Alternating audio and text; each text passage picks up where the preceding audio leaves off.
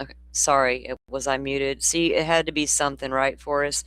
I'm sitting here going, Forrest. I was talking to you, Forrest, the whole time, too. That's crazy. All right. I usually unmute right before the countdown ends. Anyway, what I was trying to say, Forrest, was it's crazy because right before I hit start the stream, I had the banner change to this. And then when I hit go live, it went back to the old banner. And then I was on mute. I was like, damn, what's happening tonight? I don't know. Unmuted and correct banner is in place. Damn. All right, let's try to start over. Welcome in, everybody. Welcome in. Jody, Jody Woo, welcome in. All right, for all of you who are just listening, thank you for being here. Appreciate you. Um, Everybody who is going to join us in chat, I also appreciate you. We're all good now, Forrest, Butterfly, we're good now. It needs to go sit in the naughty chair for us. It's acting out. It needs to get its act right back before we look for other methods, right? We're not going to tolerate that stuff.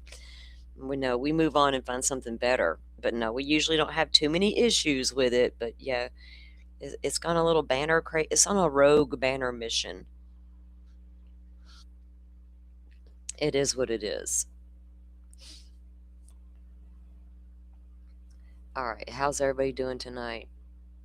Y'all, the tree is gone. Um, it looks way different out there. It's very, very different now. But I'm getting a piece of the tree. So a piece of the tree gets to come live in my yard forever and ever. So I'm happy about that. Okay, y'all, a lot was been going on. I was going to go live yesterday. I had a show planned. I had my content ready. I had a lot of, I was going to do it. And then I saw that Drunk Turkey was going to be live, but I saw who the guest was going to be. And it was Steve Goncalves, father of Kaylee Goncalves from the Idaho 4 case. So I was like, hang on, because I was going to talk about something that pertained to him, right? So let me watch this and then I'll do a live stream, right? So that is what we're going to focus on tonight. Actually, two things. There's like a two-part to this show tonight. Well, I told you guys the media thing would ramp up with this media tour to support the book of Broken Plea and whatever Turvey's doing out there. And then other things were also coming down in the via FOIA requests, right? So there are Turvey and Whitcomb both have been on their little tour, media tour, I'll call it. And there was a new interview, a couple of them that dropped. And these interviews are from people that were talked to during the Idaho 4 investigation.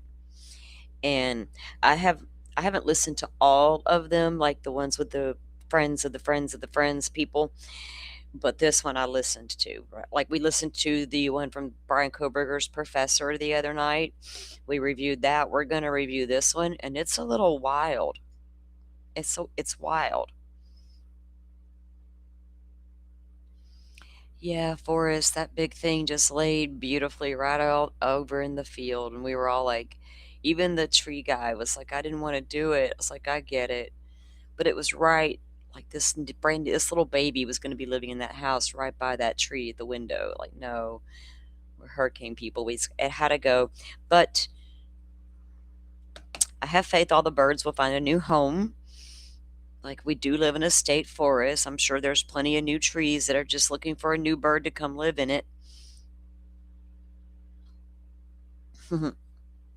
So I had to make peace with it. But I did get to bring, well, it's not over here yet. Tomorrow it'll be over here, my big piece of the tree. My big piece of the tree. Okay. Hey, Sajoy, welcome in. Simi, welcome in. Holly, Naomi, welcome in. How are you? Okay. Now, let's see. I've got Simi. I have Forrest. I have Rachel listening. She will be in and out when she can, and Butterfly is with us. Now, before I get full on started with this show, I will say this. I'm probably going to try to take my time so I can pay attention to my chat, because I always like to know what's going on in my chat, right? That's kind of like part of what I need to make sure is going on. I know my mods they know what to do, right? There's no really rules here. Be respectful, agree to disagree, and have a conversation. But what we won't do is put up with anybody attacking the victims or the families in the Idaho 4 case. And that's not like a new thing with me. I started my channel saying that, right? We're not going to tolerate it. Seems like every time we would do an Idaho 4 case, here come trolls. And it was never like pro burgers like coming at us. It was just weird trolls. But we're just not going to put up with any kind of trolly activity when we're just trying to have conversations, guys. And I might feel some type of way, but I'm going to try to maintain. I don't want to be seen as just a ranter today. To me, this stuff's important. There's a lot of coverage out there about what a victim's families, what they go through, and things of that nature. My opinion, the families of the Idaho 4 victims have been through it more than anybody else on the internet, including Seth Rogers, because those people just turned on each other versus just going at him, right? Steve Goncalves has had to endure it for a very, very, very long time. And for those of you who don't know, this has been going on for several years. It didn't just start, right? It's been an ongoing thing. Why did it even start? In the beginning, it wasn't like that, because Steve Goncalves came out and had questions for law enforcement, and rightfully so. But he voiced those opinions and questions out loud to the media, and people were already questioning the same things. Legitimately, these weren't fake, made up rabbit hole questions. We literally had real questions, right? We all did. And so did he. But as time went on and more things began to come down the pipe, through the documents, even though it's a sealed case and hearings and such, it's looking like, hey, this guy is probably the guy. There's probable causes there, all the things. The second he decided out loud this could be the guy, well, a lot of people turned on Steve Goncalves because he was no longer questioning the narrative, right? Now he's saying, hey, this could be the guy, in spite of everything you guys have sent my way. And people didn't like it. So then he became the one they attacked. That's how it started. And is there really a place for that in this genre, in this space? Why? Because I feel like if you can attack the case on its merit, you should never need to even bring the family into the conversation. I try so hard to avoid it, and a lot of times you can't. You're going to talk about families in certain aspects, but to just go down these crazy rabbit holes, what's going on in the chat?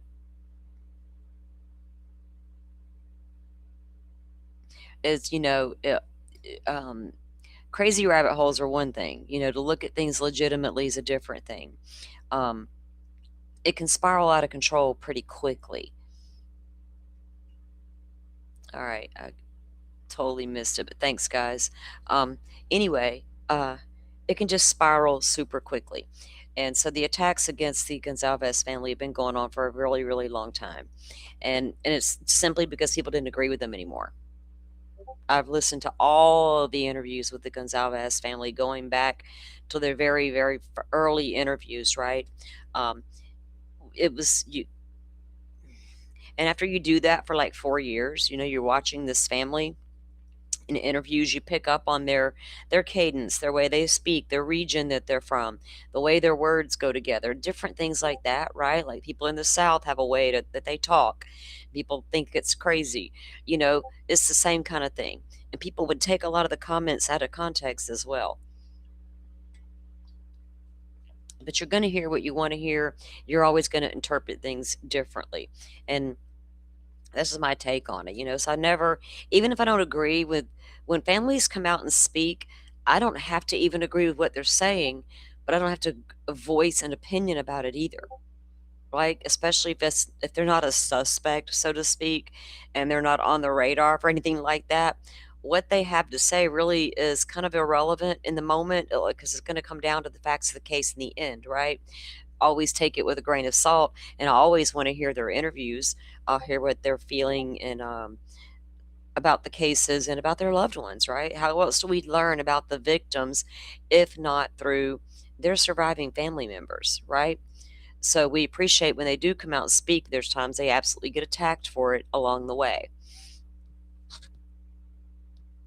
Um,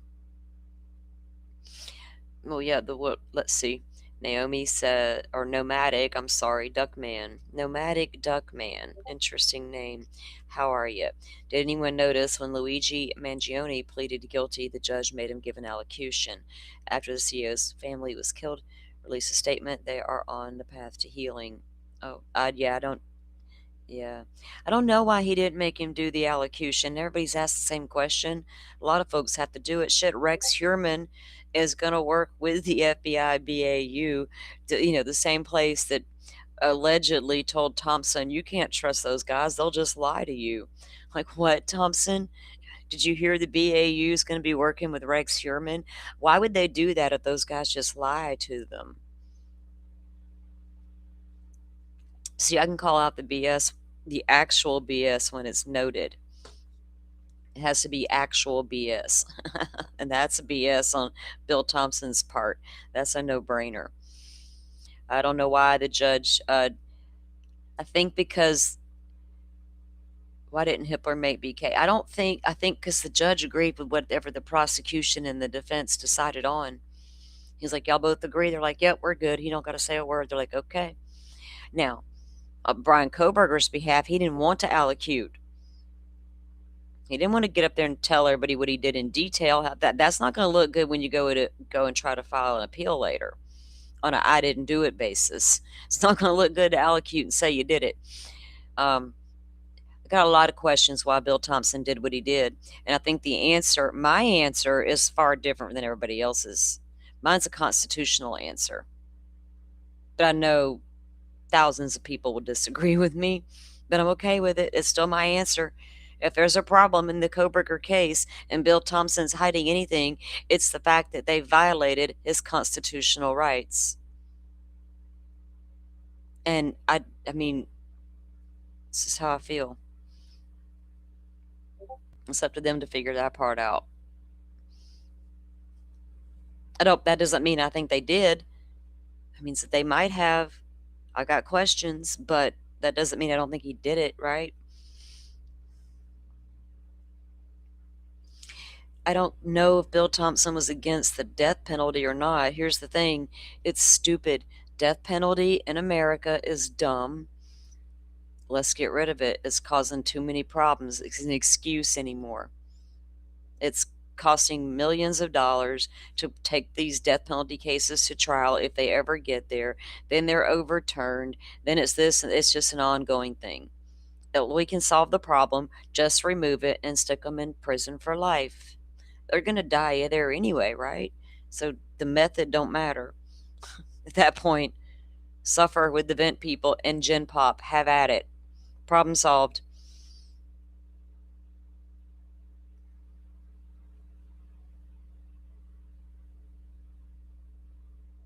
Right, CH. They went by the letter of the law. Like that argument to me is moot, however they want to say it. To me, because they went by the law. Jesus, they did what they did. The prosecutor agreed to it all. That's the problem for me. Not so much the judge or the defense. It's that prosecutor who said, okay. And then came out and told everybody this because the FBI said guys like Koberger will just lie. And then a little while later, we hear, hey, FBI, BAU is going to work with Rex Heuermann. For what? He's going to lie. Jeez. Bill Thompson thinks we got the woo-woo. Jesus, Bill Thompson. Why you want to say stuff like that? Now you make me ask further questions, God. I'm not the one you want asking those kind of questions. It ain't gonna be you got the wrong guy in the wrong car question. It's gonna be, dude, what are you hiding for real? Anyway, y'all can get me sidetracked. People will debate that with me until the cows come home. Okay, I'm here. Well, I'm here for it because I need to know. If you can help me get to the bottom of it, let's go. A few of y'all got the same information I got. Let's get that round table going. Figure that shit out.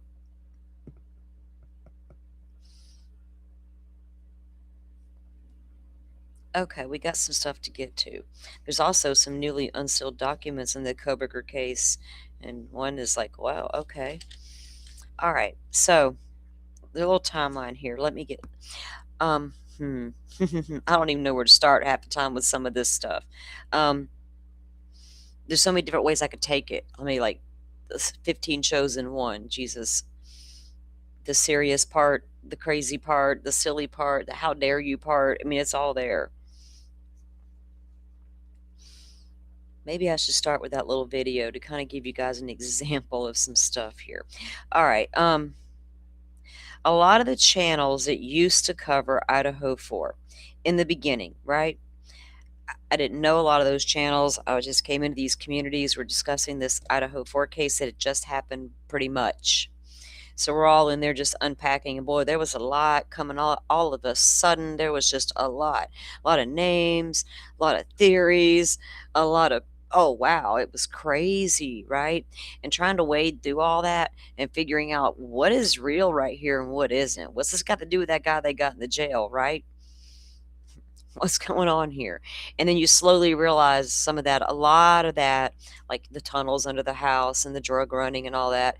You're like, okay, that's just what we thought that was, the woo woo, right, of it all. But there were a lot of, there were a couple of channels who saw the light, so to speak, and it's like, whoa, this, we're just covering bullshit now, right, at this point. And then when they stopped, they caught hell for doing it. Oh, you flipped. Oh, you turned. Oh, you whatever. You could imagine. And then there were shows that slowly made a gradual pull away from the old content, covered other stuff for quite a while, and then made their way back to the case, but this time on board with Koberger did it. And I know who all of them are. And that's okay to be that way. Like if you changed your mind legitimately and you're like, whoa, I'm seeing things in a different light, or yeah, what I've been doing, I don't want to do no more, right? Whatever, they just do it. So it wasn't like a lot of these were trash channels that people were flocking to for the trash content. It was so far from that. It was like, what the hell is this? Then you insert a character like WSU Mom Kim. And a lot of you don't even know who she is. But boy, she lived large in the Idaho 4 case for a couple of years. She lived to go on these platforms. And she lived to go spread her madness to anybody who would listen, right? And a lot of what Kim had to say was based in rumor that came out of Moscow that turns out was all true, but just to an extent. But man, she made things, she just went next level and next level and next level every time she got on a panel. And finally, people started to realize that as well. So she's always going to be a big part of this case. And her name will be even come up in different random reasons throughout the case, right? Because it was like that. It was crazy. And the same people, when people remember in the early days of Nancy Guthrie, when everybody was saying Annie and Tom sus, Annie and Tom band members, look at this, look at that, Annie and Tom. Whoa. Were you seeing it on trash channels or everybody's channel, right? Including big channels like Interview Room, for instance. And then things can spiral super quick if you let it. Oh, and things spiraled in that case too. You can look at that shit show from afar if you'd like. All right. Turvey and Whitcomb continue to go out and do these tours, these media tours. And every time they go out there and they talk, they're taking points directly from social media. Stuff that's been said over the past few years, questions that have always been out there, then the questions that were put to bed, basically, and then all the questions the quote unquote pro burgers have. That's what they all they seem to talk about.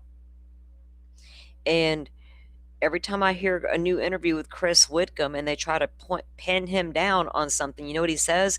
You have to read the book. I put that in the book. Oh, that part I didn't put in the book. I can't talk about that part. It, what? You don't even know about that part. Just be honest. It was obvious. What do you mean you can't talk about it? It wasn't in the book. And they're like, no, no, no. We just want your opinion. No, I can't talk about it. It's not in the book because that means he doesn't know, guys, what you're talking about, right? It's crazy. Turvey is being the same way. Now, Brent Turvey's an interesting character, especially since his own YouTube channel was started back in September 24th, 2021, the Forensic Criminology Institute YouTube channel with host Brent Turvey. Dr. Brent Turvey, excuse me, I need more coffee. I might be serious, but I also may have flair. I named it that myself. YouTube channel, Forensic Criminology Institute. Y'all know what episode 8 was all about? It's called The Hard Truth, episode 8, Crime Scene Staging. Isn't that interesting? Crime scene staging. Ha ha ha. Dr. Brent Turvey. So he knows how to work the YouTube, right? That's my point. 2021, his channel started before the Idaho 4 murders. Holding episodes on staged crime scenes. It was an interesting listen. Super interesting considering he says this was a staged crime scene. I'm like, And they think for some reason we haven't seen photos of this case. They're like, we don't know what's out there and what isn't out there. And if you've seen any leaked photos, and I'm like, leaked photos? Dude, we've had the photos dropped in our laps. Redacted they may be, but we've got them, right? I don't know what y'all talking about. Why do they keep thinking we haven't seen everything? No, we haven't. It's all sealed up for some reason. Idaho's got that ass clenched tight. Explain that, Bill Thompson.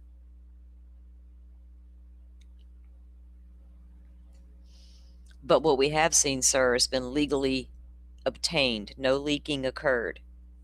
That would be you guys. Did you leak it?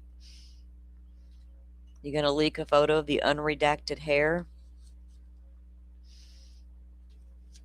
Okay.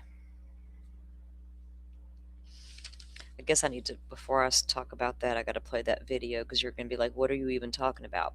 Here's a little interesting timeline rundown, just a little bit. And it's not even everything, it's like just a little bit. July 2nd, 2025, plea deal, Brian Koberger. Geared up to go to trial, mind you. Let me back up. We got to add a date, June 18, 2025. A hearing for a motion to continue when Ann Taylor says, I can't be effective counsel because of all these reasons unless you give me a continuance. Judge says continuance denied. June 18. July 2nd, we have a plea deal. April 28th, a year later, almost, we have a book, The Broken Plea. April 22nd of 2026, Whitcomb is interviewed on the Custody Queens YouTube channel. Remember, the YouTube channel Custody Queens didn't come into play until like July 9th of 2025, I think it was. And they came in saying they came to YouTube and started a channel because they saw a YouTube stream about Dylan Mortenson's crazy text messages. But anyway, May 11th. So April 22nd, you have Whitcomb. Then May 11th, you had Brent Turvey. Then on May 6th, Whitcomb goes on with Donna over at Crime, whatever her show is. Then May 14th, Turvey goes over there.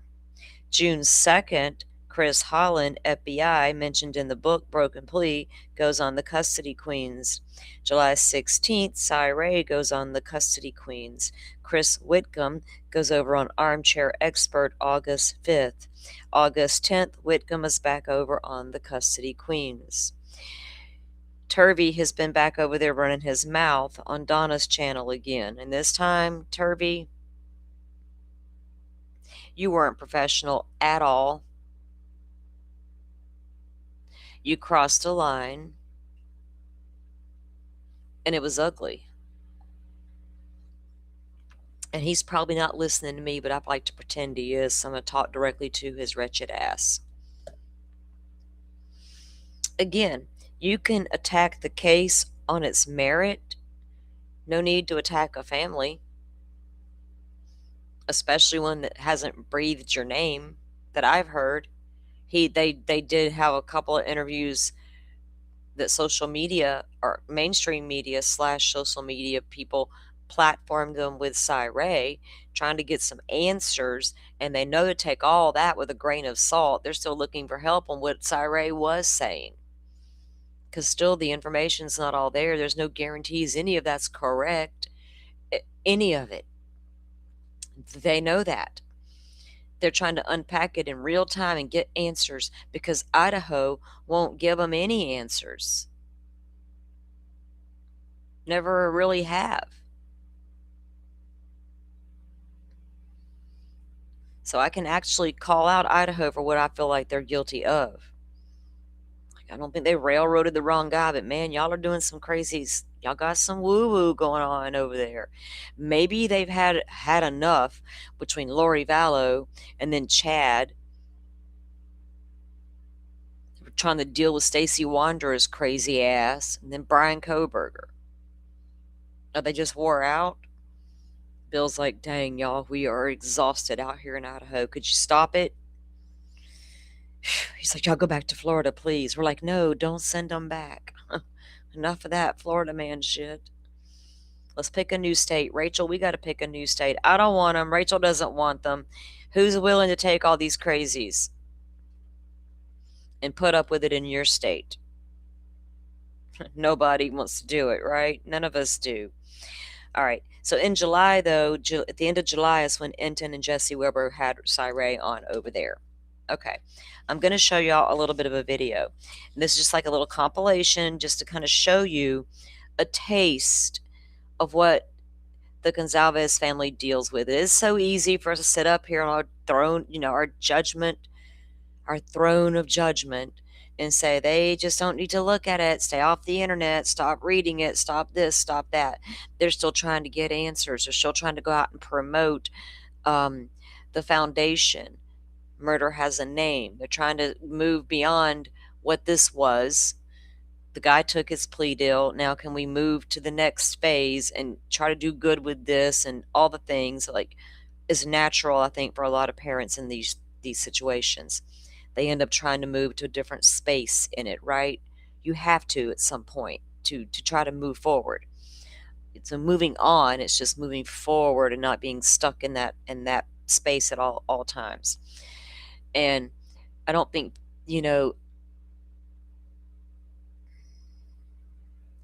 I don't know if people just don't think about the impact it may have on families because they're not in the situation.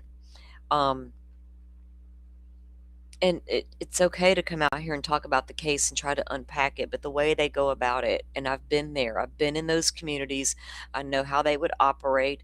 I know all the horrible things that were being said about the Goncalves family alone. I know all the horrible things that were being said about those victims, all of it, and I stood up for them. I got cussed out in chats. I got timed out. I got booted. It was not pretty for a minute. Butterfly, you'll recall all that madness. We were like, wait, this is not even cool. We literally just pieced out on all of it because it was so much. You couldn't even say, hey, Kohberger could be the guy, y'all. The same community you've been chilling with for literally almost 2 years, right? Unpacking all the things and then coming to a very different conclusion than they did. Most of them. A lot of people did leave. A lot of people did bolt, trust me. A lot stuck around. And channels just continued to grow and grow and grow as long as they were saying, he didn't do it, right? It wasn't enough to come out and say, well, what's this evidence is not making sense. This probable cause don't make sense. It cannot make sense and he still be the guy, right? So if you question the correct things, that's what gives you, that sets you apart. And I was reviewing right before we came live. There was some people live going to be reviewing an interview with Steve Goncalves. And I thought, I know what they're going to do. So I turned it on, right, just to review. And they were talking about the Lindsay Clancy case. And these idiots were sitting up there saying how they now believe, based on the little things they have seen on social media, that Patrick Clancy is responsible for the deaths of his children. I guess I heard the comment, I guess I should actually pay the trial attention. And I'm thinking, well, why do you think that he did it based on just what you saw on social media, TikTok? Lord help us all. That's the same people that are screaming from the rooftops right now that Koberger is innocent and these parents are stupid and should sit down, are also saying Lindsay Clancy didn't murder her children, Patrick did. They let this case go to their heads and there's no return. And if you disagree with me on either of those, you can peace out and go find channels that do agree with you. It's literally that simple, right? If you think Pat did it and you think Koberger's innocent, you can go find those people that also believe the same thing. I'm not really in the mood tonight for debating it. I got to get up and get some more coffee.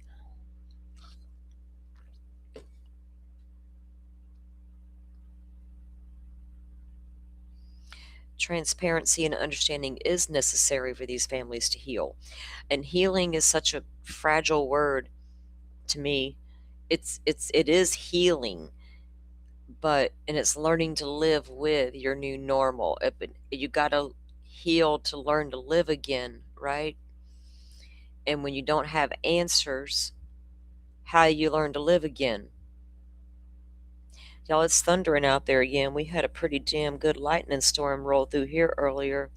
I didn't lose power or anything. Something crazy happens and we get the woo woo and I go down. That might be why.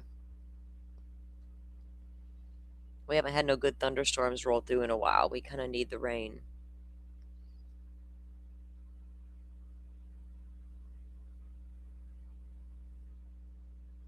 Yeah, all right, let me show y'all what they really think about these families. And then you'll see Steve. All right. I guess what this is, you're going to see a couple of clips, right, of what creators have said about the family. And then you're going to see a clip of Dr. Brent Turvey over on Donna Rotuno, whatever her last name was, over on Donna's show. She works for Fox News, by the way, only mainstream media that's picking up on these two clowns for right now. Yeah, she's the only one interviewing these two guys, Whitcomb and Turvey. Nobody else has done it yet that I've seen. Anyway, so he goes over there, and you're going to see that clip in here. And for some reason, Turvey just goes in on Steve Goncalves, the family of Kaylee Goncalves. And what he said was pretty nasty for an expert. Now, this is not creators on YouTube bent and running their mouths because they're whatever, right? I could call them a lot of names, and I'm not trying to start creator wars and all that. I'm just giving my opinion on some stuff. I don't know what he was attempting to do, but what he did do was he picked straight up on what social media is saying and doing about the family. Just like all the talking points he and Chris have came straight out of social media. So did Turvey's comments. Isn't that interesting? Turvey, playing up to a certain audience. Got to go where the support is, because you're not going to get it from everybody else. What if he came out with a whole different attitude and act like he had some act right and some common sense and had an ounce of professionalism and went to a large media outlet and said, "Hey, you guys might want to hear this story. Coburger, this might be interesting to you guys. They might bite. I would. Is there something there? Let me see. If there is, hell yeah, that's breaking news." That didn't happen. They came straight to social media with it all. And now when they go over and speak to Fox News, Turvey and Whitcomb come to comment about how it's nice to be over here with a professional. Y'all creators, they kind of throw shade at y'all when y'all aren't around.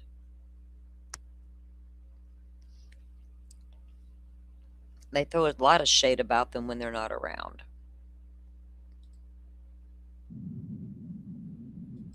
Oh, that video happened to be at a spot where it was wild. Okay, so when Steve Goncalves did the interview, wait, where's? Hang on, hang on, guys, 1 second. There it is. Okay. I don't know how many of you saw the show last night over on Drunk Turkey. One of you mods can drop a link for that show. Um, we're not going to probably watch all of that. We will watch some of it because we want to watch that interview with the Quality Inn assistant manager as well, because it's shit's wild, y'all. At the end of this will be a clip from Steve's response from the Drunk Turkey show, right? So it's going to be all in one little video here. And we're going to let that play so y'all kind of understand what what's being said, just a little small portion of it, what Turvey said and what Steve's response was. Now, was Steve's response too much? I don't think so, because I got a big mouth, and when you're out here spewing some nonsense and my child has been murdered and all these things, if I was in his shoes, I don't think I'd probably do it much different. I can be honest, right? I don't know. I would try hard to come out there and just be like, look, but I get the aggression and I get why, especially when you see what Turvey fucking had to say, right? I think it balanced.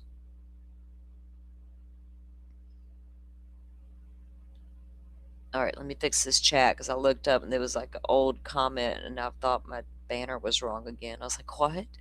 Okay, there we go. Okay, thank you. Dropping the link. There we go. All right, so let me let this play. Let me get this screen up.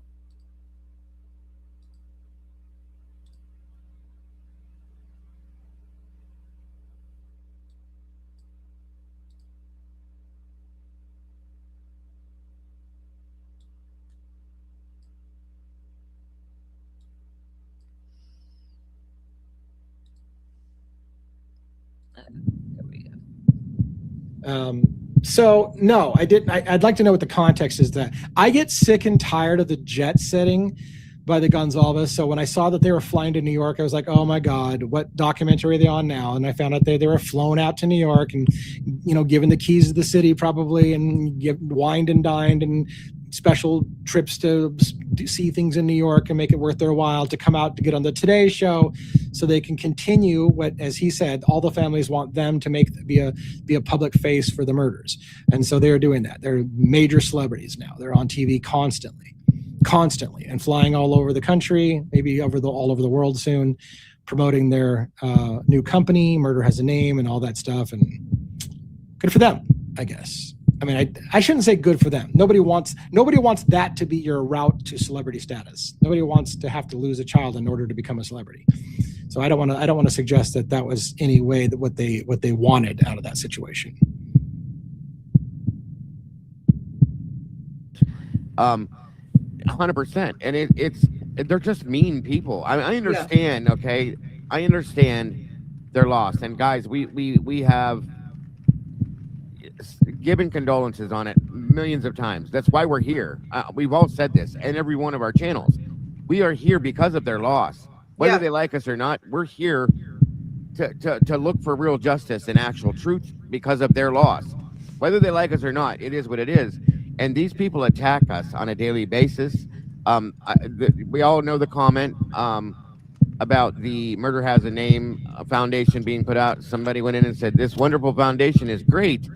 Are you guys going to use this to be able to test the hair?" And she comes back and says, "I absolutely would do if it was true. Now, kindly go fuck yourself." Who talks like that? She's been going off even worse. She said something to somebody a couple days ago where they were asking a bunch of different questions, and they were real respectful. They weren't being rude. They weren't, whatever. And what matters here with the way that Christy responded to this, which is what I'm going to get to, is Christy's perception of things. Okay, right. It doesn't. It's just like religion. It doesn't matter what I feel.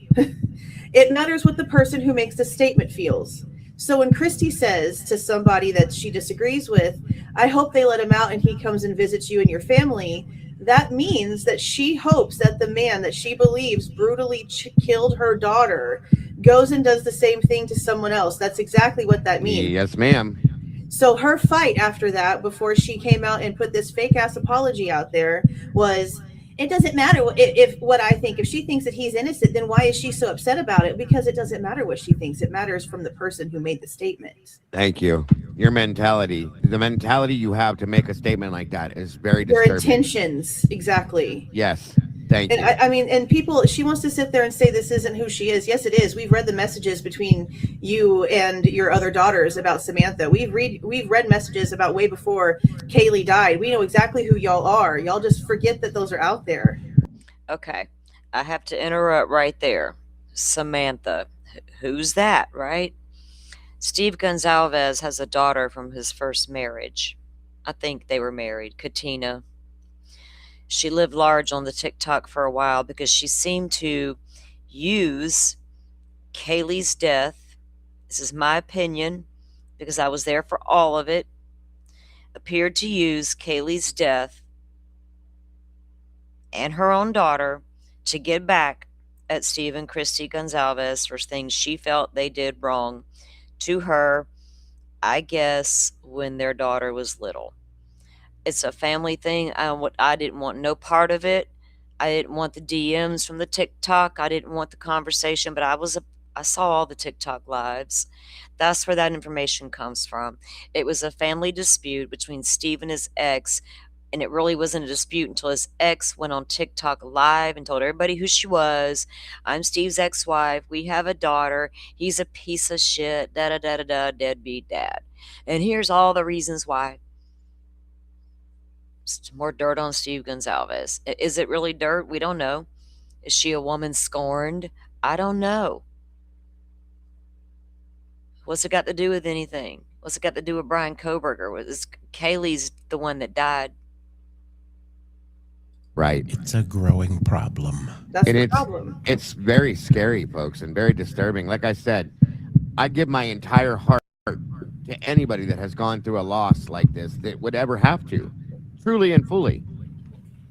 But I'm sorry, but that only goes to a point where you can't, that doesn't give you the right to talk to people like they don't exist. Like especially people that want to help you. Yeah, that have been supporting So people who haven't had a kid died, they get to talk however they want though, right, Dago? Is that right, Dago? Should I say a little louder, Dago? been supporting your fight for justice. It's not our fault that you suddenly 180 just as much as Cyree. It's not our fault that you went from demanding transparency and wanting every damn thing unsealed and the gag order removed to now wanting to hide every little bitty thing because you got $100 million on the line. That's not our problem. That means you're here for yourself. We're still here for the truth for your dead kid. I think we have, just as much right to argue about this at this point because we have just as much right to argue about this at this point. And the family doesn't? It's their dead kid, remember? Intentions are very clear. That's what this is about. We're taking technology. We're coming after everyone who thought they got away with it. See, he already is pissing me the fuck off. Shut up, Steve. See, this I'm an alpha and I'm going to do all this bullshit attitude with him. I can't stand because it's the biggest bullshit ever. He's basically the same as, remember that older dude that they did the panel with at CrimeCon, which, by the way, side note, you guys know how Facebook works, right? Like, you don't get people.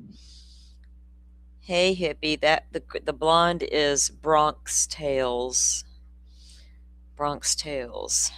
Saying like it's a friend suggestion from Facebook, unless that person has come and like looked at your profile, right? Tell me why that old ass man keeps showing up in my Facebook suggestions. Better get off my shit, broski.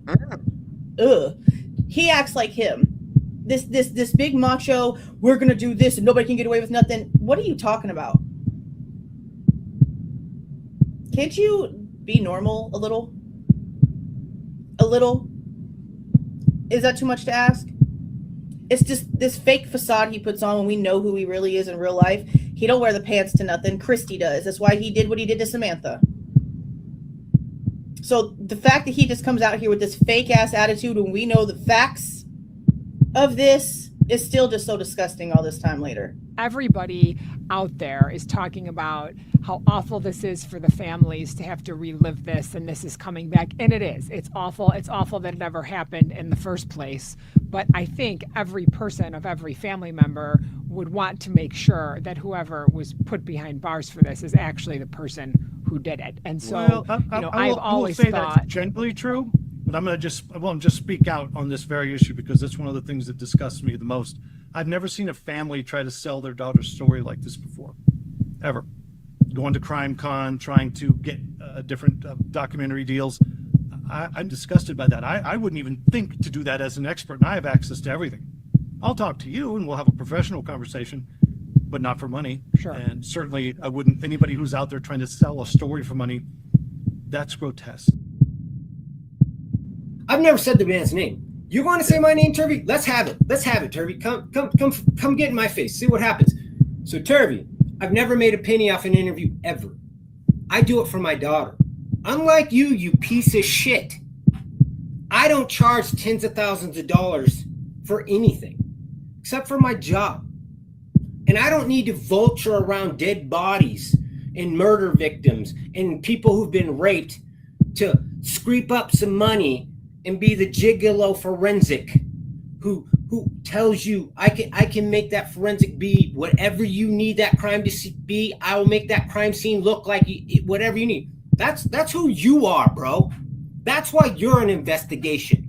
That's why they're coming after you, not me. I'm way bold. I say all kinds of crazy things. I say things that people drive them nuts. But I'm not like you. I'm not crossing that line. I'm not doing illegal things. Yeah. Nope, not at all, man. I'm just defending my daughter, and I'm doing it for free. So we issued out a challenge to that loser. He'll just ignore it. So don't speak on my name, bro, unless you really. We can handle it. We can handle it.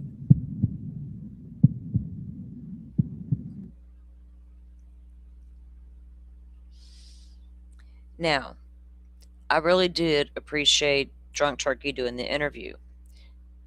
Steve keeps saying certain things.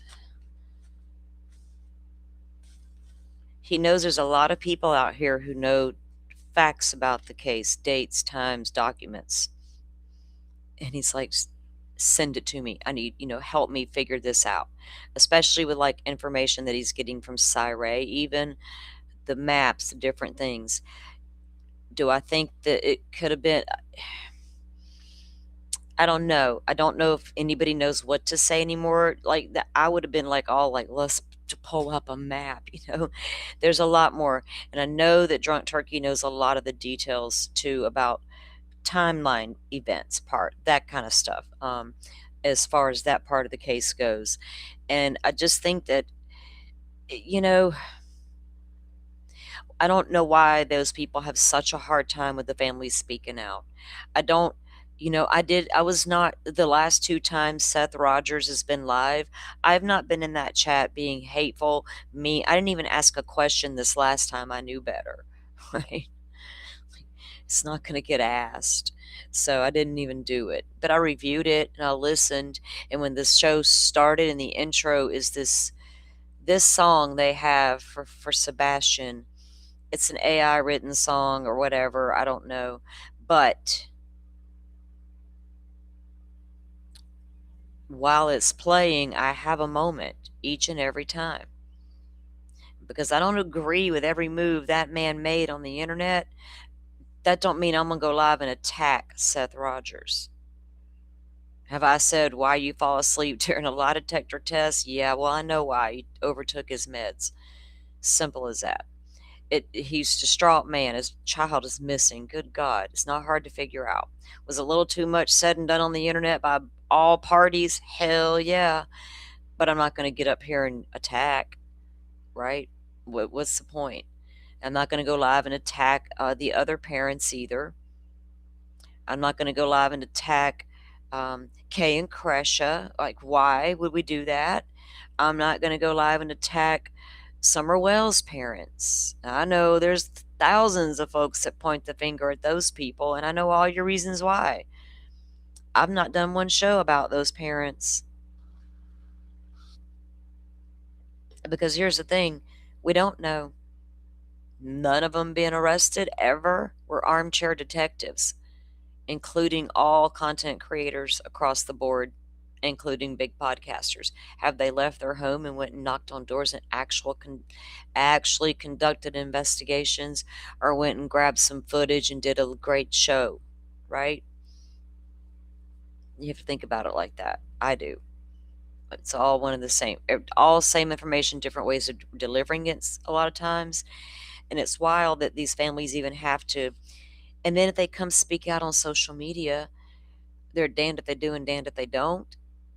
If they don't come speak out a lot of times, like, why haven't we heard from families? That's weird.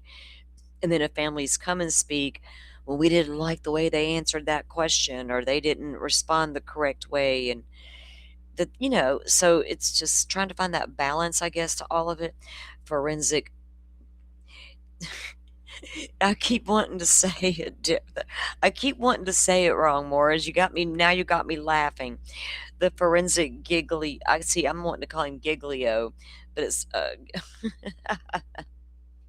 like Brady Giglio. That's what keeps coming out when I go to say it. Gigolo. He's the forensic gigolo. Yes. He belongs on a Gilgo Brady list, but yes, he is the forensic. See, now I can't. I'm gonna get tongue tied. Shit.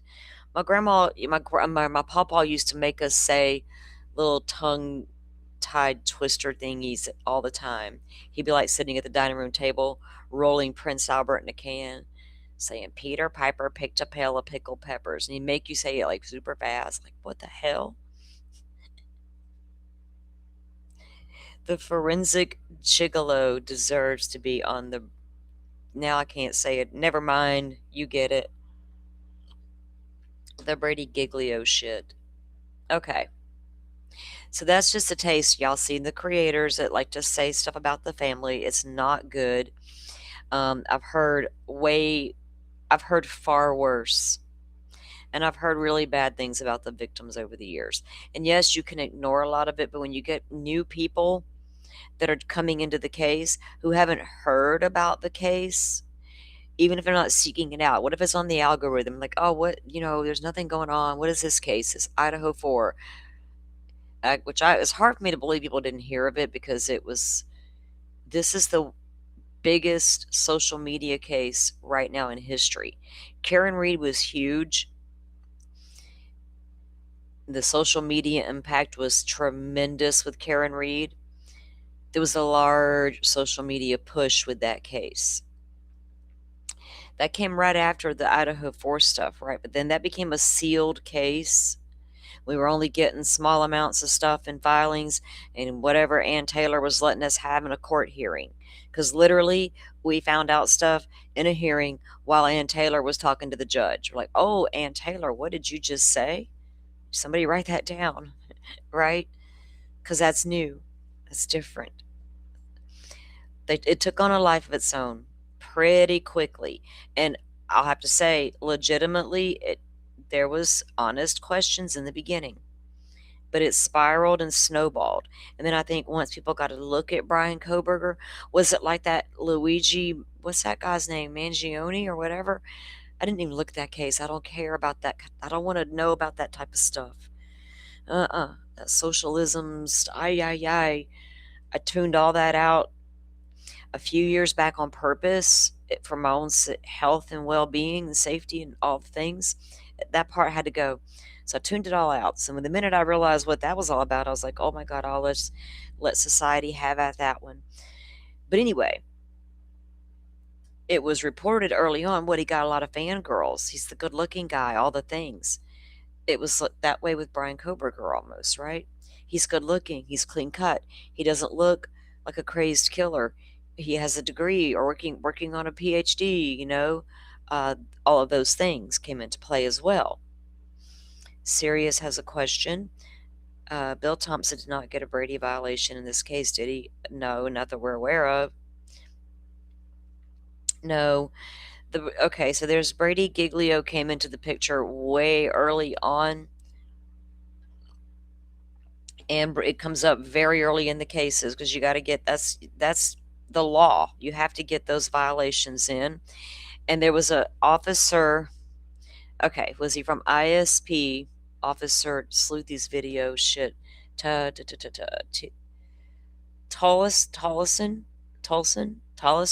whatever. Officer T, ISP, was involved in an investigation on somebody else. And he wasn't actually the officer in the room. Another officer was, and a confession was made that was false or something. There was something went down. Anyway, they got on the list, right? Because police misconduct or whatever was involved. But he was not like a direct involvement. So when they unpacked it and went to the investigation, that was the only thing that was there. I think was Tollison being over there on it. And trust me, we had sleuthy goosey on that one. We were going deep, okay? Early in this investigation, Sleuthy Goothy was here with us, going deep, looking down all the same roads we were all going, and nothing turned up, y'all. Did y'all notice she went dark on the conversation in Idaho 4? If you were around from the beginning, you know she was always here. And then she wasn't, because there was nothing there. After a while, the ones that knew better pieced out, and the ones who wanted to stick to it stayed there. Tollison, was it the Moore case? Thank you, CH.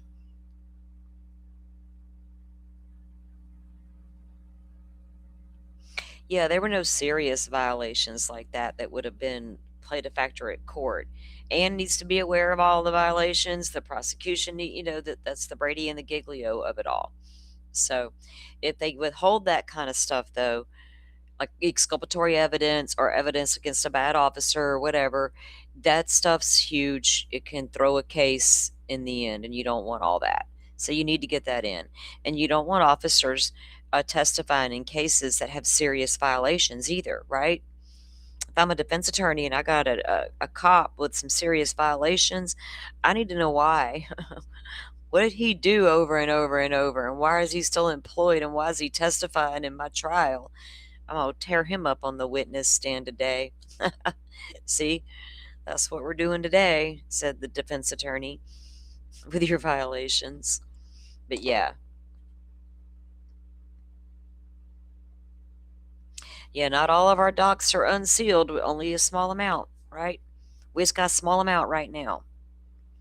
And we're going to get to one of those here in just a few minutes.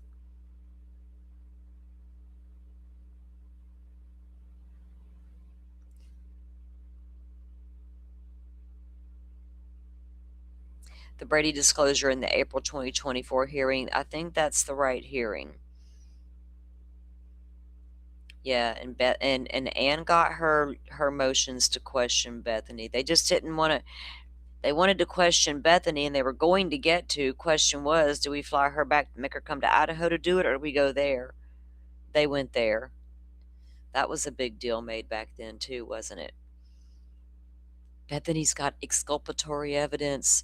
The defense needs to go and, subpoena her and depose her, and she's fighting it, and all these weird things.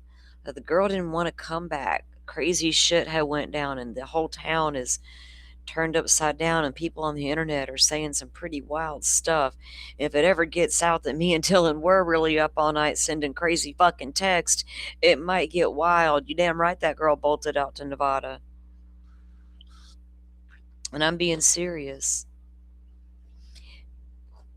You know, early in the investigation, when they would do press conferences and they were asked about those roommates and that 8 hour gap and was everybody asleep, those cops were kind of like, oh, how do we answer this?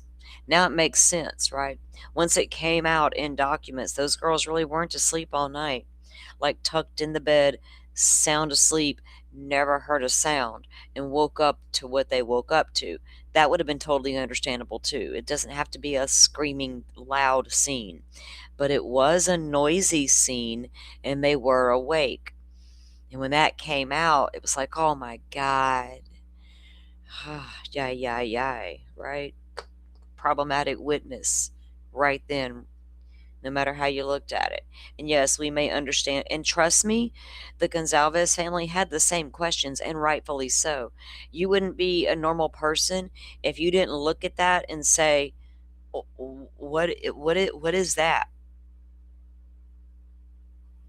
But that adult parent in you is also going to look at that and go, it's exactly what it was. It's scared, intoxicated, heavily 19-year-old girl. Also, who obviously has lucid thoughts constantly in dream states, right?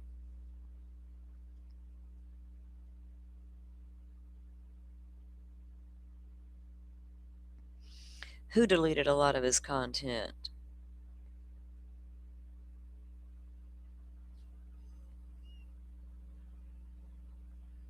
Who? Let me go back up.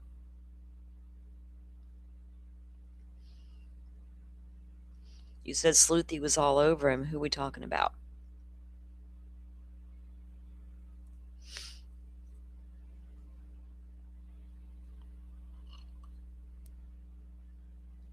I may have missed it.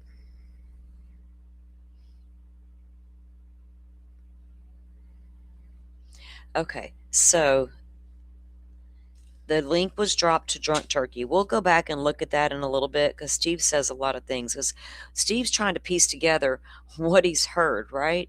What he's getting from what documents have been released, what's information from Cyray, the information that Celebrate has provided, which I would love to see. Heather, I've got to really, CH, we got some homework.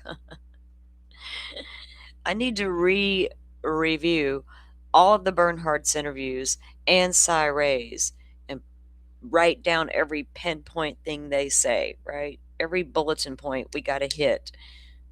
And what will it tell us? Anything at all? It might tell me a fiction story. It might tell me the truth. I don't know. I think that's where Steve's at, right? The pastor with the money train. Oh, yeah. That was, yes, the other night we were talking about that. Remember Sleuthy did a video, an animated video about the DoorDash drivers. We were trying to figure out what the DoorDash driver's role was, if any, in these crimes, right? Oh my God. I remember thinking, damn, this girl, provoking thought, right? Like, there she goes again, provoking that thought. Even though I was convinced at that point it wasn't the DoorDash driver, right? But her video, it was like, damn, Sleuthy, don't make me reconsider the DoorDash driver. Of course, we now know Molly's completely innocent, y'all. The Bernhardts were the Bernhardts just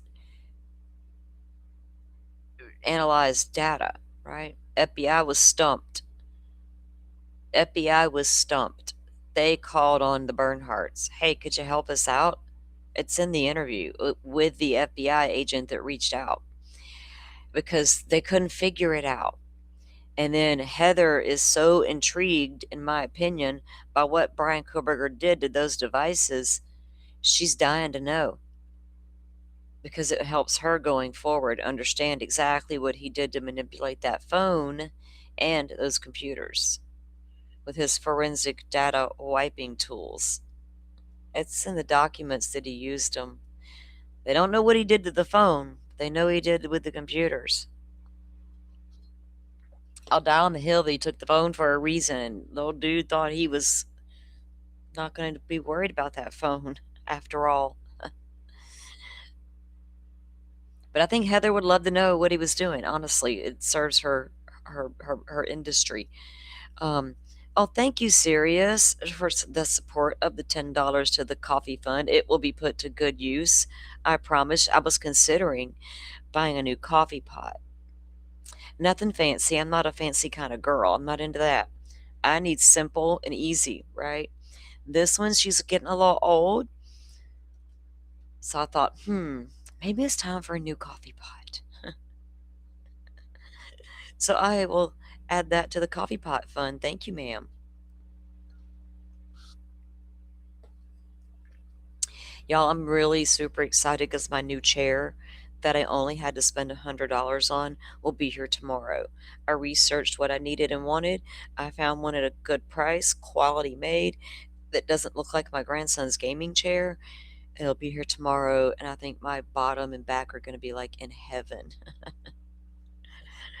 The chair I'm in is not that great, and I've just been dealing with it for so long. So my body can't take that stuff no more. So I had got that new mattress, a while back, recently, and anyway, got the chair. Now I'm good. If I can sleep well and sit in the backyard, I'm good. And have my coffee, and then come and talk to my friends. That's all I need in life. I almost just remember my tree was gone. Oh God.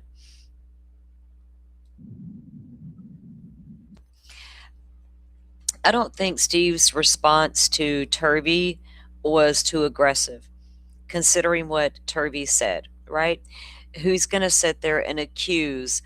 We saw the interview, we went reviewed it here, where they were at Crime Con, Steve and Christy walking through what that crime with Bobby guy or whatever his name was. We reviewed that interview here, right? Because they mentioned the plea deal Steve did, and then when they were on Jay for Justice, Steve, she asked him about the plea deal thing for me again. Anyway, for him to sit there and say they're going to Crime Con, right, searching for documentary deals. Other creators are saying they were at Crime Con and they were drunk or drinking. Um, saying that they're out there making money off their daughter and it's disgusting and he's never seen anything like it. What, I don't know what they're talking about. I haven't seen them promote a book anywhere that they're a part of.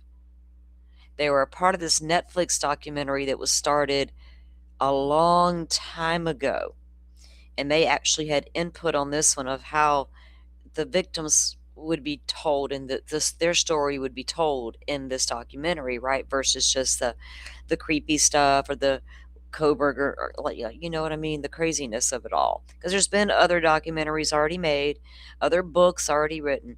So I don't know what all they're doing. All they've ever done is try to go out and talk about the case.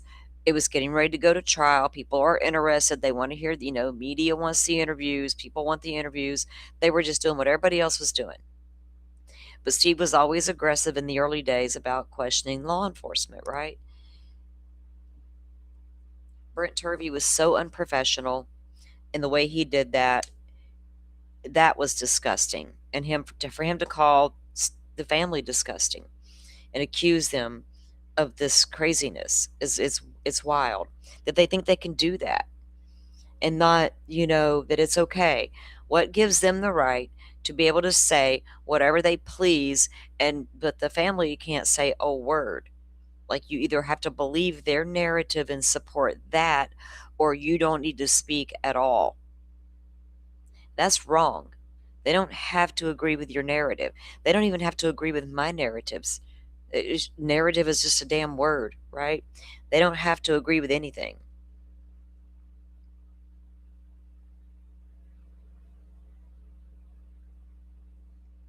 What, CH?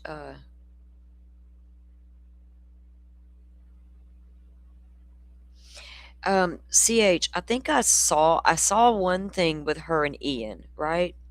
Ian Whiffins from Karen Reed. And so I did see, I might have fell asleep watching that one. I tend to do that sometimes if it's super late at night and I got something on. But I feel like I have seen that, but not all of it.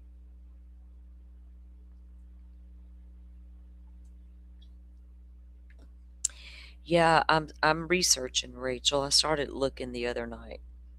All right, let's listen to this interview, guys. It's wild.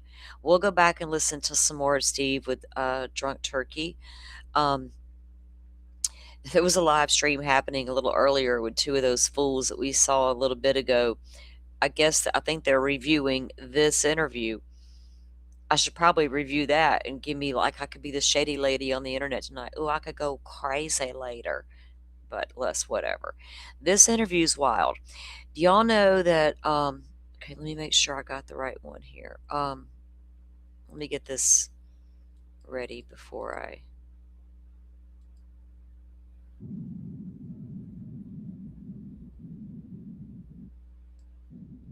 Okay.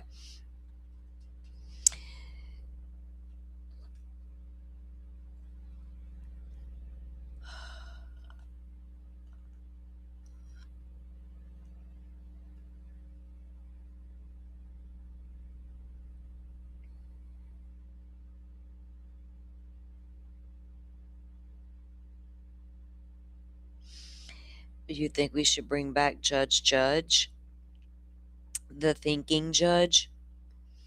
We got the face palming judge and the thinking judge. And I don't know which one at this point would be better. Could I get an in between? Maybe that Lori Vallow judge. What was his name? He's over there in Ada County.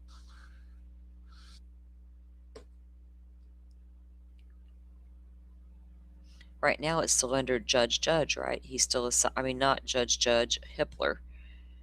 Do y'all think Hitler face palmed when he realized there was a motion for post conviction relief? He's like, oh, this guy, kabam. He's like, about knocked himself clean out. Okay. So Brian Koberger, when he left Pennsylvania and he headed out to Washington State to start college, right, to become a PhD criminologist, like Dr. Brent Turvey. Anyway, he stayed at a hotel, right? And he stayed here June 30th to July 1st. So an overnight stay until he got into his apartment, I guess, which look, his dad came with him. And I don't guess his dad was with him this night. See, I got to go back and remember that. CH, if you can recall the deets on this one, because this is when he first got there, June 30th to July 1st, Koberger stays at the Quality Inn in Pullman, Washington, right? Right there by the camp, right there by where his apartment is going to be. And he moves into his campus apartment. So this lady was the assistant general manager. And I forget where her what document her document is in. Hang on, let me message this girl and tell her I'm live, my sister.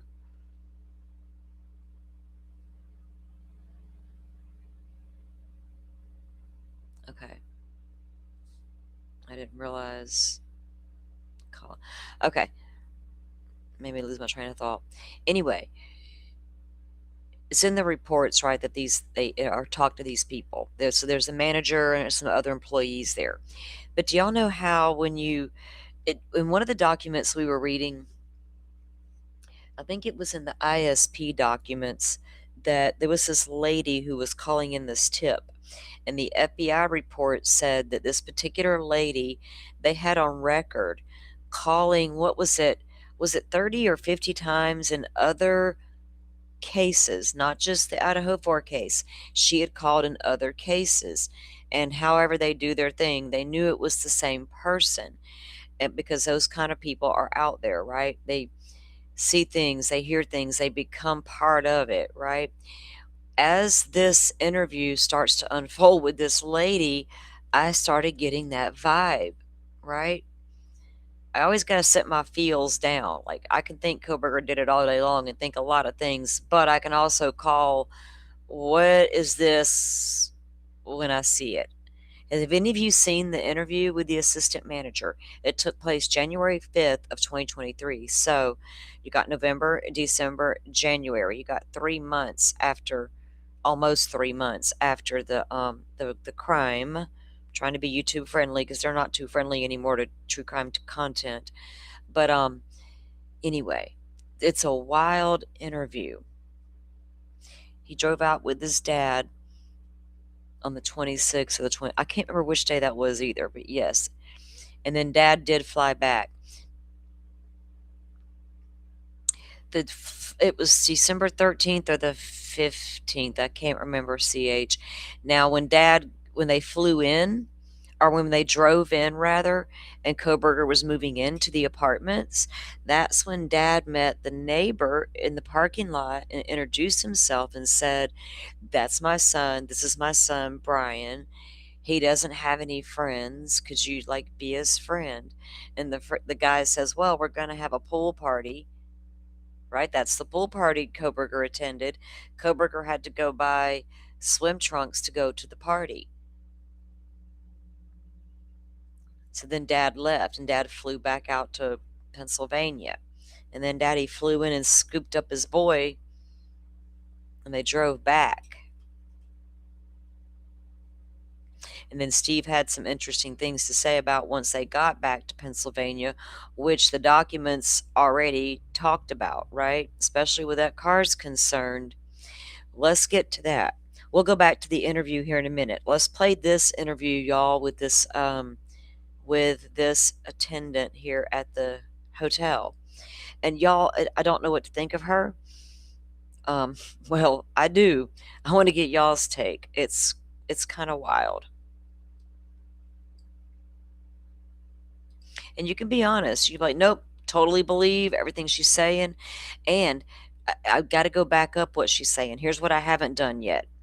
I haven't listened to the other interviews, right, with the other coworkers to see if they've backed up this one key thing that she says. Because if what she says is true, timeline-wise, for me, matters. Steve Boyce, thank you, Forrest. Judge Boyce, that was the judge for Vallow. Boreski got the second ones in Arizona. Yes, Boreski was our Arizona judge, and Boyce was our Idaho judge, right? Ada County.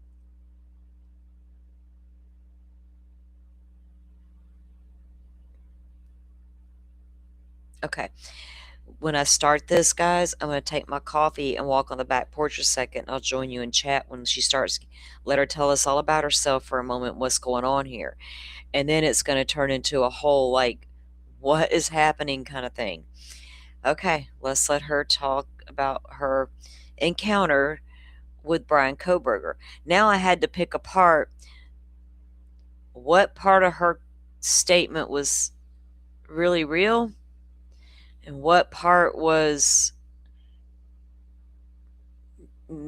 maybe her, I don't want to say imagination. That's a little strong. I'm struggling to find the words. Maybe I should just let it play and get you guys' opinion as it's playing. All right, here we go. Were you the one that called in the tip? Yes, I actually called in 2 tips. Okay. So the first one was just stating that. And for some reason, this video has excellent audio compared to everything else I listen to on my headset. This one's like, whoa, y'all. So I'm sorry if it's loud. Turn it down for a moment. It might be loud. The girl that's flustered, she's something. Nomadic duck man, she's something. She's getting emotional. Yeah. I just don't know. Okay, well, let's let everybody else hear it too, and I'll see you guys in chat. He had stayed at the hotel, and I was going to try and see if we could go back to camera footage, etc. So this is everything from the hotel. I've attached my Jam's information. There's some stuff that we do remember from him being there. Okay.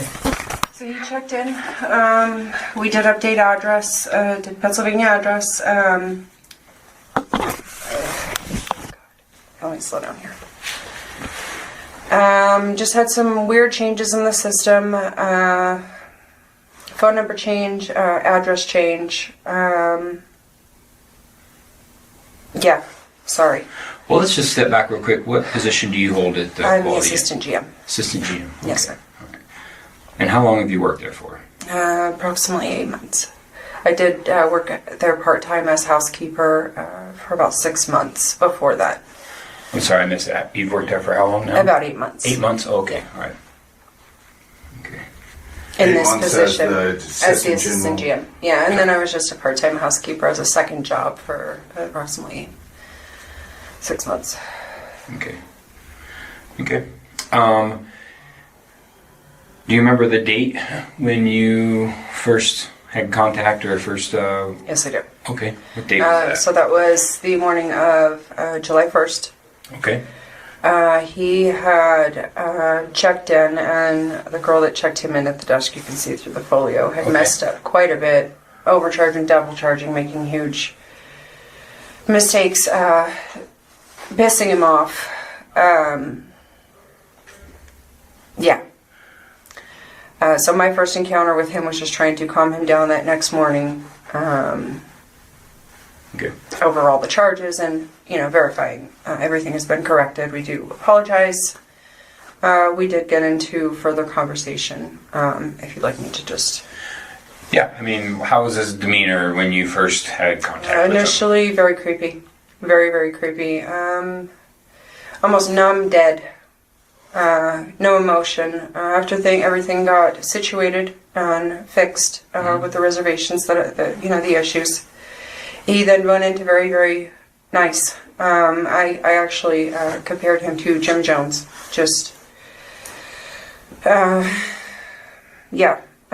We then went into conversation over a girl he went to school. I asked him what he was in town for. Just completely trying to change. That's what we're trained to do. If we have a pissed off guest, what brings you into Pullman, etc. Right. He then said that he was at the Pullman WSU, criminal program. Mm-hmm. I have a front desk girl there. It's actually like family to me. So we started talking about him and her. She's going to be graduating. We talked about Madison. He had asked me to leave a set of key cards for a Madison, or you can just put Maddie. My niece is Madison. So we got into a conversation about, my niece goes by Maddie. She never did come back at the key cards. They were still there the next morning I got there. So I went through my night audit and my GM. The three of us do remember those. Okay. We talked about sheaths, collecting knives. I don't remember to what extent on that part. I just remember thinking that my sheath that my sister gave me was probably more badass than he ever could have. Yeah. Just because. I just talked to my, she's no longer working with us, who checked him in. She does remember, after him being completely irate, he kept coming up and down the stairs and just kind of checking her out and come back upstairs and come back downstairs and apologize for something that she couldn't remember, and checking her out and going back upstairs. And that was as far as with him. I know I'm rambling.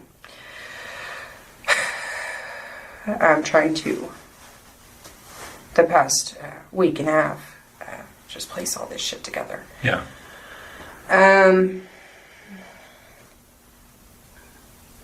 How long did he... Oh, I'm sorry. Go ahead. No, continue. Never saw a second guest. We did have 2 people on the reservation. Never saw a second guest with it. Is that information in here? Not, so I can actually pull it up on my phone. Okay. The reservation itself. It was made through third party. Expedia, I believe it was. Okay. So everything was actually paid for. And in the system, we have a Michael F. Koberger Jr., which I later learned was his dad. Okay. And he was in the system? Used dad's information to make this reservation third Okay. party. So he couldn't use his dad's card at our desk without a credit card authorization form or his dad being there. So he did a third party. Okay.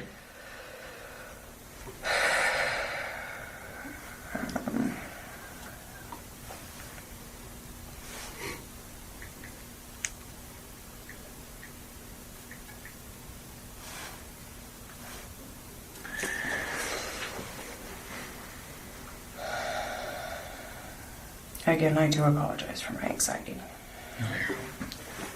It's okay. And we're in the building, so it's going to take a minute to load. Yeah, the internet in here is not great. Yeah, I've noticed it's pretty crappy. So yeah, I mean, I've gone through this. My GM as well has gone through this. The one thing that remembers is the key card that said Maddie. The one thing that my night audit remembers is that key card that said Maddie. What are their names? And then this is my GM. Do you know spell? Was it? MC. I do not. Okay, that's fine. And he was My night audit. night audit? Okay. Yeah. So the keys were actually handed to him, leaving my shift. You know, we just kind of, hey, these were left here. Go ahead and give him guess that it was okay. She can enter the room. Okay. Now, when you're talking about keys, are you talking about the Room cards, or is it a physical key itself, just like No, a regular just card room- key or a room card key? Key cards. Okay, just verifying. Sorry. And was that, so did he, when he first checked in, No, this was later. This was later. This was afterwards. God, I wish I could get back to my cameras. If you guys have a way to go back that far, that'd be great. We go back 2 months on our cameras. Oh, okay. So no, it was later. It was after check-in, and it was by my shift. Okay. That he had asked to leave the key cards there. So Okay. we're talking hours. Right. Okay. But it was like the same day he checked in, or was it afterwards? I want to say it was the next morning. While we were having our whole conversation Because some things got screwed up, and so that's when with the he came check-in. in. Yeah, Okay. I mean, if you look at quite a few errors that had to be corrected, she changed his rate, and it became a whole thing with yeah, she actually. Yeah. So yeah, he already paid, and then she charged him again, and then changed his rate to a contractor's rate, and it just messed and messed and messed. Okay, it just messed and messed and messed. What do y'all think about that? Hard to believe, but could be true. Yeah. Okay, so that's it. How could the FBI not make the connection? If she's interviewed in January of 2023, that's what it says here, January 5, and the reports, it confirms that too.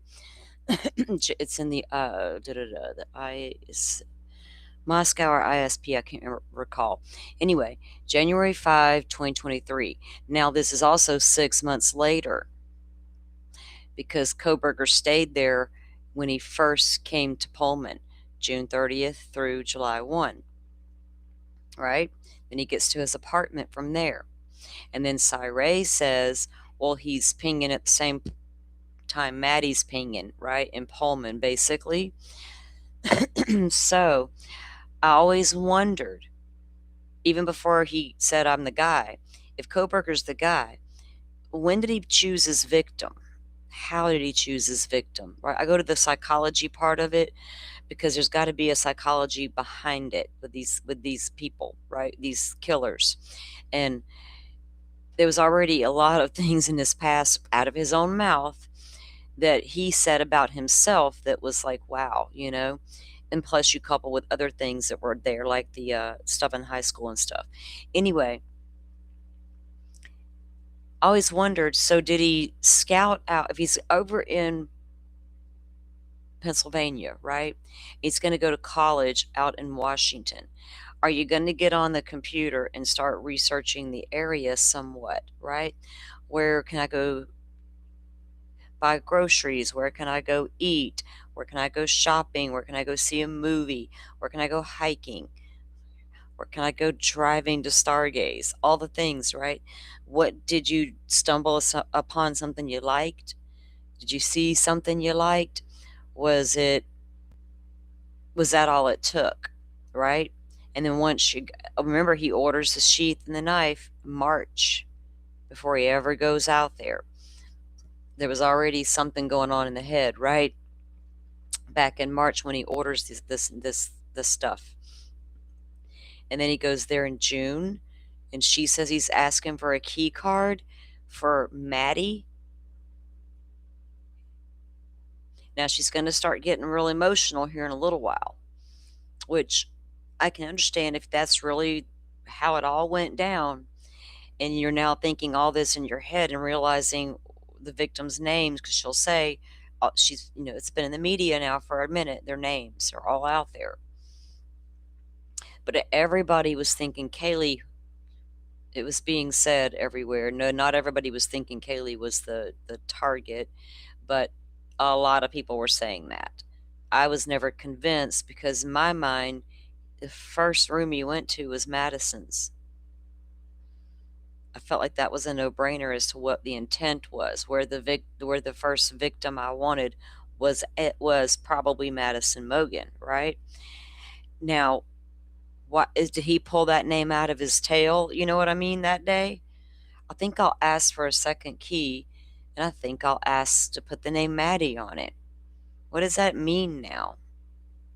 To when he may have honed in on a victim, right?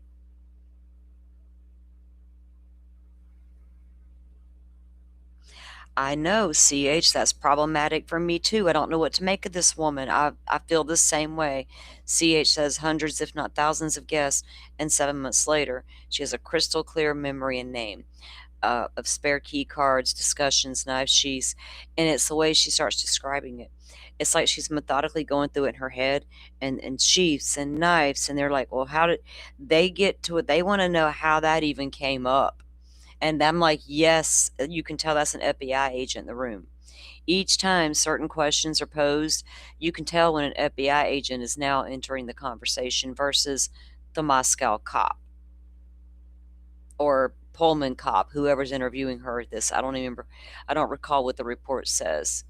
Detective Schweck, January 5 at 4:06 p.m. Detective Schweck is on the document there.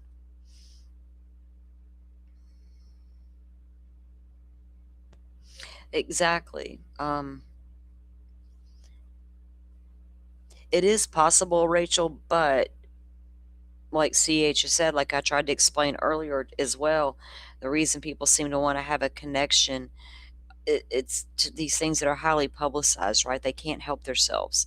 So how much of what she's saying is true? Will these other employees be able to back up what she's saying about the key card part? I believe her that Koberger would come down and saying all the things and doing the things he was doing and getting upset about being overcharged and all that. Then it's the key card part that's the weird part. And it's the way she describes it, the way she's going to talk about it. And then they start coming in with the questions, right? And they really want to know how that knife conversation even came up. And I did too. I was like, this is a great line of questioning.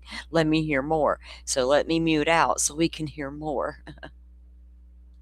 Okay, I see. Those were his signatures that he had used. Did he provide like some vehicle information? Yeah.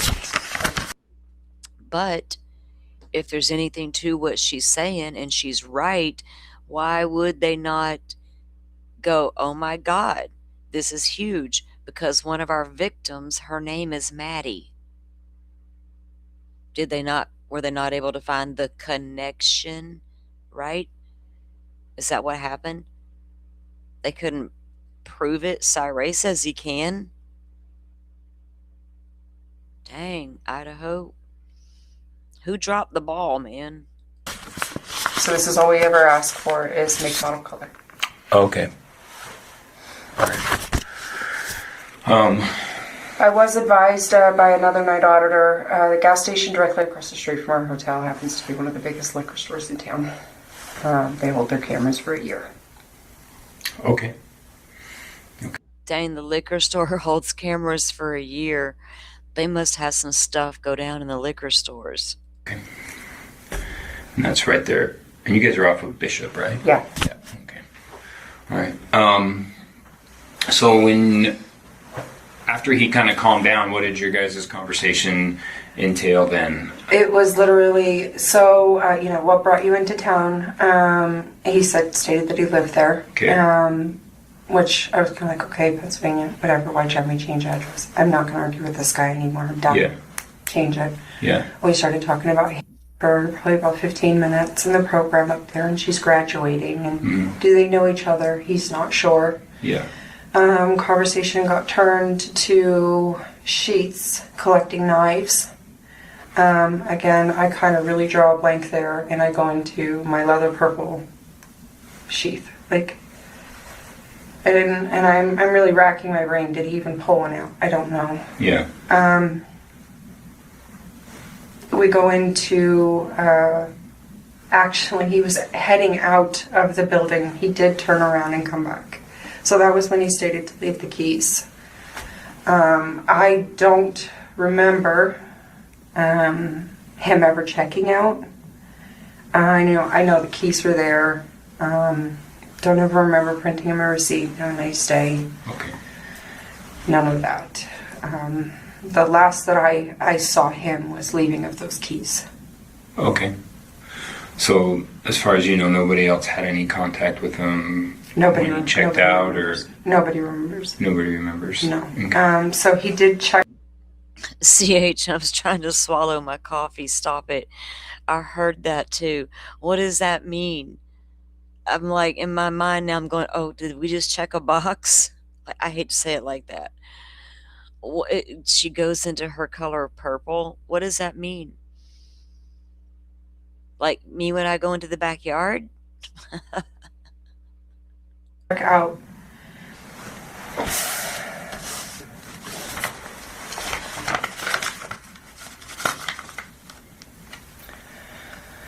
Uh, 11:49.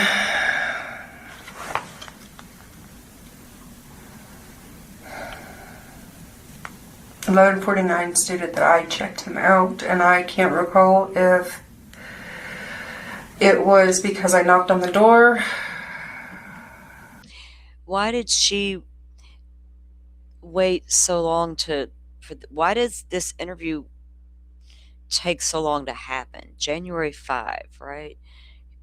They arrested Koberger like a whole month before. Well, what day did he get arrested? December, was it 30? Wait, was it 30th?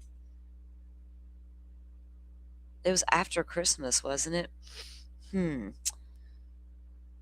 I guess I got to get to everybody.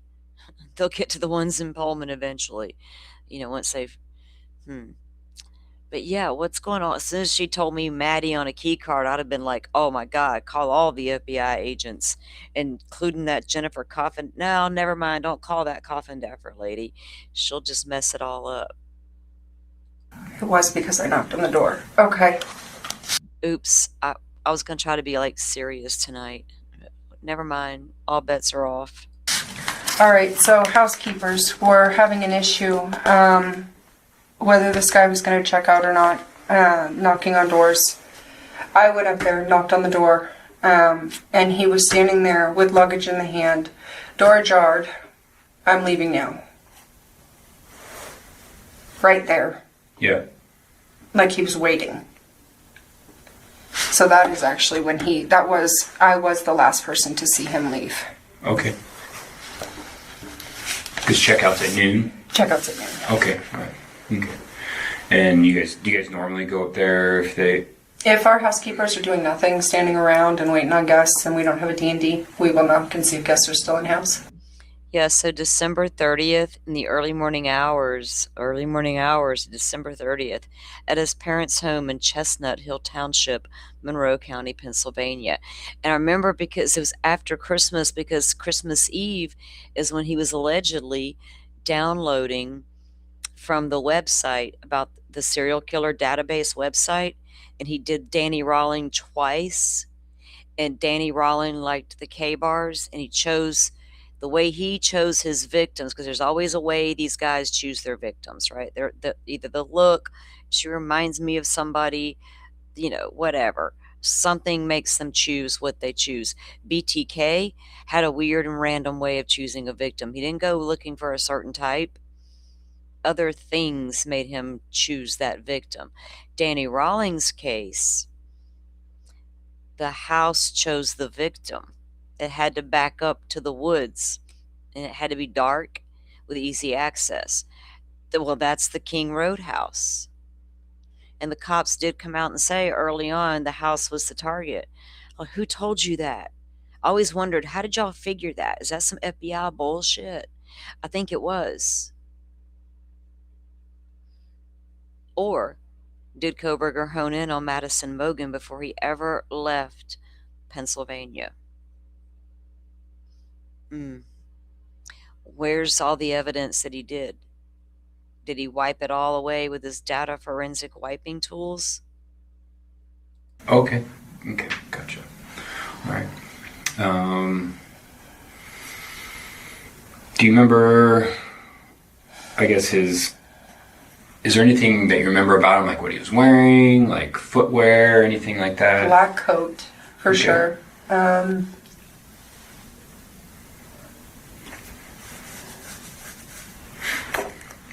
He was well dressed. I remember he had a black coat on. He had a long black coat on. He was well dressed. This was in July, and he had a black coat on? Yeah. Okay. What, like a trench coat? Or just his black jacket? Like his windbreaker? It's a little odd to wear a jacket in July, but he came from Pennsylvania, ma'am. I don't know. So you want to believe her, right? Why would she not be honest? But it's January, 6 months later. The news has been out about these victims, their names. But to put Maddie on a key card, that's pretty intent, right? Did he really ask for a second key card? Now I got to go play the other damn people's interviews to see if they back up what she said, y'all. Yeah, that was actually topic, and that was topic. Okay. Anything else that might have caught your attention? And she's still going to have to stop and take a moment to remember. Some of her story doesn't line up, check out, right? CH and Rachel, it makes you go, things that make you go, I think she may be one of those people, right? Maybe that's why did the FBI feel the same way about her? I don't know. Does Idaho cops know what to even make of her? Okay, this is her report about her encounter with Brian Koberger. But to hear Maddie on a key card would have put a red flag in my head as an officer. Did her affect not match her words? What? I've been doing this for a week and a half. 2 weeks. I don't know.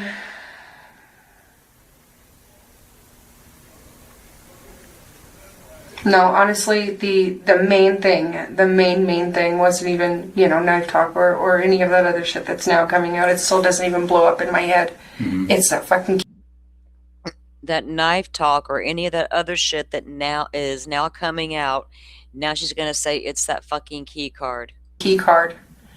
And that he was so adamant that she was coming for this key card. She will be here. Make sure she gets it.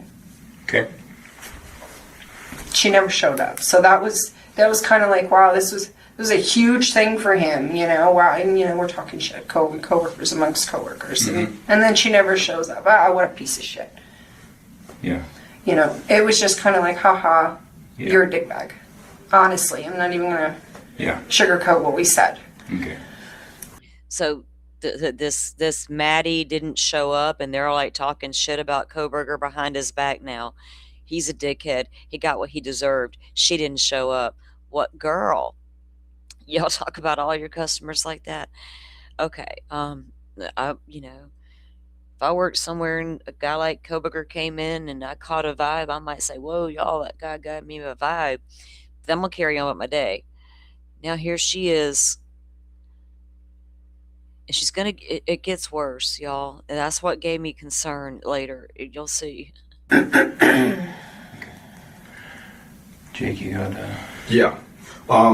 Who's the gal who initially checked him in that messed up? Her name is. Okay, and you guys got contact information?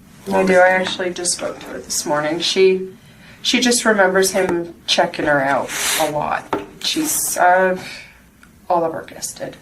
Okay. Sorry If we can get that contact. All of our guests did.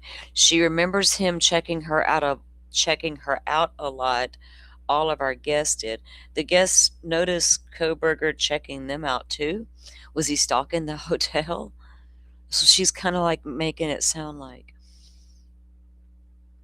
Okay. Well. Dang, girl. Information. Yeah. Yes.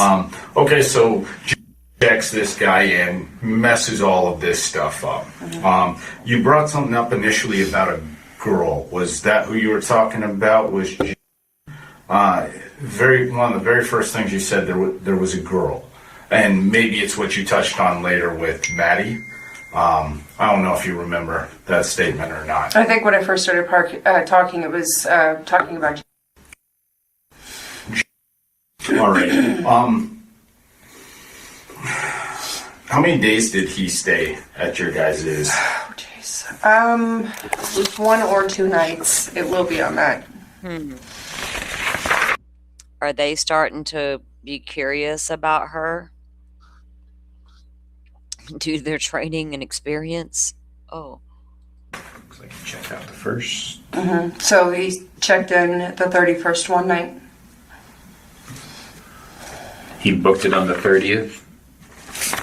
Yeah, because total charge is on the 30th. If I could get in, I want to say it was actually booked on the 14th or the 15th. Okay, so he booked it ahead of time, planning this trip before Yes. he arrived. He didn't just show up. No, And no. just walk. Yeah, no. Okay. Yeah, it was a third-party reservation, booked, I don't remember the exact date, but it was booked, a week or so ahead of time. Okay. I wish I could get in my system here. And he booked it for 2 people? Yes, 2 people were on the reservation. Okay. But no one saw a second second person with this individual at the time. And the only ever person he ever mentioned was Madison. Okay. So wouldn't they be able to verify that booking reservation to see if it was really booked for 2 people or 1? Now, when they interviewed the dad, did he say, I stayed at the hotel with my son that night and helped him move into the apartment the next day? I think it's so easy to verify his reservations, right? And he preferred Maddie.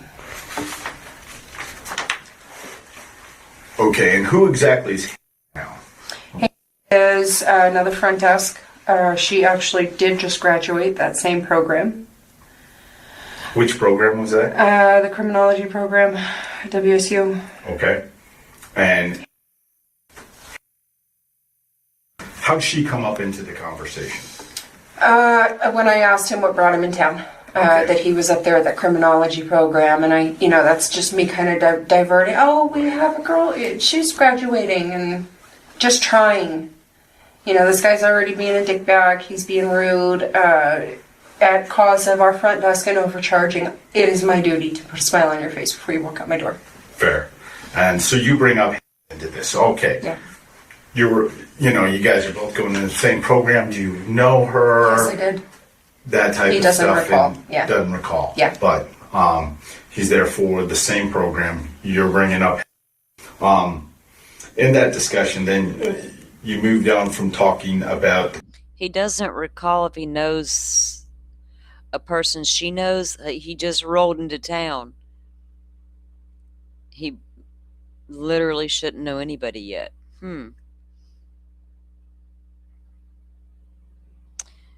But he's like, no, I don't know your friend. Huh. He shouldn't know anybody yet. Program that he's attending, was there anything else that sticks in mind outside the sheath and other stuff that comes to mind about that discussion? The sheath, anything else sticking to mind? Overcharging.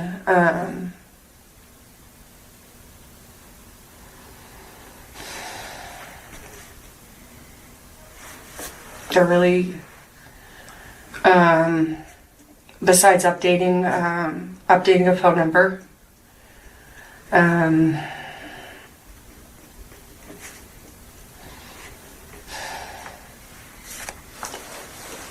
our Wi-Fi was down.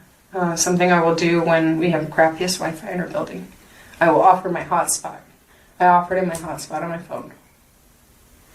Okay. He was one of the only people. He was, in fact, the only person to complain about our Wi-Fi that day. So just to shut him up and not complain or not argue that our Wi-Fi is working fine today, I offered my hotspot.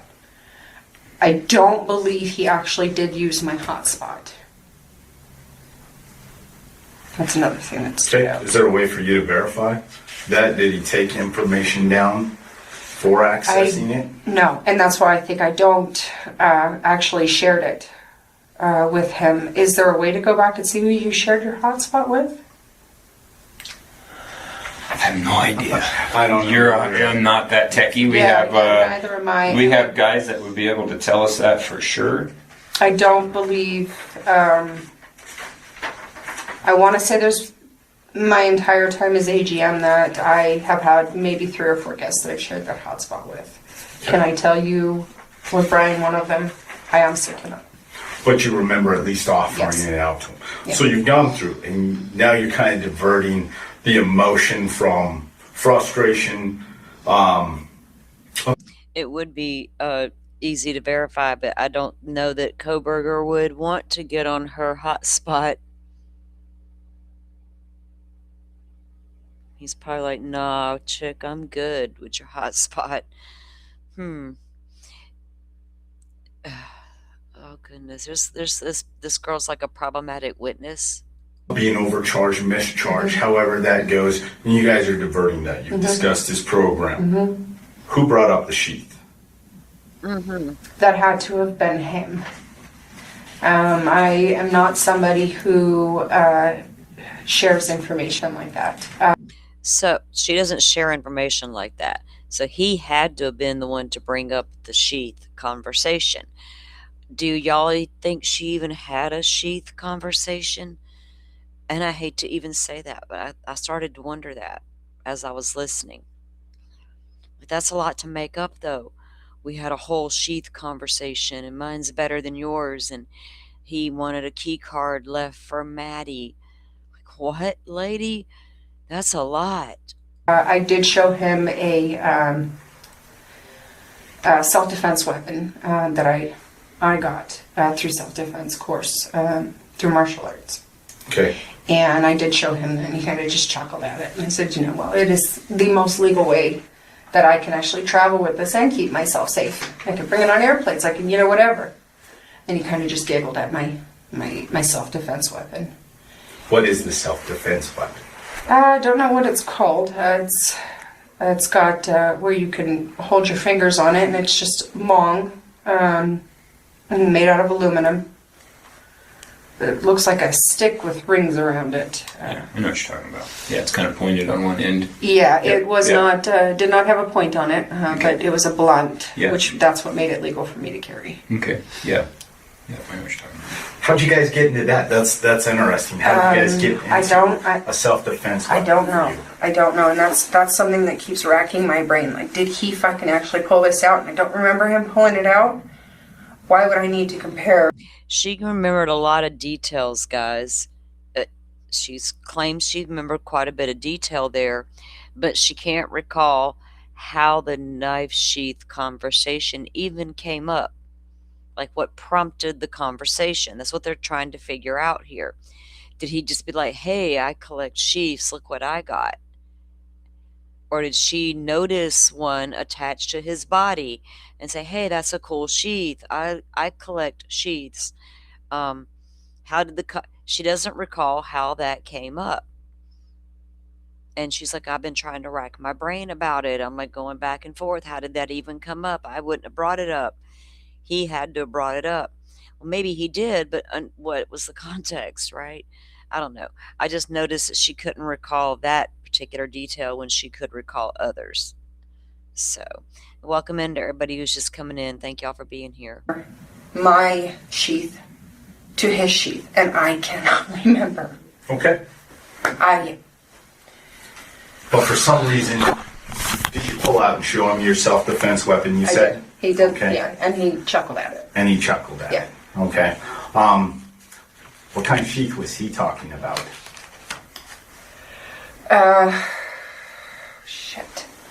Sheath, knives, collecting knives. I shared with him the fact that I was actually sheaths, knives, collecting knives. Like, that thought process right there. I was like, doesn't that remind you of when that FBI agent interviewed Molly, the DoorDash driver? And they're telling her to go through every little step.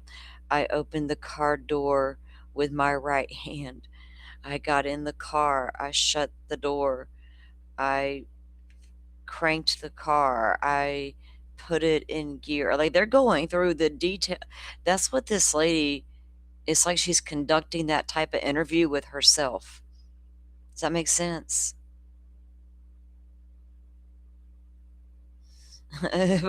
Forrest says, collecting knife sheaths seems like a pretty crazy hobby, but maybe people do that.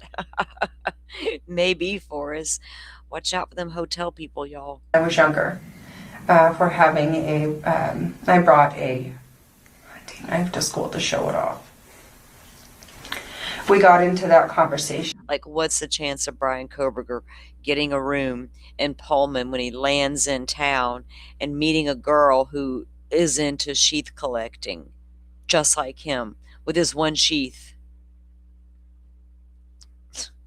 Oh my God. He said that's never good. You never want to do that. That was part of the conversation. You never want to do what? Bring a knife to school. Bring a knife to school. Okay. Did he say that, or is that just what you intimated from how he said it? How he said it. You never want to do that.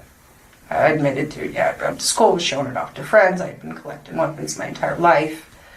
I then told him about my losing most of my knife collection.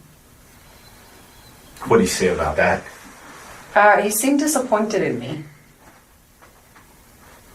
What? He seemed disappointed. He seemed disappointed. He seemed disappointed. He's disappointed because she got her knife collection taken away because she showed her ass with it. He seemed disappointed. He seemed disappointed. Like, I'm disappointed in you, lady. I'm sorry. I don't mean to be mean to a witness, but witnesses can be very unreliable. CH, you made a perfect comment earlier about the unreliable witnesses. I call them problematic witnesses since I met Dylan Mortensen. I'm racking my brain trying to figure out how his came up. How the whole knife, how everything came up.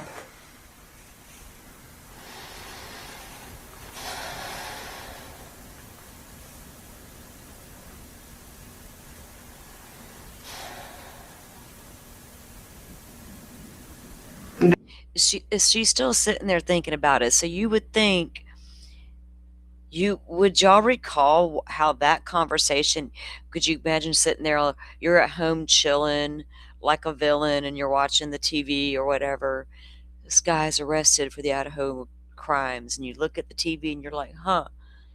And you a little bit later, you're like, wait, damn, that's that dude from the hotel stay. Oh, hell, we had a whole ass conversation, right? But she can't remember how they even came up. It's weird.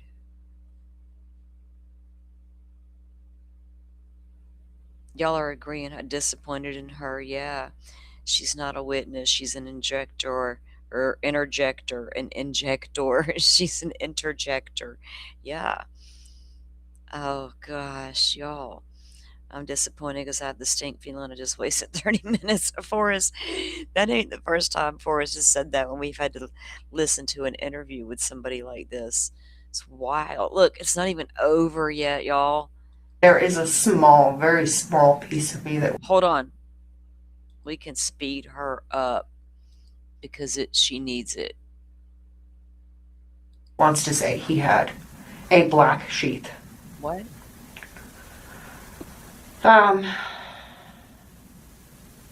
That's, and I can't definitively say it, but that's just a black sheath. Okay, well, let's step back for a second. And as we're talking, little things seem to be surfacing, just for helping on recollection. When he walked in and talked to you, he was already checked in at that point in time when you were having the discussion? And what brought that discussion about? Was it him coming down, you calling him? Were you guys at the front desk? He came at the front desk. He came to the front desk. Okay, did he ask to speak to a manager or? He did not. So upon opening, get there, look at the computer, see what's going on, did do everything correctly from the night before. Oh shit. Why did we have a rate change at contractor's rate? We already have an immediate problem here. So I was already kind of aware that we had an issue. Okay. Not sure who, what, where, what was going to ensue from it. But he at some point made his way to our desk to, can I grab this? Yeah. Make all these discrepancies. And then we went over these. So these are the actual credit card transactions and where they start. Okay, so you're saying from the night before. So I'm assuming he checked in during an evening, and don't let me put words in your mouth, but is that correct? Did he check in during the evening the night before? When you're saying the night before and he's down in the morning? Yes, talking to you? the next day. Okay, so he checks in the night before. And then he's down and discussing with you the following morning? No, he's checking with me on B shift. I know, it's a ways back. Yeah, and this is all during my training as well. So there's a lot.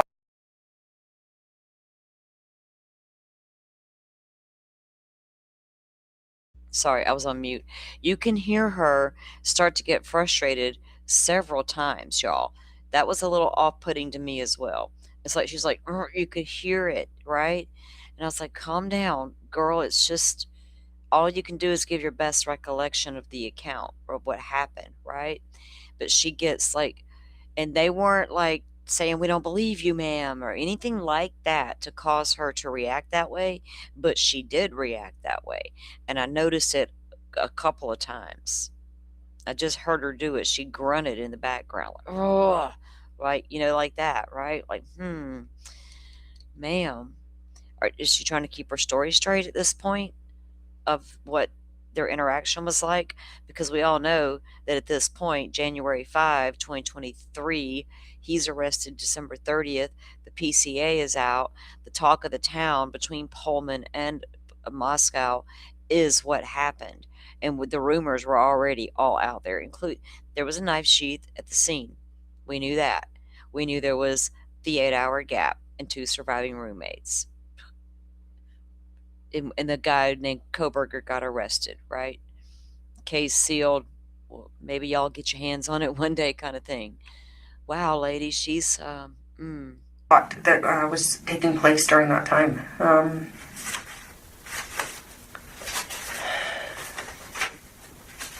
Jackson, do I come in on her shift? Did I pull a B shift? Did I really should have gone back and looked at scheduling. Which won't be a problem. I can definitely get you guys scheduling. Yeah, okay. Just presuming, when you're saying the night before, though. Okay, at some point he checks in, and then he comes down to the front desk. Does he initially meet with you, or are you called in to discuss the discrepancies in the bill? Or so did he meet with another staff member before talking to you?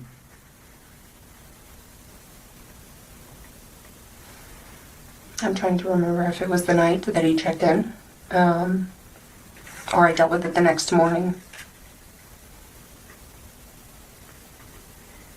It had to have been the night that I talked to him, and then we had more conversation the next day because I was the one that made those keys.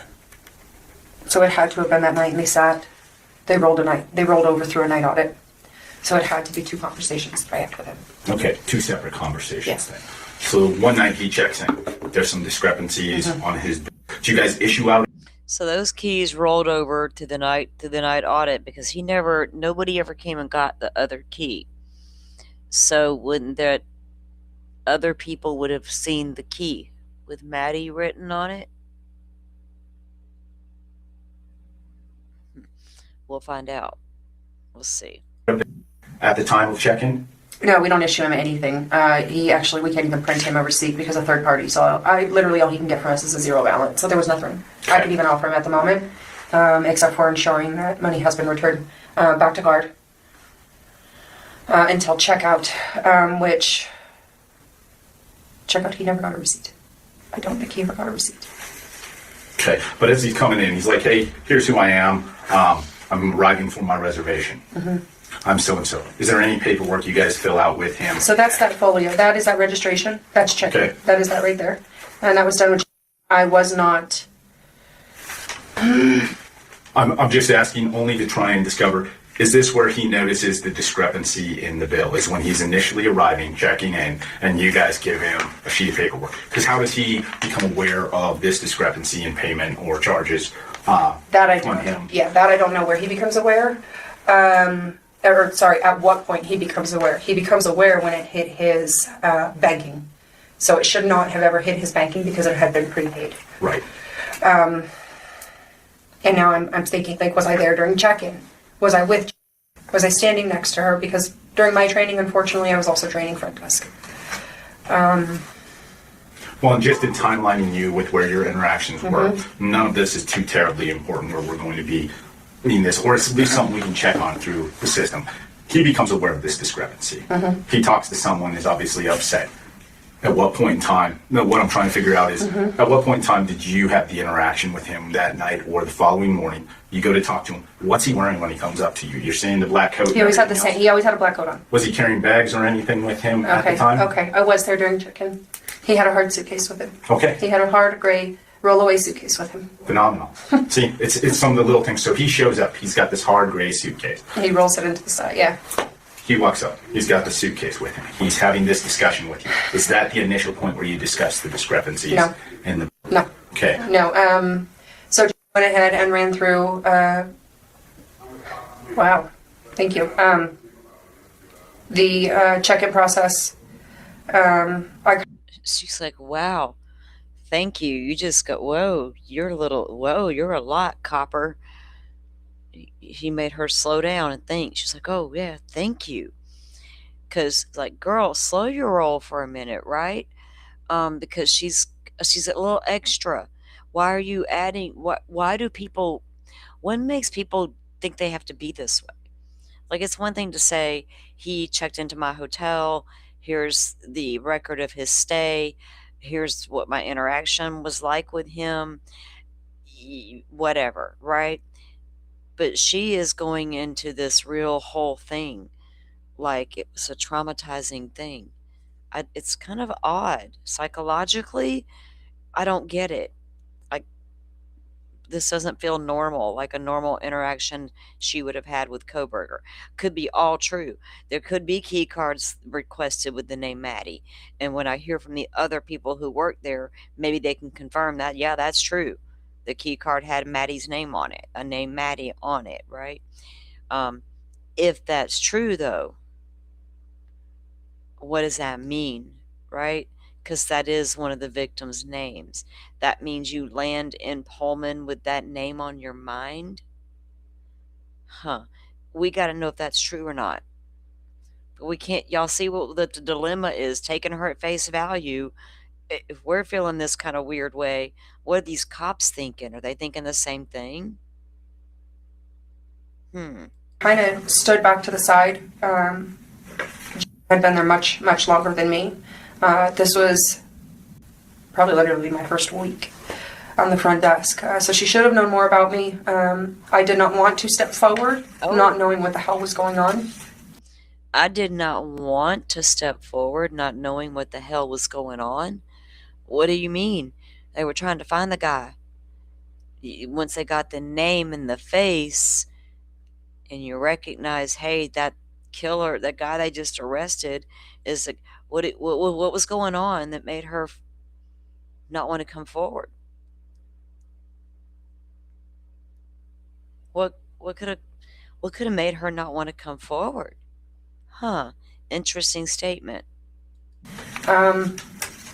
This was definitely a situation that was left for my GM to help me as a training session figure out how to fix this. So I do remember the actual check-in. Okay. So you're there, checking this guy in. He's got his hard case there. Did you have a discussion with him at that point in time? Any interaction? No.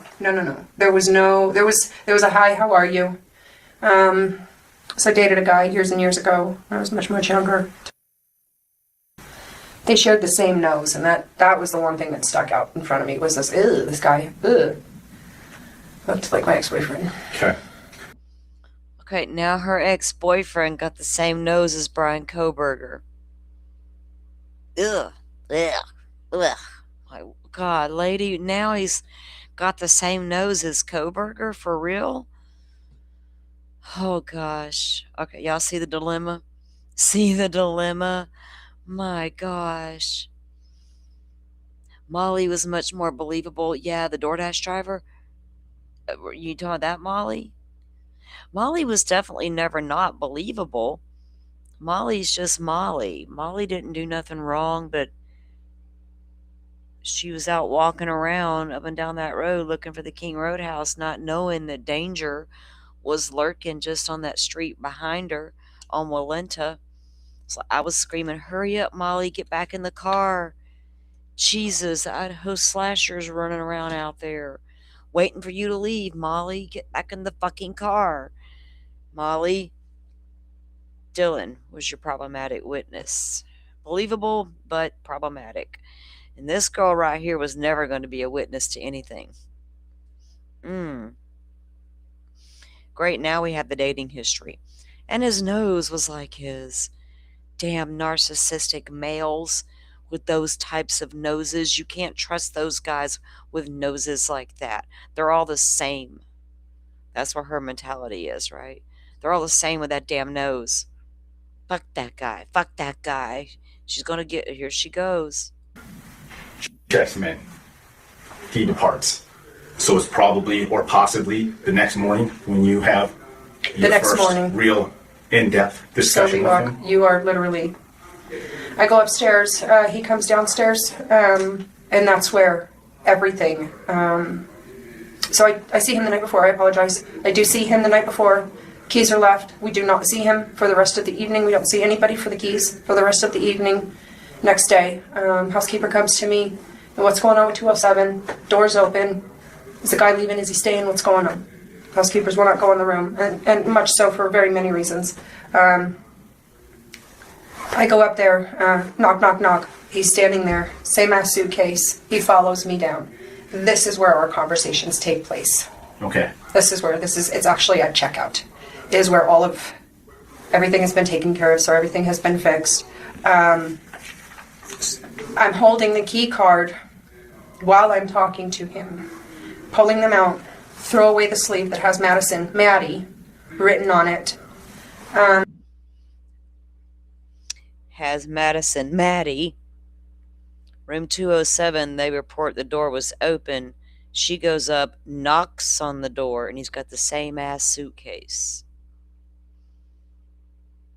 And now it's Maddie. I'm like, whoa, girl. Lord, baby girl, slow down. Cadence and pace, double time.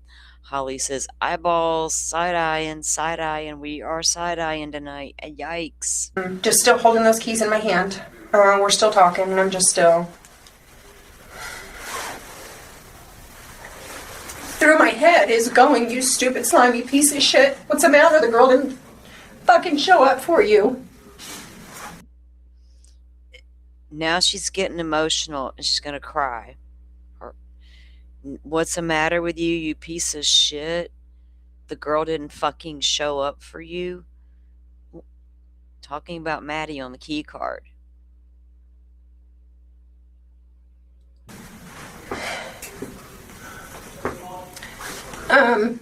My opinion of him was crap. My fake smiles were hardly forced, very, very forced. I apologize. No, take your time too. Relax. Her fake smiles forced. Yeah, it is Kelly Kells uncomfortable. Can we say it like Lauren? It's uncomfortable. This is uncomfortable. This is weird too. Like, what's happening, y'all? We're here to listen and learn a little bit from you. So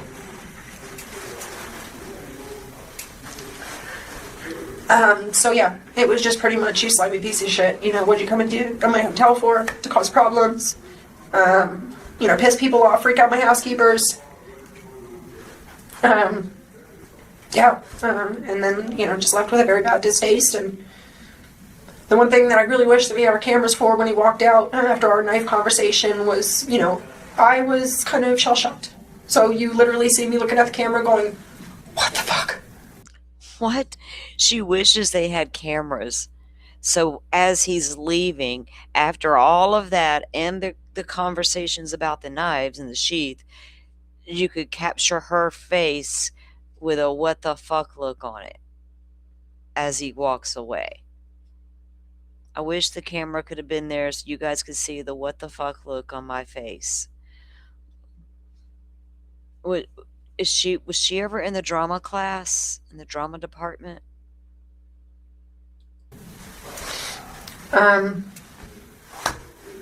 Yeah. okay. Real quick, yeah. Before we got some questions. You guys check him in. There's an interaction. He's got the hard case. He leaves. He comes back, and upon checkout the following morning, you guys go into this discussion about the sheath. And I'm just trying to nail this down. I don't mean to keep repeating this. You for some reason pull out your defensive tool and are talking to him about it. You guys discuss the knives. Your ex-husband. He carried. That's how that's how my weapon came out. He always carried. He always carried. That's what he said. What? I want to say sheath. I cannot recall. Why are you carrying just a sheath? Well, he just like Koberger's walking around. I got sheaths. I don't like the knife part. I just got the sheath. Oh, that's how it came up. That's how it came up. She's like, that's how that came up. My little weapon, my little device weapon. I don't even know if she even had one at this point. She tells how she got hers taken away. Seeing a weapon. For some reason, black comes out in my head. I don't recall seeing a weapon, and I reach in and lean under my front desk, which is where my purse is on camera, and I pull out, this is what I always carry. My sheath stays at home. Okay. But he brings it up that he always carries. He always carries. Do you remember why he brought up he always carries? I do not. I do not. He always carries what? Sheaths? He didn't carry other weapons. He carries sheaths? Nothing to go in it? Do y'all walk around with just your sheath? Just in case, you never know when you're going to need a good sheath, right? It could be a pocket for y'all. You might need to stuff something in it. Okay. And it's something that has just been battling me and battling me. And I wake up this morning to the news footage of a sheath. And then she wakes up this morning to the news footage of a sheath. And now she's had a whole ass conversation with Brian Koberger at the hotel about a sheath. The carrying sheaths, collecting sheaths, my sheath's better than your sheath. Goodness gracious. Aussie Cheryl and Amanda coming in hot from Southern Australia. Thank you. She's from the future. They come to us from the future, and we appreciate you. Thank you. So, When did you learn about that? it was this morning. I don't know, my fiance had said something to me. They found blood on a sheet. Of course they found blood on a sheet. Yeah, he was in the house. I mean, come on. What? They found blood on a sheath, and she said, of course they found blood on a sheath. He was in the house? What? Hold on. I hope I don't break it. God dang. And I wake up this morning to the news footage of a sheath. So, When did you learn about that? it was this morning. I don't know, my fiance had said something to me. They found blood on a sheet. Of course they found blood on a sheet. Yeah, he was in the house. I mean, come on. And then I was watching the news, and it was not a sheet. It was a sheath. And that's when everything started coming back to me. Okay, boyfriend tells her sheet, and then she says, oh, wait, once I watch the news and figures out it was a sheath. And then it all became, it all come back to her January 5th, that morning. They're having the interview. She says, this morning, I find out, they're like, when did you find out about the sheath? Like, this morning. So January 5th, she sees news about a sheath, and then it dawns on her, oh, we also had a whole ass conversation about sheaths because, I collect them too. Is that when she realized he'd stayed at her hotel that morning? Or did she already know? Remember, she said she was scared to come forward. And then this morning, she finds out about the sheath. Did that compel her to come forward now? Huh. CH, right? Doesn't it y'all remind y'all of Lauren? We all know who we talking about. Lauren Matthias from Hidden True Crime. Embellish much? Gonna come tell us a nice story tonight? We need a good story before we go to bed. I like to hear Keith Morrison tell me stories. But after a while, he got like a little creepy, so I had to go find something else to watch. Fucking sheath. Like, little bits and pieces were there that did not make sense. And for some reason, seeing sheath on the TV screen, and it just started rolling through my head, and again, my sheath was just so much more better than yours, so I wasn't even interested in even talking to you about what you're carrying or what you're doing anymore. This guy caused so many issues. I'm done. It all just started rolling back through her head. Like boom, boom, boom. My sheath's better than yours. Like, oh wait, like Dr. John, you interrupted me at the most critical comeback analysis theory of my entire life. And I was interrupted, and I will hold a grudge till the day I die. She's over here like, oh yeah, you think your sheath's better than mine? You D-head. I'll show you. I'm going to say you wanted an extra key card. Like, what lady? You better not be making that kind of shit up. That's not cool to do. Not cool at all to make that kind of stuff up. Oh God. I wonder if the other people will elaborate her story or corroborate her story. All right, I need to go grab a Coca-Cola out of the refrigerator. I shall return. I mean, I as bitchy as it sounds, I really didn't give a crap about what he was talking about at that point. Okay. Yes. And I really fucking should have. No, we're affected by many things in this world. And there's all the day-to-day. You never expect to be in this situation where you're sitting here and discussing something like this with us. Relax, and that's okay. Think about the amount of information we're working through right now. Oh, and it's just slow, and it's a process. Let's step back again, real quick. You guys are there the night he's checking in. You're standing back as he's having the discussion, and I apologize. Her name keeps coming and going because I've been dealing with Jane is checking in. At what point in time did he bring up cards, for leaving for Madison? It was later that evening. And then he ended up leaving. Later that evening, so it wasn't upon check-in? It was not upon check-in. It was later on. Okay. He came back to the desk, and that's when he said he was going somewhere. He did tell me. I don't know. I don't remember. Okay. He has a friend that's coming. I need you to let her know it's okay to go in the room. Do I need to check driver's license? I mean, yes, please. Like, I mean, it's just something we do. Okay. Okay, what would you like me to put on the key cards? Her name is Madison. Never a last name. Oh, that's my niece's name. Well, Maddie. Actually, that's what my niece goes by too. Thank you, sir. Well, she just had that. She just recreated the conversation. Oh, not just Maddie, no last name. Ah, ha, ha, my niece's name is Maddie. Oh, what, lady? Same spelling? M-A-D-I. M-A-D-I, is that what he said? That's what I had said. So that's what I had wrote down on the key card. Okay. M-A-D-I. Yeah. Okay. It's the same as my niece's, so. Did he mention anything about a time she would be in or where she was coming from? Is there any conversation on Maddie?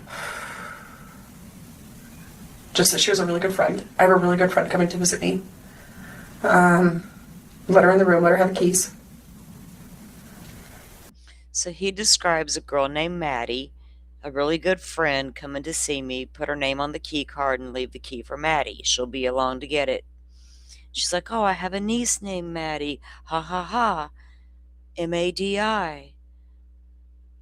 Oh, we don't know what to make of this assistant GM at the Quality Inn. We just don't know what to make of her. We don't make a lot of her, but damn.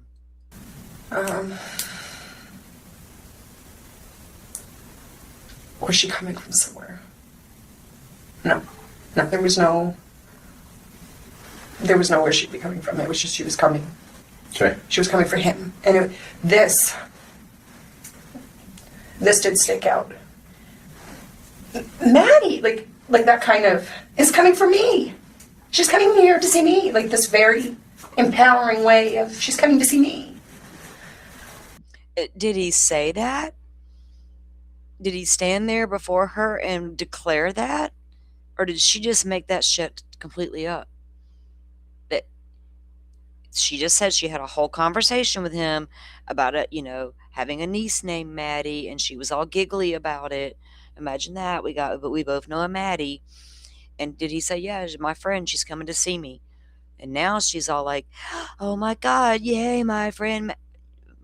Girl. As the interview kept going, I'm thinking to myself, my God, what in the hell? Which was where my, haha, she didn't come fucking see you, dick. What? From when he left. Mm-hmm. Ha ha ha, she didn't come and see you, you fucking bleep.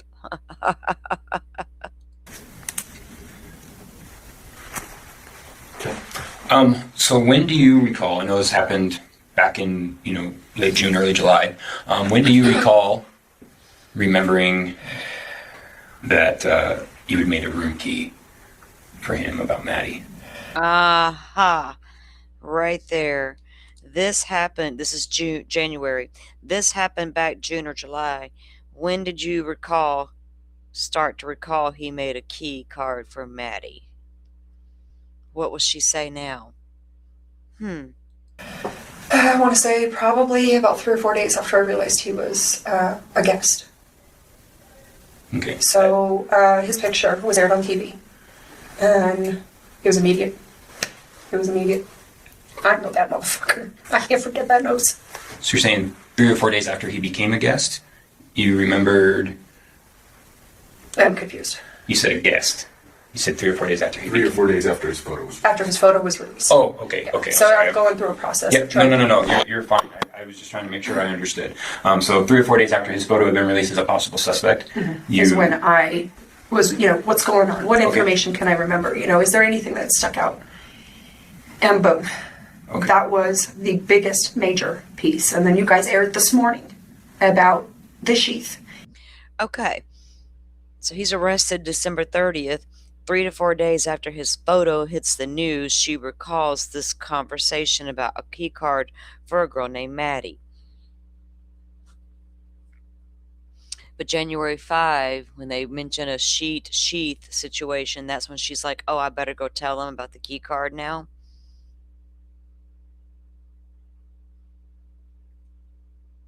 So this is a couple days later now, January 5, right? December 30th, he's arrested. His photo comes out. She's starting to recall everything. So is her memory recall right? Do you know what I mean? Like 2 days, right? So, and then the sheath stuff comes out, and now she's recalling. Okay, so here, CH. So when he's arrested, his photo and names all released. Of course, all the victims' names are being said, right, by the media, right? Everybody, Rachel, all y'all that was following the case way back then, you remember. So PCA's out there. Don't know if this girl ever read the PCA or not, like all the rest of us would have.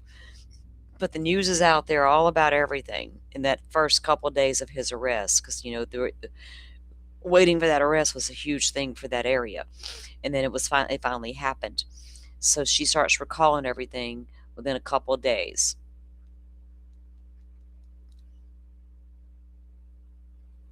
But did she start recalling stuff because of what she was hearing, right on the news? Huh. Okay. And then my whole conversation about my sister gave me this bomb-ass sheath with a leather case, purple leather case. And Okay. Because honestly, before his arrest, right, before December 30th, even though this happened June, July, she would never have had any reason to suspect that weird guy that day with the coat on that I talked to, had a conversation with about sheaths. She would have had no reason to suspect him to be anything other than who he was, right? And then the photo comes out. Remember the big nose? She won't forget the nose because it reminded her of her ex. So, again, can we corroborate the key card thing, ma'am? That's the biggest part here. You're a little oddball, but we need to see if we can corroborate that. All right. So when we talked about skinning animals. Okay. He is avid an animal. He has skinned many animals. What? Okay. He brought that up himself. Yes. Asked him what he used his sheaths for. Okay. She asked him what he uses sheaths for. Is that knife talk?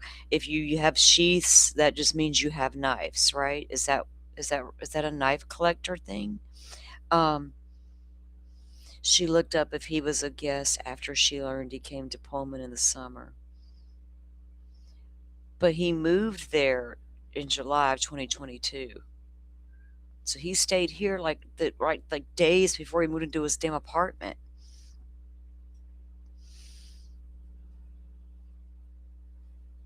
And then 6 months later, he unalives people. Well, 5 months later. 6 months later, no, 4 months later, he unalives. 5 months later, is arrested. 6 months later, she's in here giving an interview. Like, what? And now she's details from the media are now in, are they in her story or is it her actual story? Huh. So after you went up to the room to see if he was going to be checking out at the appropriate time, he came down to check out, and is that when he was immediate with me? Is that when he started talking about the discrepancies in his bill?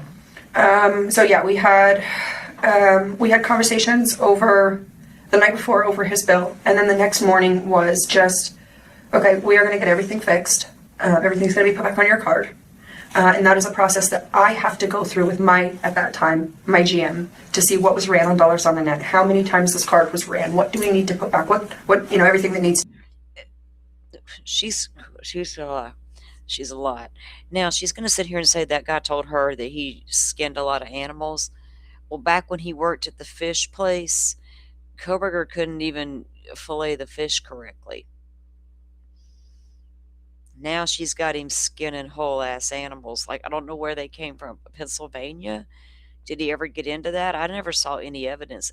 People thought whoever skinned Buddy the dog I don't have no connection to Buddy the dog in Idaho. Don't even ask about it. But there was nothing in anything we ever saw in any of the interviews with people who knew Koberger growing up, or even as a teenager, even during the addiction days. No one ever mentioned weird shit with the animals, right? So, he wasn't a hunter, or him and his dad. They didn't skin a buck and run trot lines. They didn't do all that. Huh. But she says he's dead with his sheaths. To be fixed. I'm still in training on this. Okay. So even though I've got him in the state of mind of everything's been put back, it's literally still, I need your help. You know, we have a 3 to 5 leeway to release. So I can clear the guest right there. And then if I do have an issue, I will call my boss immediately. Yes, I've cleared the guest is checked out. I need you to help me with this right now. So that was that instance of getting everything fixed. So the charges were first brought up the day he checked in then. Like he was being overcharged, and then the next day you guys were able to fix that? I need to look to go absolutely, back. I need to look to go back. Okay, so he checks in under MasterCard, which should not have been charged because we had third-party charging. But you guys always ask for a card when you check in anyways, right? In case there's any other additional charges. We just did incidental. Incidental. And it's incidental that's what card. I was looking for. God,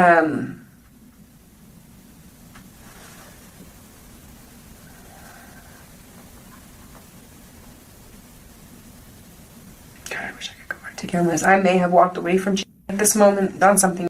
Yeah, she's never mentions Koberger's dad except to say the room was booked in his name. Brian couldn't use his dad's credit card without approval. They had to get it was a third party thingy. Well, where's Mr. Koberger at then, right? Because is he at the apartment by himself? Why isn't Brian at the apartment with Mr. Koberger? What happened to him? He already fly back? He came in and is like, hi, I'm Mr. Koberger. This is my son. Please be his friend. Later, and he's gone. And Brian's like, you know what? I'm just going to go to the hotel tonight because my apartment's not set up yet. Oh, goodness. Else, because this is another thing that I don't remember. Now, there is evident we do know he stayed at the hotel, though. Is the process where she changes his rate and makes the corrections. What if Koberger's dad was with him and was upstairs and this girl never saw him actually, right? And then they go and they interview the Kobergers and their dad's like, yeah, I was at that hotel. I was at the Quality Inn with him. I don't know what she's talking about, a sheath or this Maddie person. Maybe they, that's assuming they talked about Michael Koberger. Actually, it looks like the corrections were made next day. Yeah. And is that normally when things would be fixed? Is His next day. checkout? And no, actually, we do it right then and there. But because I did not know how to fix this, it had to be. I had to wait for my GM, who was not answering. Okay. At all. Why would this girl quickly go from December 30th, he's arrested, his photos making the news, within days, within a week, right? Within a week, she's got this elaborate story. What made her go from 0 to 100 like that? You know what I mean? What would prompt someone to act like that and go embellish this wild ass story and throw a name on a key card and talk about skinning animals and sheaths and what? And you just are I don't know, y'all. It takes all kinds of kinds, though. 10 minutes ago, she was the person who checked him in. Yeah, and then she has to keep going back to, what was I even on duty? And then they have to jog her memory. And she's like, oh, thank you for that. Now I remember. And I'm going through a process. She's like going through the process. Like, has this girl been through a lot of therapy, coaching? Like, go into your mind. Go step by step through everything you did, right? That's what that reminds me of. With that freaking interview with Molly, the DoorDash driver they did. They were just trying to get Molly to remember if she actually saw Koberger in that car that went by, right? it was almost like a hypnotizing thing. They needed her to see if she could really see that guy or not and get a description, because everything else on Molly's story was verifiable through the DoorDash app. So why go through all that with Molly? Because we want to know what that guy looked like in that car just in case. That was my take on that whole thing. Which is common.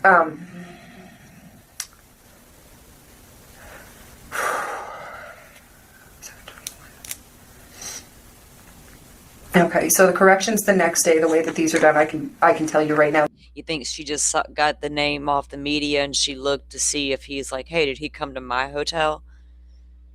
Instead of seeing the picture with the nose that jarred her memory. Oh my God, there's the guy that I had the freaky conversation with. And I remember because he looked like my ex. Remember she said that too. Huh. This chick, we don't know what to believe about her, CH. I mean, yeah, the hotel is right there across the street from where the apartments are. Yeah, right there in Pullman. All right, I'm going to mute out for a second. I got to go check on the puppy, and I will step out back for a quick moment.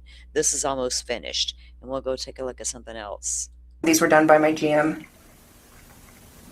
Just the breakdown on them and the taxes that were added. This is something that I still hadn't learned by this date. So at some point, he met with my GM. Okay. No, that's Bill. Yeah. No. Is my GM.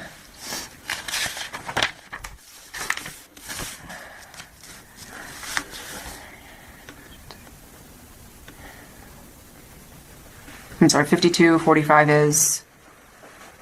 What's that? 52:45 military time? No, that would be, I would assume a price or something. 52:45 is in military time.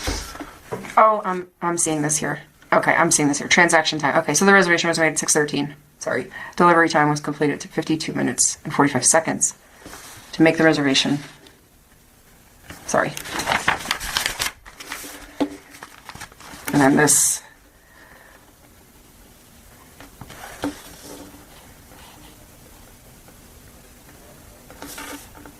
This one's correct.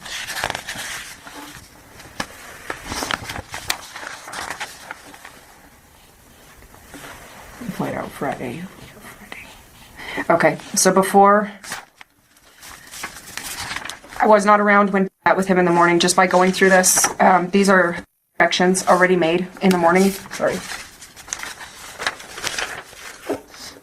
So these are his corrections, his fixes to the Michael F. Koberger Jr. And that was the card that was used, and then... Yes, there was. So when he presented driver's license, obviously it says Brian. So this is the name that he had me change it to, that he was a junior. We did get into a conversation that he had two first names, Michael Brian, Brian Michael. Okay. Okay. All right. So you think Ben met with him to make those changes, or was that coming in and correcting it? Normally this is just going in his back office and correcting it really quick, unless the guests wanted to. He does not remember, and my GM is an elephant, seriously. He does not remember seeing this guy at our front desk for check-in and check-out purposes. He remembers him seeing his face. That's it. And he remembers the key card on the counter. Okay. Which sucks because of his elephant memory. Would be amazing right now. Okay. All right. A couple last little things from me, I guess. Who was around during all of these discussions you had? Did you have anyone around when you guys were discussing the shields, the knives, other such things, or was it just you and him?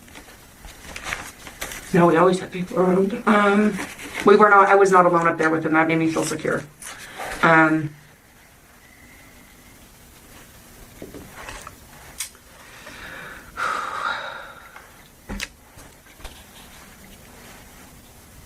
I did. I had a housekeeper that passed, and they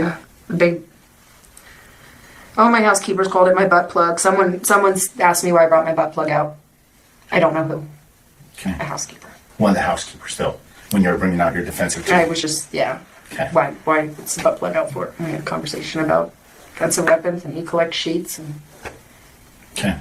And when you were there and you were assigning keys for Maddie, who was there during that? just him. Just him? Okay. Now you discussed this though with other people on the premise? Yes. Who else did you have this discussion with?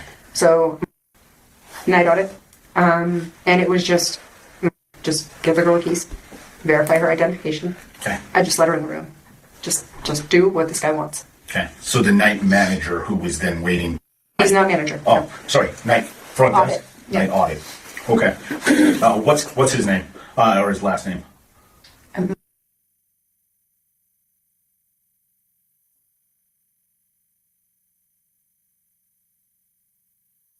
I believe.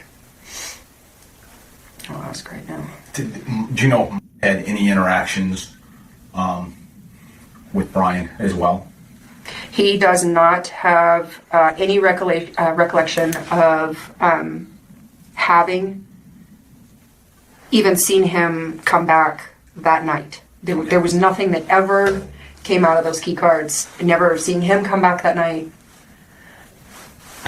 But he was aware he had a discussion with you. He had a discussion with me and was aware, do not argue. This is what he wants, just do what he it's standard. You don't argue with the customer too much. But earlier she was saying how this GM has the elephant memory, but doesn't remember this guy much. And he saw the key card on the counter, but can he verify the name on the key card, right? Huh. But he's got an elephant memory, and which is, surprising to her that he can't recall. he wants. Like we try to kiss Cass's asses when they are dicks. Okay. Just please. Yeah. Because we don't know who the next person is going to show up and say, oh yeah, this person was an asshole too. So just please be very nice. Please pass the keys on. She fucked up. Okay. Get there the next morning. I still see the audit keys, the keys that rolled through audit. Actually, I got there at 9. Got there at 6 something. He saw the keys prior to me. So even when I got there, they still had been there. He's still in-house. We still have him in-house, so. She never came. But she never came. And that's the feelings that came out right at the end of that. And it made me feel good. It really, I'm not kidding. I'm not even gonna lie. I was kind of like you're a douche. And she didn't show up for you. But both Bill and Ben are aware of these keys. They're very aware. Okay. They didn't care about her added commentary. They want to know if these other 2 guys are aware of this key, because they understand what that could mean. And she's over here just like, I'm just glad she didn't show up. I'm thinking he's a douche. Thank God she didn't show up for you. Man. I said, and same as please reach out. And the way she talks about it, as if that Maddie is different than the Maddie victim she saw on TV. What makes her think they're separate victims? It's almost how she's portraying it. Like she's detached from that part of it almost. But then she gets emotional about the Maddie key card at the same time. And they just want to corroborate other people know about this key card, right? Not just you. We need more than just you at this point. Okay. We got contact information? Well, I got Bill. I'm going to give you private. Yeah, I'm going to give you private instead of the hotel. And then, okay. So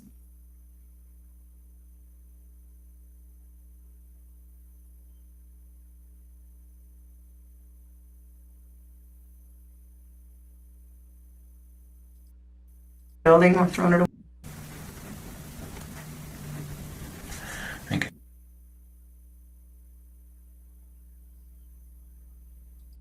Going to classes? I was in the class. Where you go do that? Okay. And then you come to Idaho. Washington. Okay, so we heard her interview, y'all. She was a lot. She was quite extra and dramatic at the same time. I didn't know what to make of her. Like when I was first reviewing that, I was like, whoa, this is getting a little crazy, right? Because we heard the professor talk about her experience with Brian Koberger in a very different manner than this girl was coming across. it just didn't seem authentic to me. That was my very first take on it when I first reviewed it. So I didn't know what you guys were going to think. I was like, man, we want to believe the things about Brian Koberger, but damn, when we don't at the same time. This is when the cases don't need all the extra. They're bad enough as it is. He could be bad enough as it is. Why would you want to add the extra to it? Why would we need it? She, oh man, she had a tall tale there to tell. And it was all coming back to her pretty quickly as the news is coming out, right? And the names. Um, but like I said, there are other interviews out there as well with other people that work there, but I'm not even sure exactly, was there two or three? Let me go look. Almost did something weird with my computer. Hold on.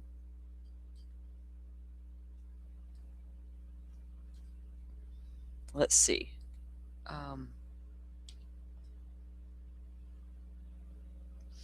Yeah, I don't even know if extra is the right word to describe her, y'all. I'm trying to be nice at the same time.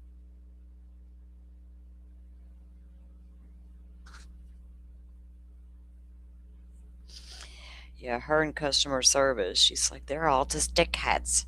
You're like, dang, lady, a little aggressive. They could just be having a bad day. You don't know. Just don't let it bother you. Just fix whatever's wrong and go on about everybody's business, right? You can't let I worked in customer service. I managed a restaurant for years. There's some assholes out there, but it ain't going to rob my day. It's just not. You got to learn to let that stuff roll right off your shoulder. But what I recall, the freaky guy that came in, what if the news had popped off one day about this crazy crime had happened? I'm like, oh my God, I served that guy lunch. We got the weird vibe. My waitresses were terrified. He gave us the creeped out side eye look. He told stories about his sheath. Like, what?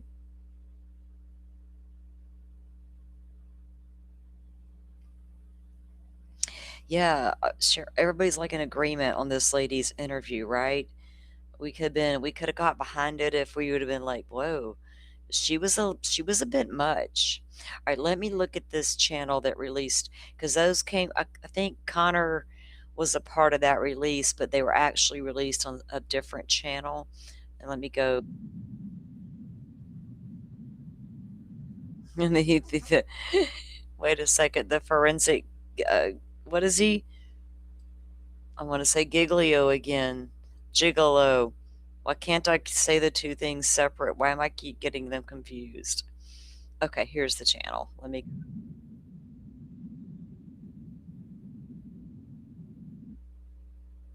Detective Schwecky. Accomplished Day is the channel. They only have 19 videos out.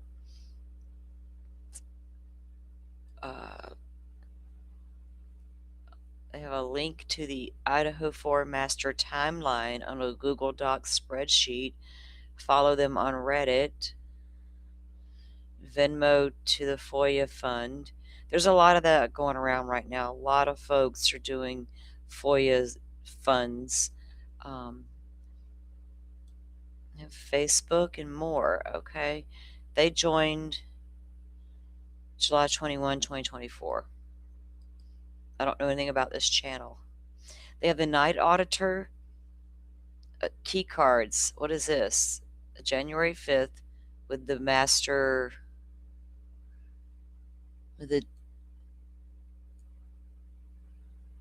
Okay, this one's about the key cards. This one's with the Night Auditor. All conducted on January 5. JD from the front desk and the assistant manager. Oh. We're going to listen to this one with key cards. This says spare key cards left at the front desk. Okay, this is a conversation about that.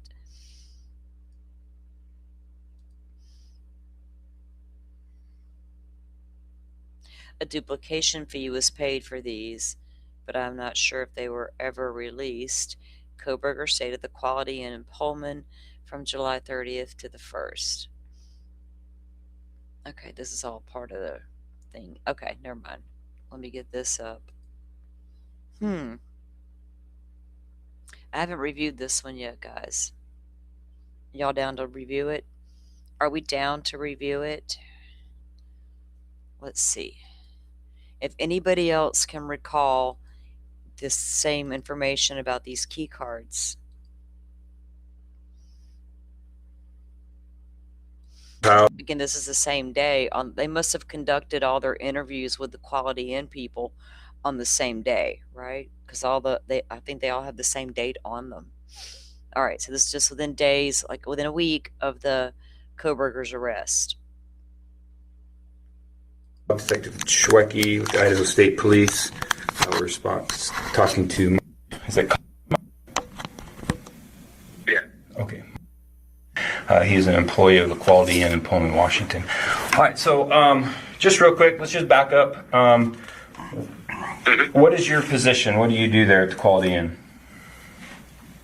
I've done several positions. I've done maintenance. I've done front desk. I do breakfast.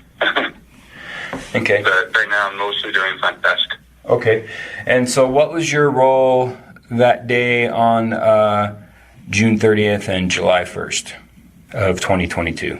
I think I had gotten off early that morning because I worked a night audit on June 30th. Okay. What day was that? Was that a Wednesday? I don't know. 1 second. Let's look. Take a look here. I think it was a Wednesday. I don't remember. Let's see. Oh boy. It is not wanting to go back on this. Let's scroll. Let me show him how to use it. I'll see if I can look it up. No, we got it. It's okay. Okay. So June 30th was a Thursday. Yep. So the 1st would have been a Friday. Okay,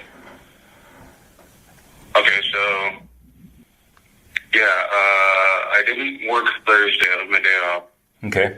But then I would have come Friday. What time Friday? Friday. I think it was 3. So 3 p.m.? Yeah. Okay. So was that before or after, or had Mr. Kohlberger, had he already checked out at that time? Yeah, our checkout is at noon, and the latest we allow checkouts is at 1 p.m., so it would have been a couple hours after at least. Okay. 3 p.m. July 1. Okay. So you yourself, did you have any contact with Mr. Kohlberger at all, or? Not that I can remember now. Okay. All right. So who is your assistant manager? Okay. How long have you worked for him? I actually have been working at the Quality Inn longer than she has. So. Oh, okay. Yeah, I've been there almost 2 years now. Okay. And she took over as manager last year, January-ish. So almost a year? I think so, yeah. Somewhere around there. Okay. How is she to work with? Oh, she's great. Why did they ask, how is she to work with? Is that just me, or is that an odd question to ask about her? They're not asking, they didn't get like Koberger, right? Do you recall this key? How is she to work with? I'm like, whoa, that's an interesting question. Awesome. Okay. Never had any problems with it. Okay. And so earlier you had talked about a key card. Can you tell me about that when you first heard of it? When I first, I remember that day I came in and asked what those spare key cards were for, and I remember who was working right then. They said a guest had left them for somebody that never came pick them up. Okay. So Was there any? And then Go ahead. Sorry.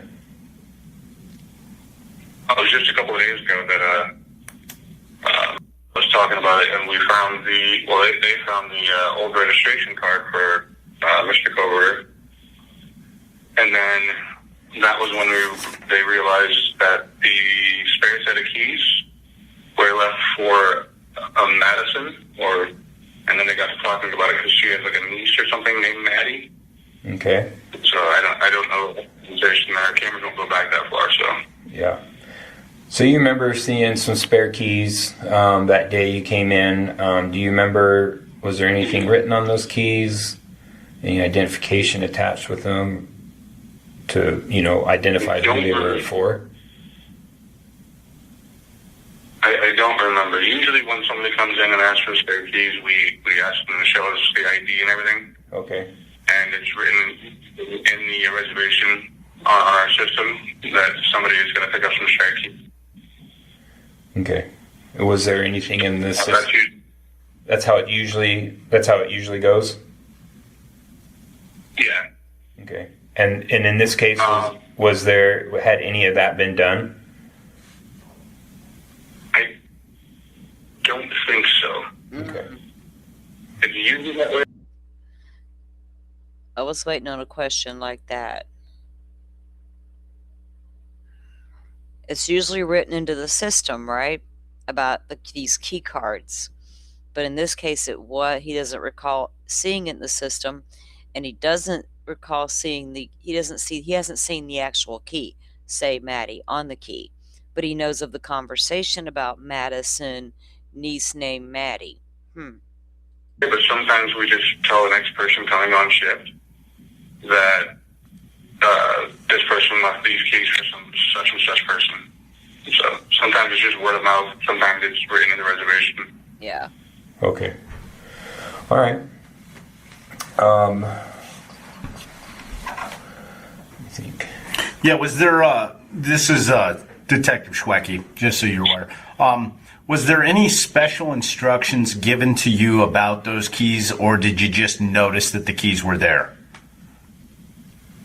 I just noticed that the keys were there. Once they check out, any special instructions kind of are null and void. Okay. So, I guess he was only there for the one night, so he'd already checked out. So those keys, we just recycle them then. Okay. Do you happen to know who the night auditor was on the evening of the 30th? Who would have worked before you? That would have been, let's see, that was a Thursday night. That would have been. Do you happen to have a last name on?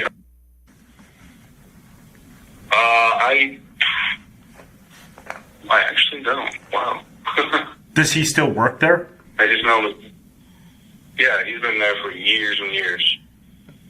Do you have a phone number by chance? I don't, because I never really have to call him. So. Okay. Because I work during the day, cover his days off on night audit. Okay. All right. Would have that phone number, you think?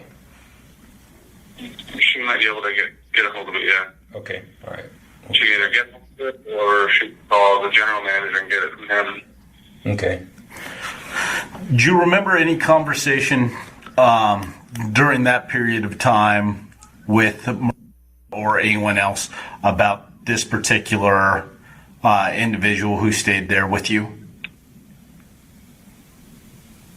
Not that I can recall, no. Just about the keys, and that was it.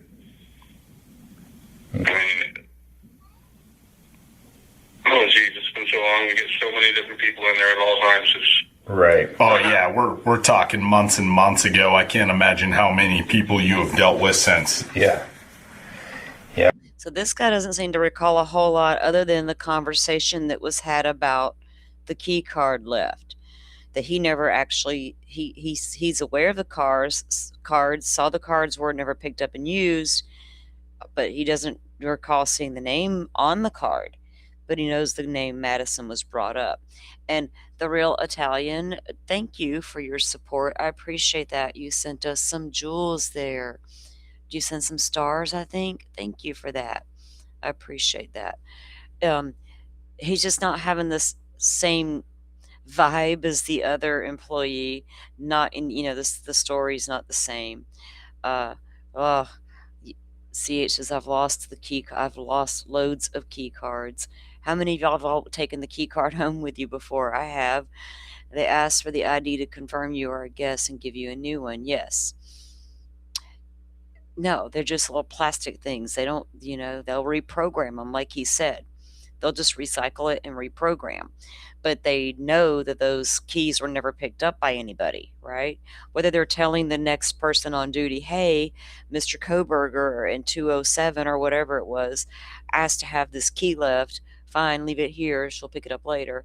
Or it's usually written into the system at the reservation stage, right? We're going to need 2, 3, 4 key cards, whatever.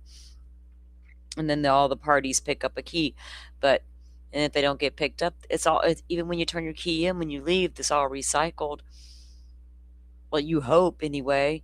You don't want somebody slipping that thing in their pocket and going home with it and then can return next week and slip back into that same room with that same key card. No, we don't need all that smoke in our life. Oh, goodness. We're talking over 5 months ago now at this point in time. So, yeah. Okay. So you said you do work at the front desk sometimes? Yeah, now I'm only front desk and night audit. Okay. Back then, I don't was maintenance here. CH, don't tell me they're in a box in a box. Not a box in a box somewhere. Don't do it. Still I'm not. I don't think I was maintenance then still. Okay. I may have been. Well, let me ask you real quick. When someone comes in to, fills out the registration card, what kind of information do they provide on there?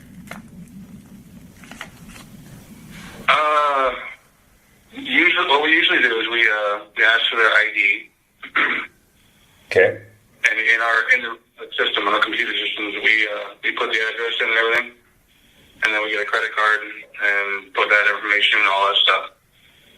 Okay. So we get their address, their name, address, and at least a phone number, sometimes an email address as well. Okay. And then... Yeah, the name, address, okay. Required. Okay. And then do they provide any other information? Do they sign it or... Yeah, they usually sign it. We noticed that he actually signed it in his dad's name, because I guess he used his dad's credit card. Okay. Gotcha. Do people have to provide their vehicle information at all? No, we only ask for the make, model, and color.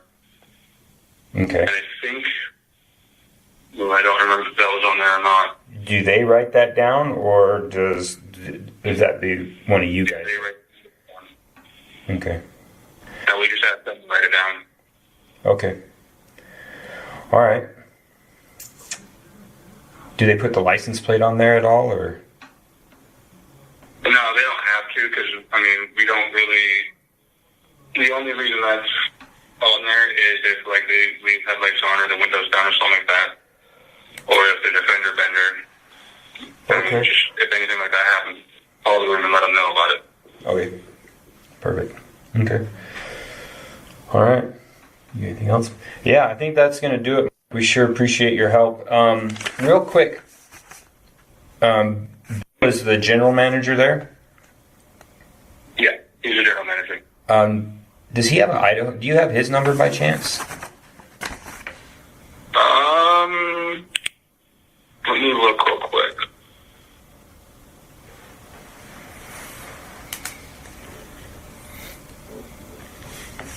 Yeah, I've got it right here.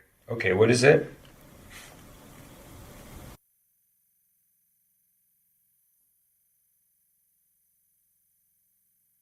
Perfect. Awesome. All right.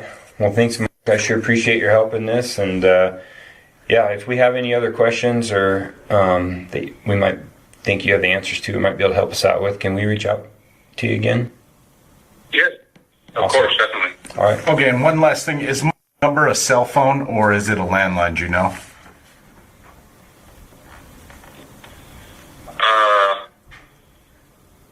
Whose number? My number? Or? No, we're talking about numbers. Or I apologize. Number a cell phone or a landline. I'm only asking to see if he can receive texts. I think yeah, that one's a cell phone number. Okay. Yeah, sorry, we're tired. Tired, a lot of people. And we talk to a lot of people every day, so the names kind of start running together at a certain point in time. You're the third I've talked to today. So, awesome. All right. Well, thanks again. We appreciate it. Yeah, definitely. All right, we'll talk to you later. That's the end of the interview at 15:40 hours.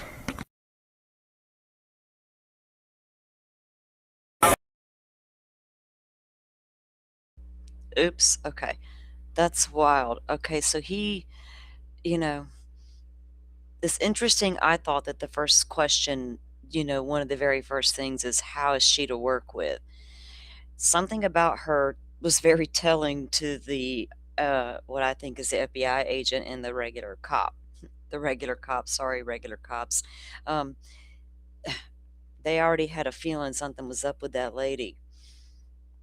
I don't know what provokes people to act like that or to embellish like that and does it make them feel needed or important?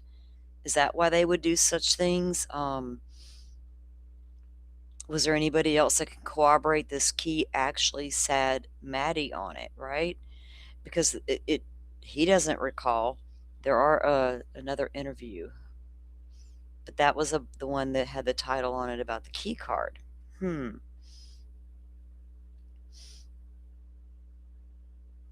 Yeah, but all he could confirm was we did get the make and model, right? The color, like what kind of car the guy drove. They can confirm it was a 2015 Elantra, can't they? Think that's where the tip came from? No, it came from IGG, right? We had a whole thing about making sure the tip was just called a tip. We wouldn't have had to do all that if WSU had just found the car in the parking lot and called and told them. That would have been so easy. The imaginary Maddie key. I don't. That's not cool for her to make that up if she made it up, right? Like what about her mind lets her do that or makes her think that's okay? All right, so let me see.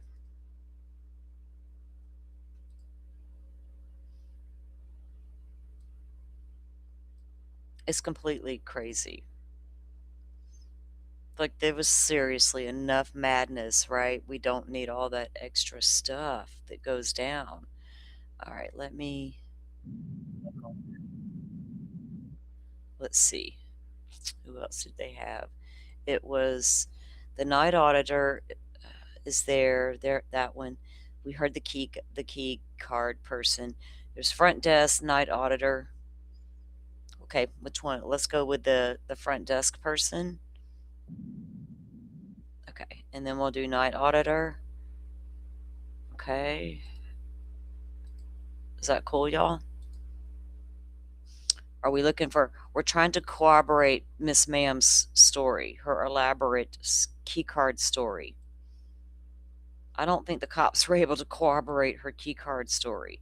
Boy, if they were, and then Cyree is right, damn, Idaho, that's not looking good, sirs, ma'am, Ashley Jennings. Little Bo Peep lost her sheep. Have y'all been seeing those crazy memes about the prosecutor in Massachusetts and all her bows? Oh my. I will admit I laughed several times as I was scrolling. I couldn't help it. Stop it. My YouTube chat and my restream chat are not okay. They're in sync. I looked down, all I saw was sheaths and butt plugs. Y'all, we're not. Don't the furry ones. Remember, it was the furry butt plug. Y'all get it right. Ew. Gosh dang it.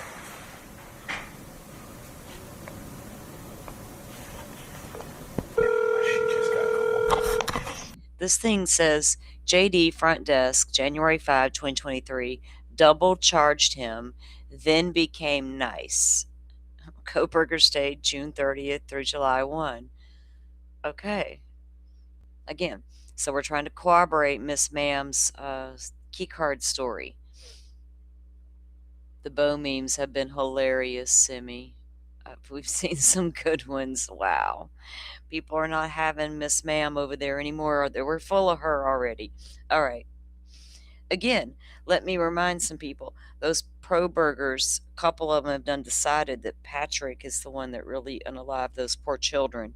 And even though Lindsay says I did it, and so does her attorney, they're like, oh no, not so fast. You critical thinkers are stupid. Come to put on your tinfoil hats and get it right.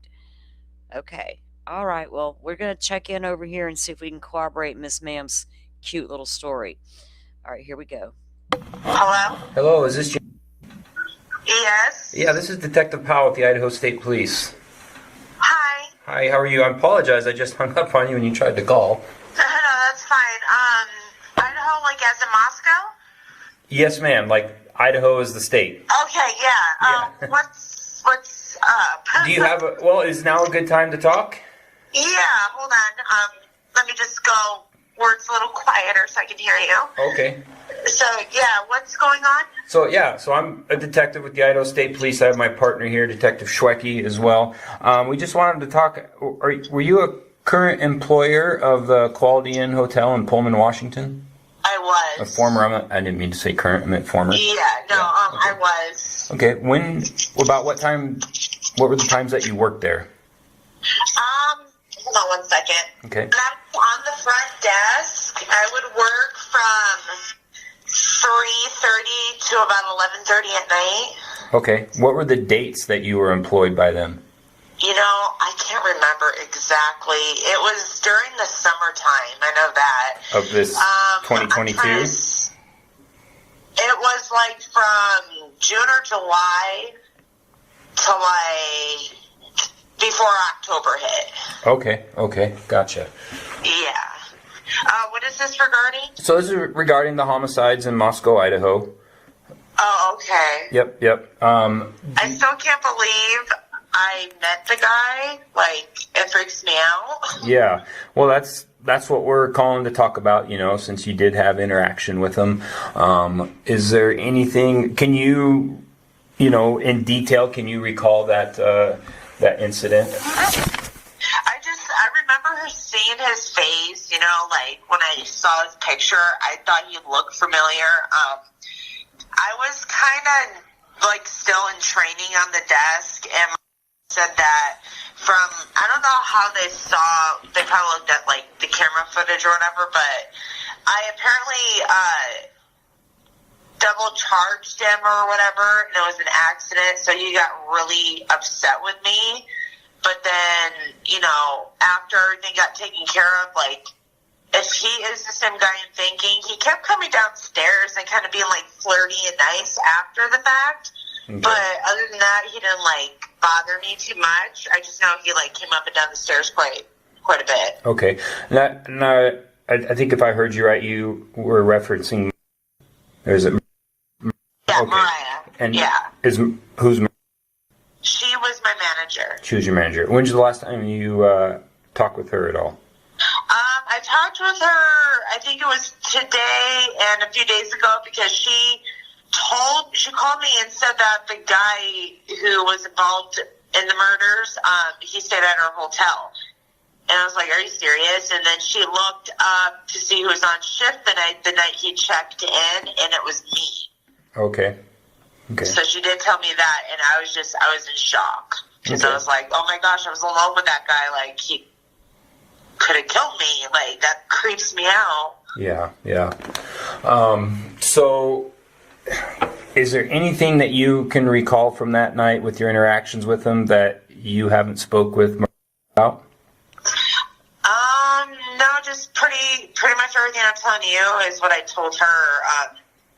That he got a little upset about the charge on his room, but then, he seemed like he was being nice, and he kept coming down the stairs here and there for a little while, and that was about it. Okay. That I can remember. Okay. Did he like lose a key card or have you make any extra keys? I know sometimes people lose their key cards. I don't recall that. Okay. So I don't think he was one of them. I think he might have been one of the guys, though, too, that needed help fixing his TV. And I didn't have any batteries for the remote at the time. Gotcha. Yeah. Was there anybody else staying with him? Not that I saw. It was just him. Okay. Do you remember by chance, vehicle he could have been driving or one that he might have put down on his registration card?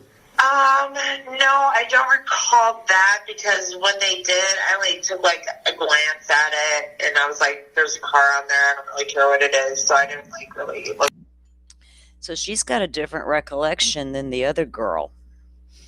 She's actually the one that had the interaction. She's the one that overcharged him. She's the one that, apologized and he got over being mad.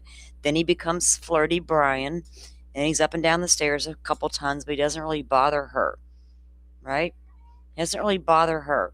And she doesn't recall anything about these keys. Just that one lady freaking out over there, having a meltdown. Too much into it. Now, does the customer or the guest, do they normally write the car information on there? Or is that something you guys do for them? They have to write down the car. Okay. And the make, model, and stuff. Okay. All right. Do you remember him asking any questions requesting you guys to make a card for a visitor at all, or was he expecting any visitors? Not that I know of. He didn't say anything to me. Okay. Who was your guys' night audit that night? It could have been between. So if he doesn't ask the girl at the front desk to make these key cards, who does he ask? The night auditor? Does he ask to place a call to the assistant manager so he can ask her directly? And then she magically just does it from her office at home and nobody else in the hotel knows about it? What's happening here? Why doesn't the front desk girl know about the key being left for another guest who may come through the door? Weird.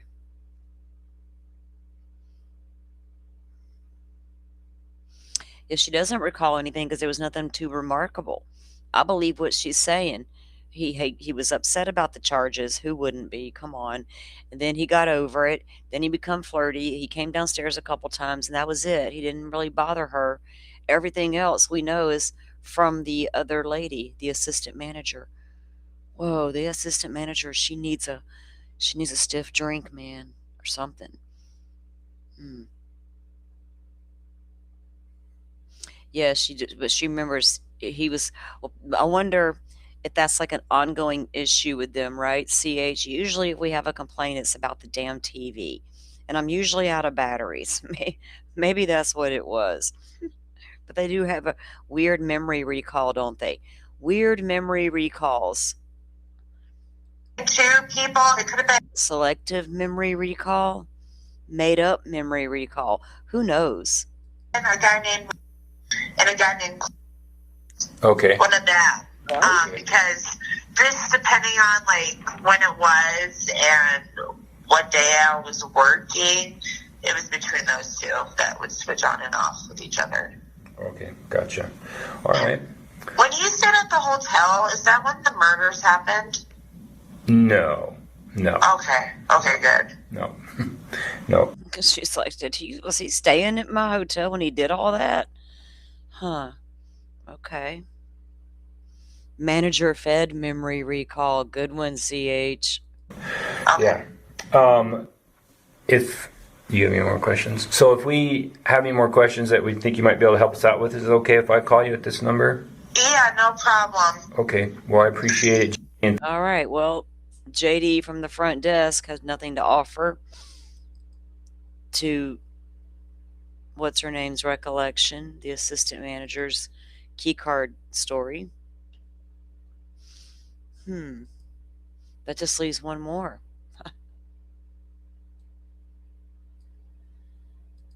The night auditor. Will the night auditor be able to corroborate her story?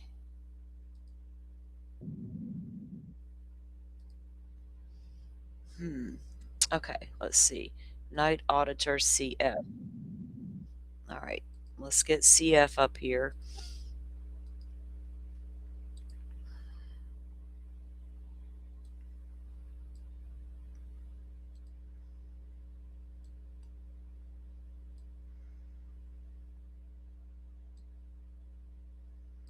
Okay. Okay, now we have the night auditor is up next. Okay, well, that's the only one left. Yeah.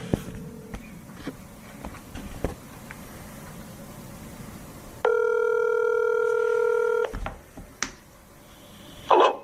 Hello, is this? Yes, it is. This is Detective Powell with the Idaho State Police. How are you today? I'm doing okay. Is now a good time to talk? It's the Idaho State Police, not the FBI guy? Idaho State Police guy, huh? Interesting. He must have had some FBI training in his background. They usually do. Like, go to these classes throughout the year. Yeah, go ahead. Go ahead. Awesome. Hey, I got my partner here, Detective Schwecke. We are going to be recording this, just to let you know.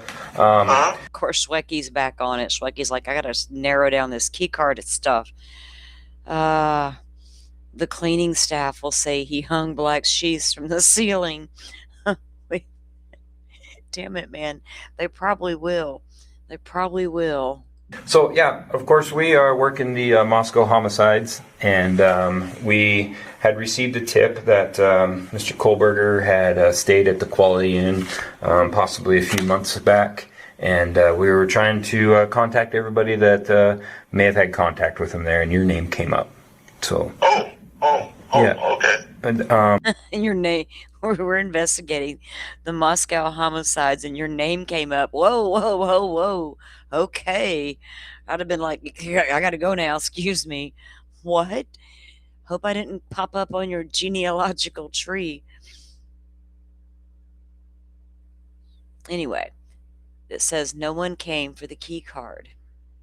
Night auditor's a little nervous now. He's like, whoa, back up, buddy. Slow your roll, cowboy, copper. Yikes. Can I ask, were you working the night of, I believe it would be June 30th? Or He's like, I got an alibi. Hell yes, I was at work. I'm the night auditor, man. Whew. Thank God for timestamps and stuff. Clock in and out. Lord, I'm making fun now. I shouldn't do that. Anyway. Night auditor is going to give us his account now, and we will continue to try to corroborate the night manager's, or the assistant manager, excuse me, clarification, her story. I was sharpening pencils. Were they coloring and doing clay models like Play-Doh or something?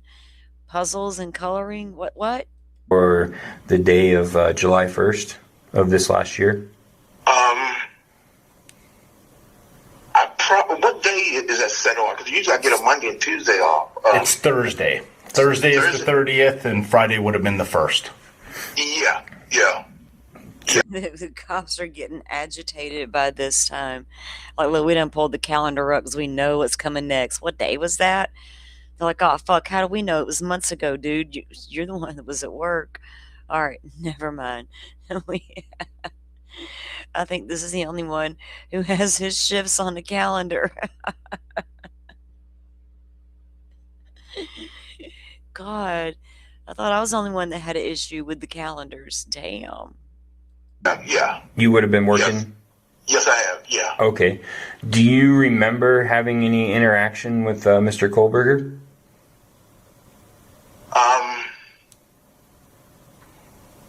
No, I don't. But it's been a while. be frank to tell you. You know, I see so many faces, so many people go by and stuff. Sure.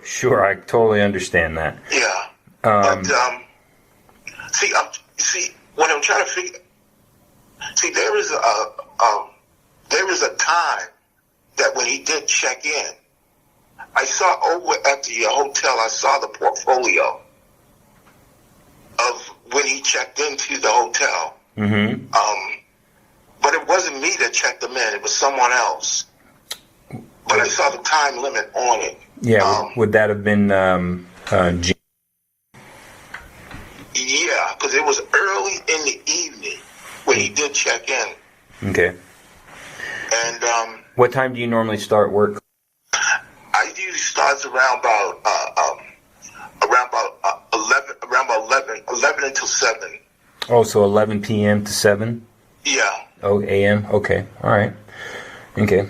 Do you remember or recall anybody coming downstairs and asking you guys to reserve like a key card for any particular rooms to so someone else can enter their room? Like.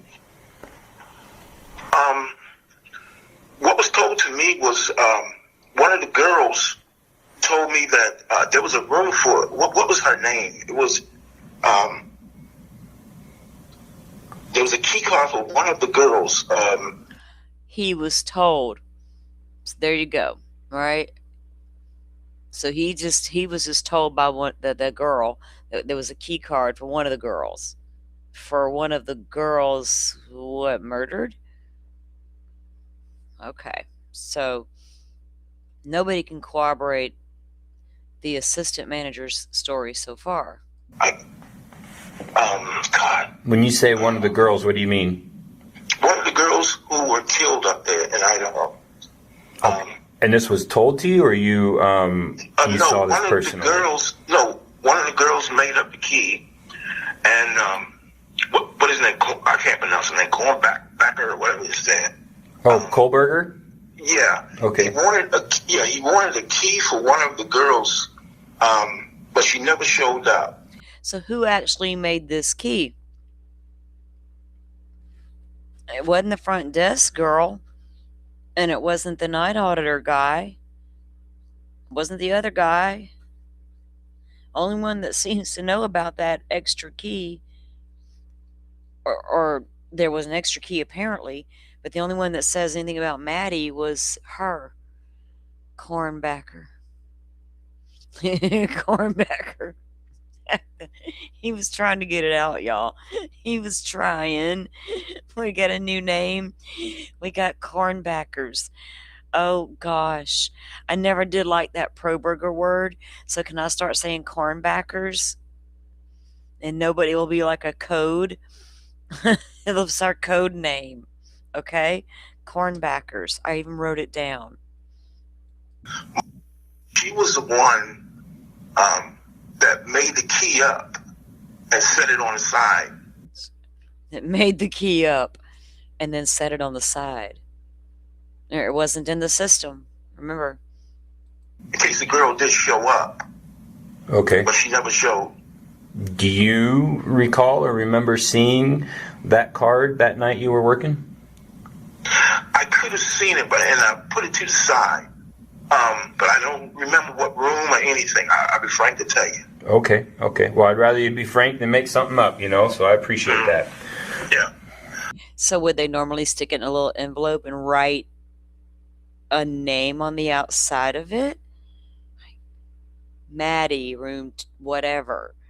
And nobody else is, they all like, yeah, there was a card, but nobody has seen a name on the card. Just that one lady. There may not have ever been a second key card. Exactly. It could have been there in case Dad needed it. What if Dad was there? No one just noticed him. He was up in the room chilling, getting some sleep. My God.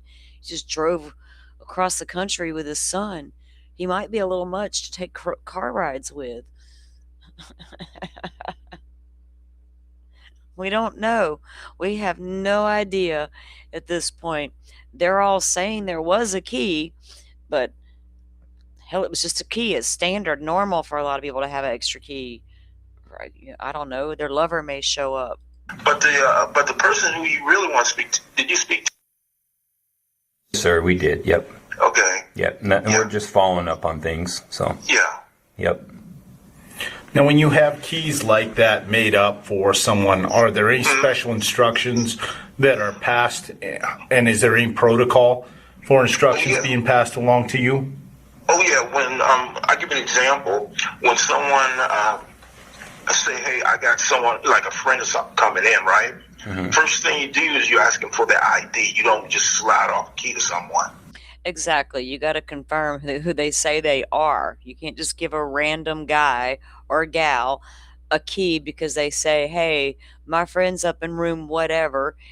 They're expecting me. My key should be here. They're like, oh, yeah, here you go. No. And it can go either way. Duck man, some people will just say, hey, come up to the room, right? Bypass that whole key situation. But if they're going to be staying there with you or whatever, you might leave a key for somebody. There could be many reasons why you need to leave somebody a key, but there could also be many reasons why you wouldn't tell them to stop and get a key. Just come to the room, right? Why would you need to leave a key? So it could go either way, honestly, but they're all saying there was a key, but nobody's saying it was for Maddie except for that lady. Yeah, they will ask for your name and your ID. They're not just going to go slinging out keys to random people. You know, if I tell them, hey, my sister is going to join me later, can you make sure she has her key? They're going to, was she also on the registration to be his guest? You know what I mean? What are we doing here? I'm just like, giving out keys to crazy people, ma'am. What, random people in our hotel? No. Walks through the door. Okay. And I didn't see anyone, give a key out to anyone, because like I said, that person did not show up. Okay. And all said and done, I guess, the girl never showed up, so I just set it on the side, and that was it. Okay. Now, do you recall having a set of instructions or keys that evening? On that day, I'm trying to remember. Like I said, there's so many times people do come in and they say they want keys. They got a friend coming in, and So he can't really remember if that was a situation or not. Well, if there was a key, it's not uncommon for people to say, hey, I need a key. That's what he's saying pretty much here, right? That's what I'm taking away. The whole thing. Well, yeah. The assistant manager's story is completely made up. I don't think there's any other conclusion we can come to at this point, because nobody else can even corroborate the vibe that she claims she got from Koberger, right? You heard her coming into my hotel, harassing my staff and scaring the people. The front desk girl said, yeah, he got a little upset over the overcharging, but he got over it. Even became flirty, which is not a surprise, birthing hips and all. And then came downstairs a couple times, but she also said he didn't bother me. Like, well, that's not exactly the way Miss Manager describes her interaction with the guy. He's coming up and down the stairs. He's checking out the front desk girl. He's all the things. Front desk girl's like, no, he was just being a guy, right? He's just being a guy at this point. Okay. She embellished much, lady? Again, was she in the high school drama department? Is she okay today? And I usually ask them if they got like ID. If they ain't got no ID, they ain't getting no key. That's for sure. Right. Yeah. And I can't remember, but I do know they did not come in. Okay. Now, later in the morning, do you remember having any contact with Mr. Kohlberger in reference to his charges or anything? No, I did not. Okay. No, I did not. Okay. Because I left. Like I said, it is from 11 until 7. So Yeah. I just finished my job and everything. put out a little bit of the food and clocked out. You know, yeah, Gotcha. went home. Yeah. Okay. Okay. Well, if we have anything else, any other questions or anything you think that we believe you might be able to help us with, is it okay if we contact you again? Oh yeah, sure. Sure. Just give me a holler. Okay. And if you think of anything, please don't hesitate. Give me a call at this number. Okay, sir? Well, I don't think they were able to corroborate the key card story from that lady.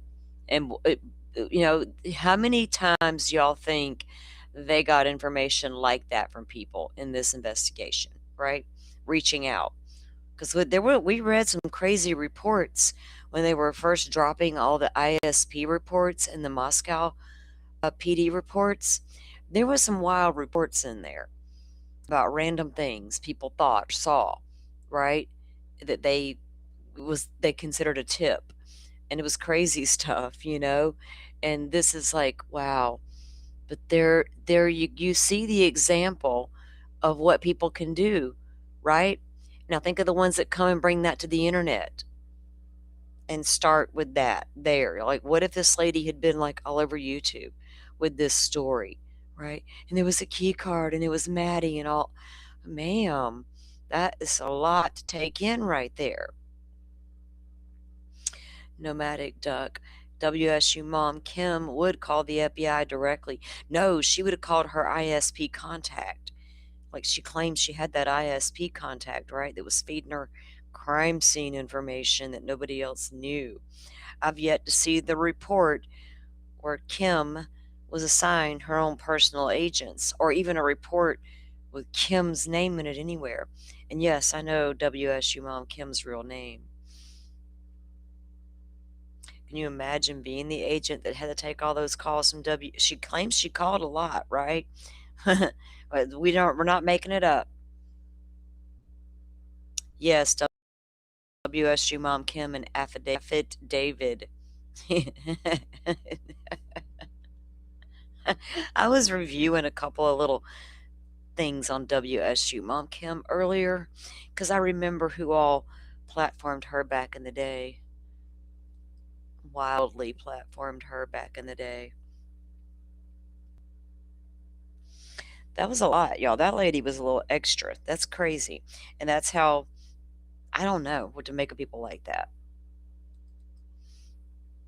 How did she feel when nobody could corroborate her story the way she told it, right? Because her tall tale was so far removed from what everybody else had to say. And granted, it was a long time, but she's the only one that had an excellent memory. Even the elephant memory manager couldn't recall the details that she was recalling. And she's like, I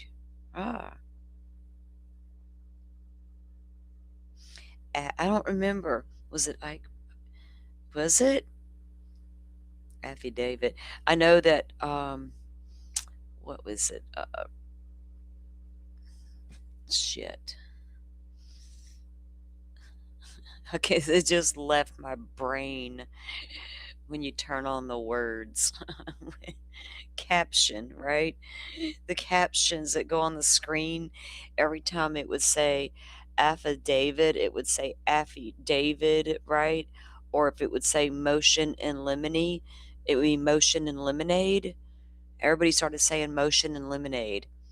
Oh, speaking of motions, let's look at a document about Ryan Koberger.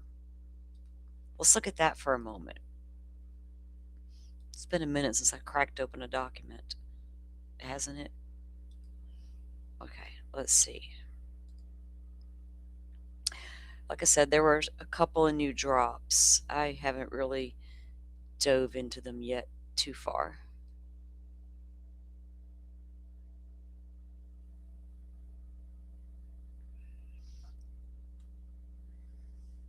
Oh, here we go. Let me get to them. They're supposed to do 45 up to 45 at a time in a batch. We know they're taking their sweet time, and they dropped some that were released on February 24th, 2025. We have redacted states motion and limine, RE text messages and testimony. Then there's one redacted exhibits 1, 2, and 3 in support of motions and limine, RE vague and undisclosed expert testimony. Oh, expert testimony. We'll get back to you. Redacted exhibits 1, 2, 3, and 4, and 5 in support of the motion in limine, excluding IgG evidence. Then there's one redacted exhibit 1 in support of motion in limine, conditions as aggravated or as an aggravator. And this one here, the redacted exhibits 1 and 2 in support of motion to strike the death penalty, autism spectrum disorder. We're going to start with that one. Take a look at this one. Let me get it up here.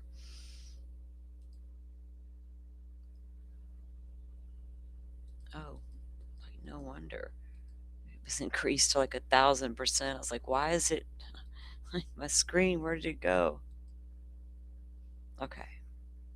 I think this will be sufficient.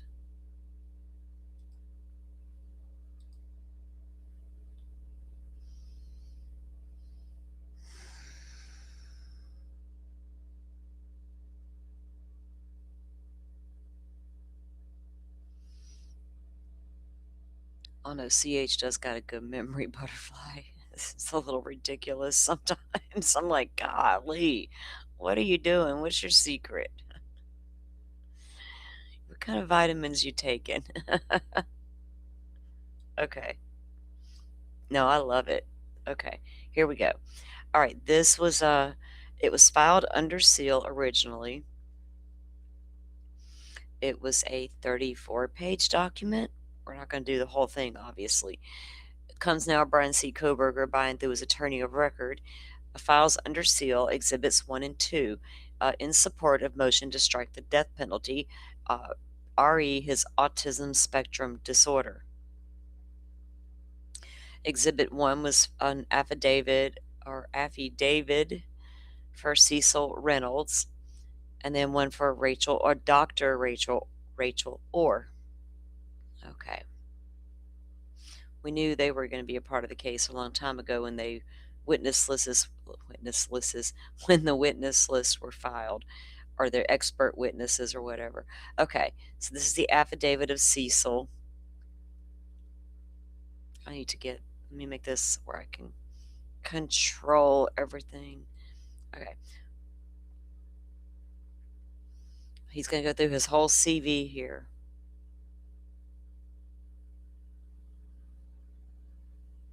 Now, there was a expert brought on board by the defense, right, that started some work in the case. She passed away, and they had to bring on somebody else. This is that person. During my work with the defense team on my recommendation, after extensive vetting, they selected and hired Dr. Joette James, neuropsychologist. She performed many hours of work, including testing Koberger and conducting collateral interviews. Over the course of many months, she collected data and prepared to write a report. She had one additional round of tests planned to clarify diagnostic issues present with Mr. Koberger prior to writing her report. Shortly after that trip, Dr. James unexpectedly passed away. I was able to interview her regarding incomplete impressions and again complete testing data, and developed an understanding of the additional work required, which included the addition of a forensic psychiatrist to the team. She was unable at that time to forward her records, testing, and notes to me due to the severity of her illness and its unexpected rapid onset. Well, bless her heart. It says, after her death, I assisted the team in interviewing and selecting the expert to assist Mr. Koberger.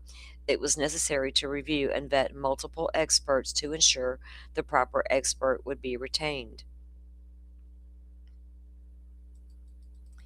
The team subsequently selected Dr. Rachel Orr as a replacement for Dr. James and added Dr. Eileen Ryan, forensic psychiatrist, whose expertise was then also required. I made several attempts to obtain the raw data from the testing performed by Dr. James. I was not successful. As a result, the neuropsychologist hired by the team had to conduct testing and interviews as if none of the other work had been done. Wow, all her work, all of it, all of it gone because she had passed?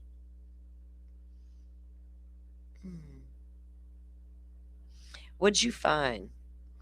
The video called Alpha David coming forward with info. It could mail live call it. Okay. I'm not, you gotta share it with me because I ain't never watched that guy too often. I don't know if I should. So I don't know. I know about other call ins. There was apparently a call in to T Rev one time. It was supposed to be some Koberger shit. And then HTC, of all people, Hidden True Crime, does an interview with the guy who claims to be the guy who called in to T Rev and faked being Brian Koberger. Yeah, that was Hidden True Crime. I have the video somewhere. It's on here. I got it saved. I'm going to have to pull that shit out of the closet, ain't I? Just thought about that. HTC interviewed T-Rev guy.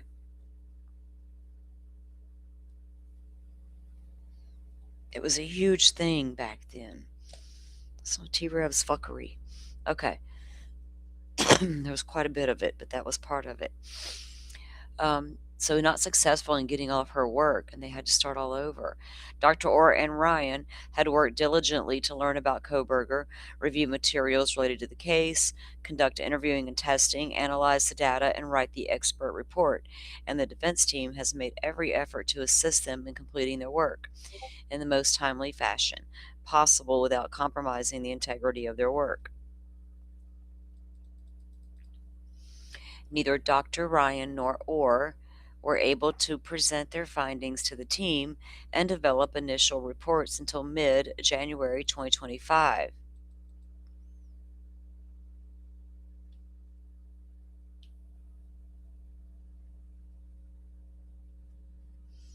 January 2025. July 2025, we have a plea deal. Given the amount of work that had to be done, including in-person exams, reviews of extensive records, conducting many needed collateral interviews, and the like, I was frankly surprised either expert was able to respond as quickly as they did. Oh, the sudden death didn't cause ineffective assistance to counsel, did it? Holy hell. God, I hope not. The delay in diagnosis did not occur due to lack of diligence, is owing to the ultimately and unexpected, exceedingly unfortunate death of Dr. James. Well, the judge didn't give y'all no argument that he understood the lady passed.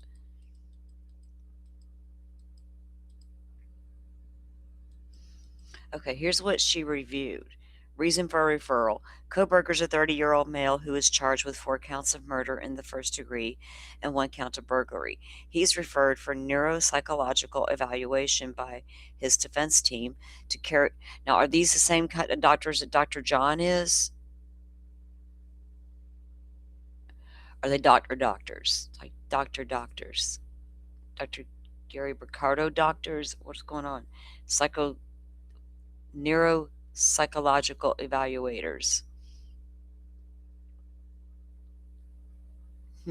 Already having, like, I feel like an anxiety attack coming on, like, oh my God, do I gotta go there? But let's go there. All right. He is referred to the neuropsychological evaluation by the defense team to characterize his functioning, assist with differential diagnosis, and provide expert opinion to the court about the findings. Brian was informed of the limits to the confidentiality and the nature and purpose of the evaluation, and he consented to the evaluation. Here's the records that they reviewed. Discovery related to the investigation, including, now, if you're doing a neuropsychological evaluation on the perpetrator or the defendant, whatever you want to call the guy or gal, do you need to see autopsy reports and photographs, or do you just need to talk to the person and ask lots of questions? Oh, it's in the, okay, thank you, Butterfly.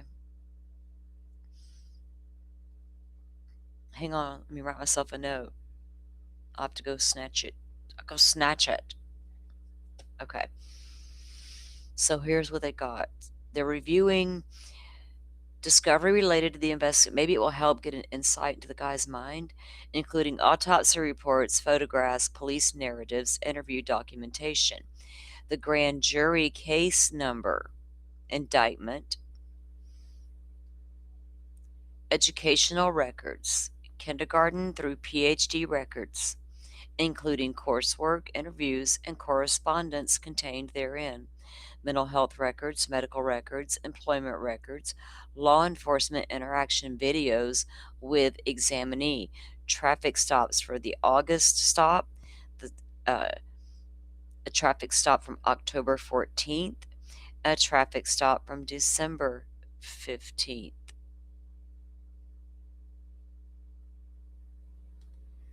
The day he was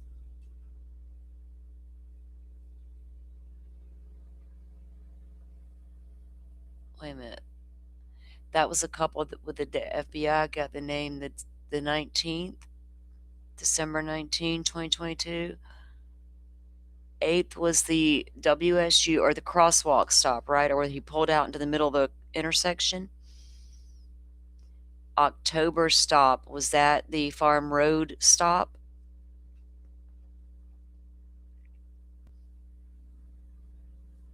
And then traffic stop December 15th. After the crimes. Okay. Somebody's FOIA request in that stop. They already did. Transport to jail after arrest in Pennsylvania. They reviewed that. Look, there it is right there. Transport to jail after arrest in Pennsylvania. Transport to jail. They reviewed a video. It says right there, law enforcement interaction videos, transport to jail after arrest, 12/30/2022. Could we get that, please?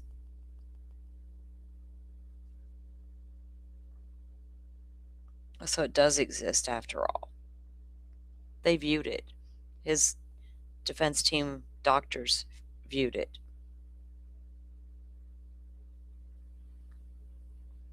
We knew it existed. We just can't seem to get it.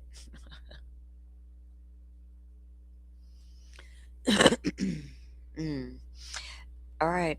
Audio and video recordings of the interviews of law enforcement with Marianne Koberger, Melissa Koberger, Michael Koberger, Amanda Koberger. Now that's his family. Marianne and Michael, parents, Melissa, Amanda, sisters. Brandon, Andreola. Brandon, is that the guy from the boxing place, or was that the guy from shit, it's in the documents. It's in the documents. William Parfit, William Daniel Parfit, Melanie Wolf, Augustine Atah, Rebecca Armitrot. They didn't redact none of these people's names. I don't know those names, though, those last few. But they reviewed recordings and interviews from these particular people. And Adam and Xavier Taylor, Micah DeMoss.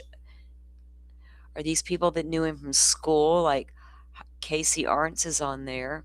She spoke out in public. Her name, Cindy Arntz, Thomas Arntz. Arntz, their names are out there because they've spoke to media. She went to school with Brian Koberger.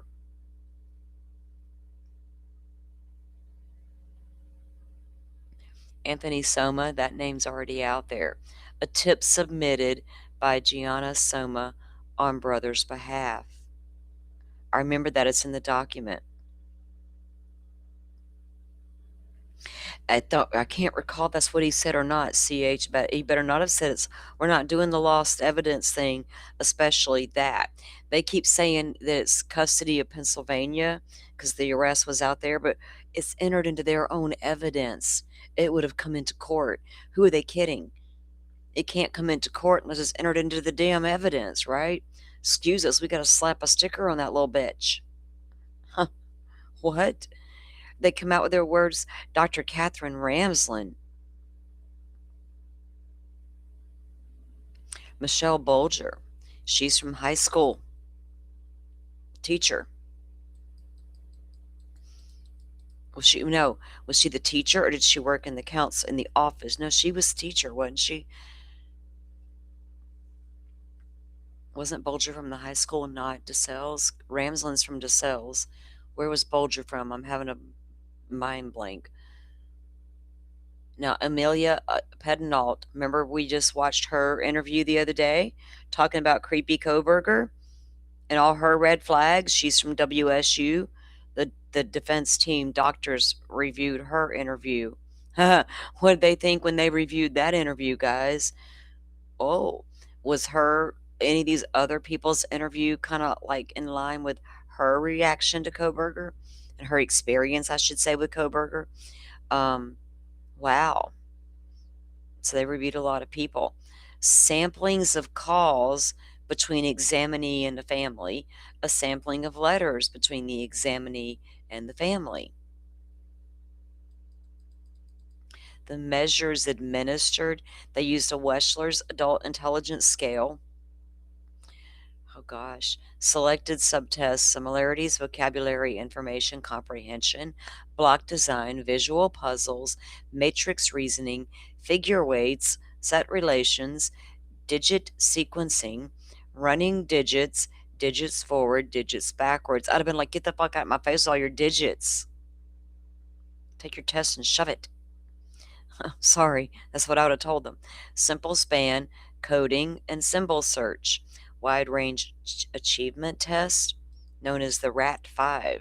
Selected subtest, word reading, sentence comprehension, controlled oral word association test, a Stroop color and word test, the Wisconsin card scoring test. Why is it called Wisconsin's card scoring test?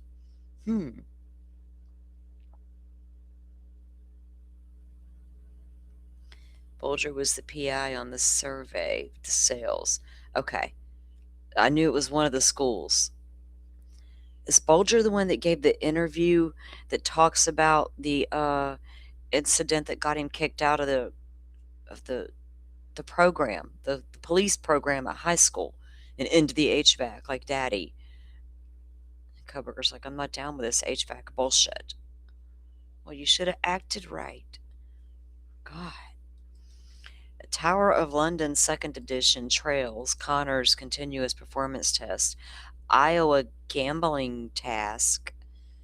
What kind of funky test they got? Dallas Kaplan executive function test, autism diagnostic observation schedule, 2nd edition, California verbal learning test, test of memory and learning, developmental test and visual perception, adolescence and adult. Damn.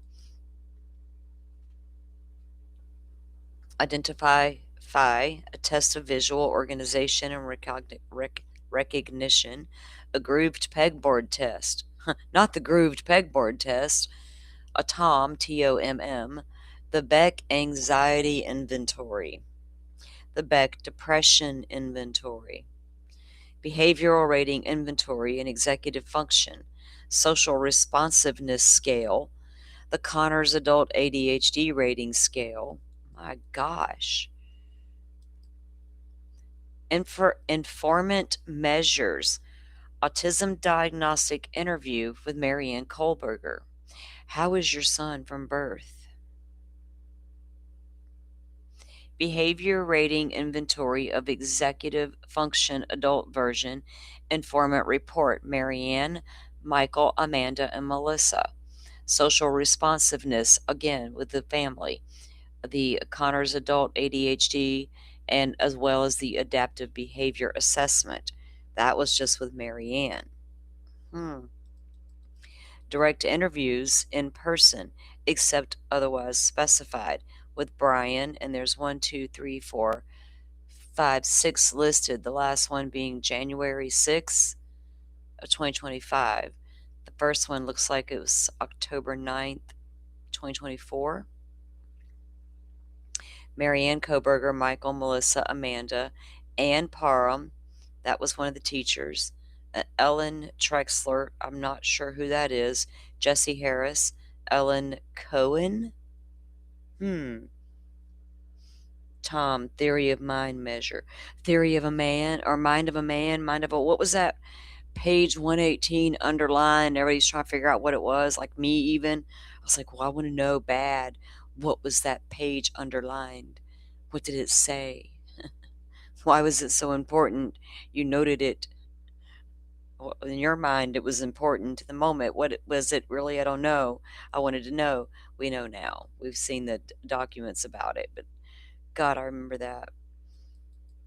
Okay, this is some redacted information in here.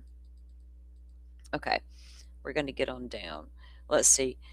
Finally, Dr. Cohen was interviewed to understand more clearly factors related to her psychoeducational report from 2005.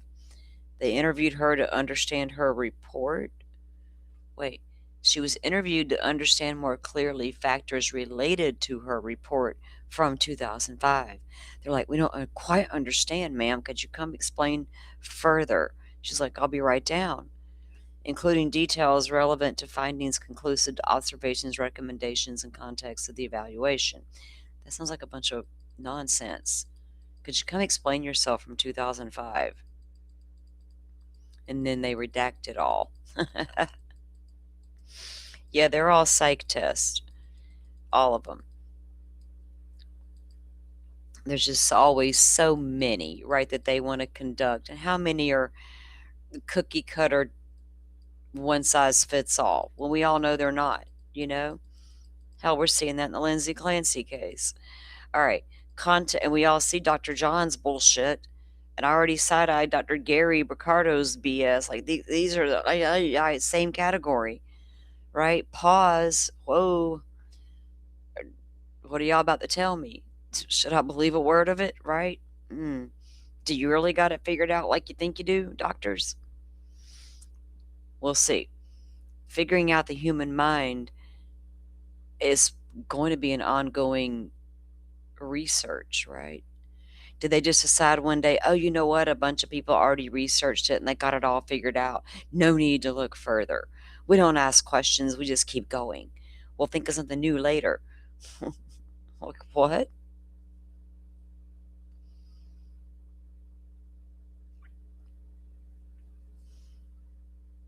Which Cohen? Let's see. The doctor was, what was the first name? Occupational history, history of employment in food service, retail, security, direct care, and most recently as a teaching assistant. And look, it's redacted. Hang on, I'll go back up. But damn. Food service. Oh, did he work at the pizza place in Pennsylvania after all? Would it be the same pizza place at the mall where Dana worked? After all? Would it? Retail, the security we knew about, the direct care, and most recently as a teaching assistant. Huh. I want to know about the pizza job at the mall in Pennsylvania and the timing of said job. Dr. Novik Cohen was interviewed related to her pseudo-educational report from 2005. CH. Novik, Novik, Cohen, Cohen. Okay. And they have their redacted information there. The employment information on his occupational history is all redacted. Behavioral observations. Context of administration.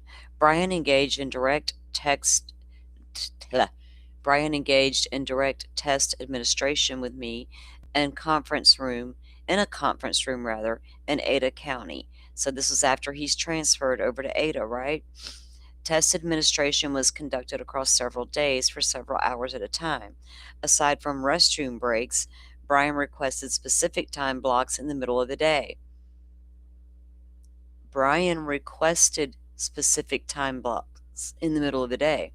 Generally 1 to 1 God, I got the hiccups all of a sudden. Sorry, guys.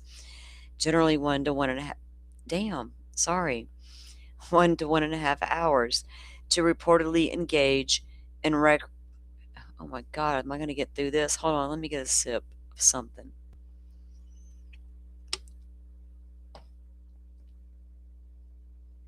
That came out of nowhere.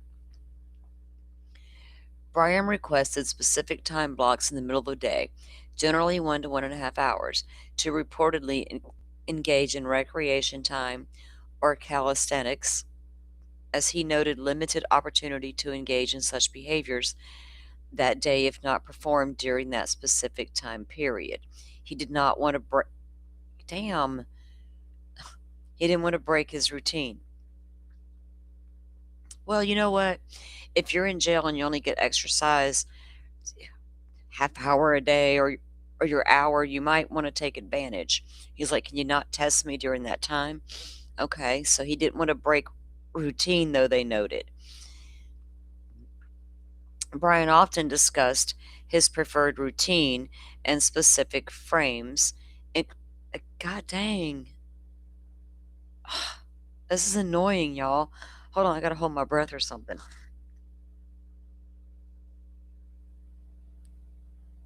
Oh, Lordy.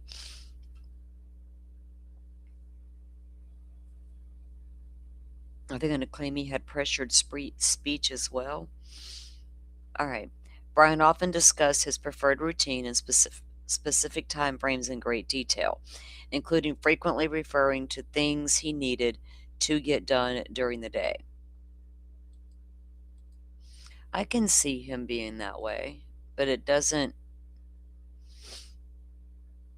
What does it mean, right? Does that make him a killer? I don't know that does. No, I don't think it does. A lot of folks are structured like that. No, nothing's cookie cutter. Ellen Novick Cohen is a psychologist in Pennsylvania. Okay, good to know. From Pennsylvania, huh? Noted the things that he needs to get done during the day. He's in jail.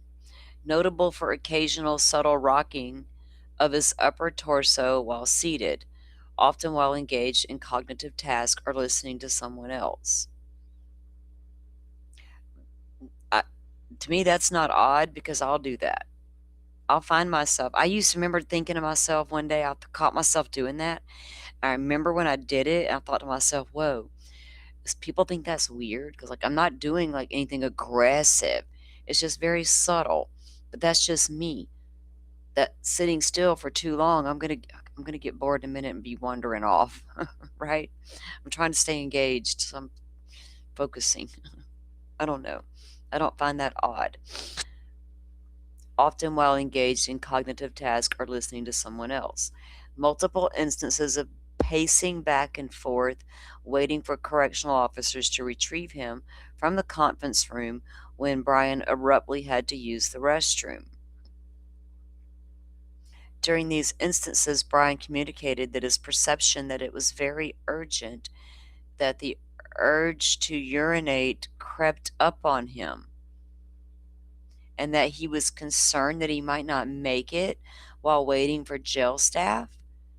On these occasions, Brian provided no indication prior to such urgency they need to go to the restroom. Like he just all of a sudden jumps up, oh my God, I gotta go so bad. If you don't let me go right now, it's gonna happen. Versus, I need to use the restroom. Could we call for the guard? Huh. Brian ambulated independently, given constraints of the setting. I was not able to observe his gait. His gait?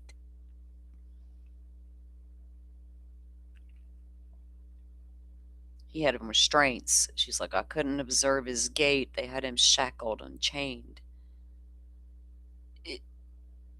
I guess they was trying to figure out if he was still coordinated or not. Okay. Right hand dominant.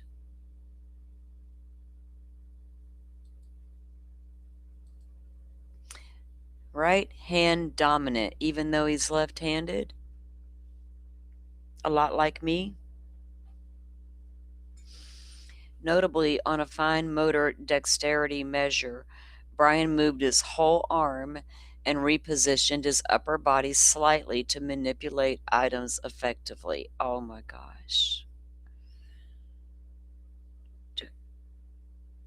I have a slight shoulder injury. I'm probably going to do things a little bit different than the rest of y'all just because I don't want to hurt today.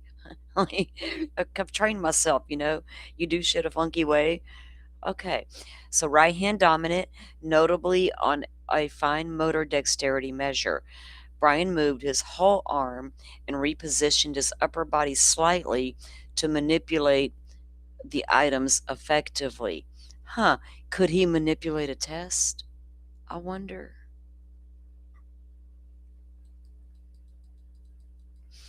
Hands were observed to be red, chapped, and possibly swollen. Remember the pictures that we saw come out a while back of his arrest in Ada County?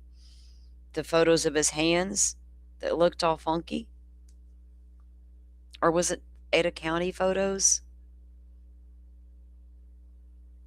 I'd go look at the dates on those damn photos now. Y'all know what I'm talking. He's in the orange jumps, obviously, standing in front of the cage, the cell, and they got his hands and arms out, and his hands, you could tell there's a lot going on there.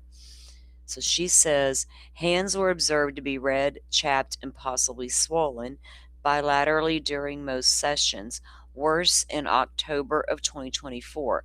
He committed the crimes in 2022.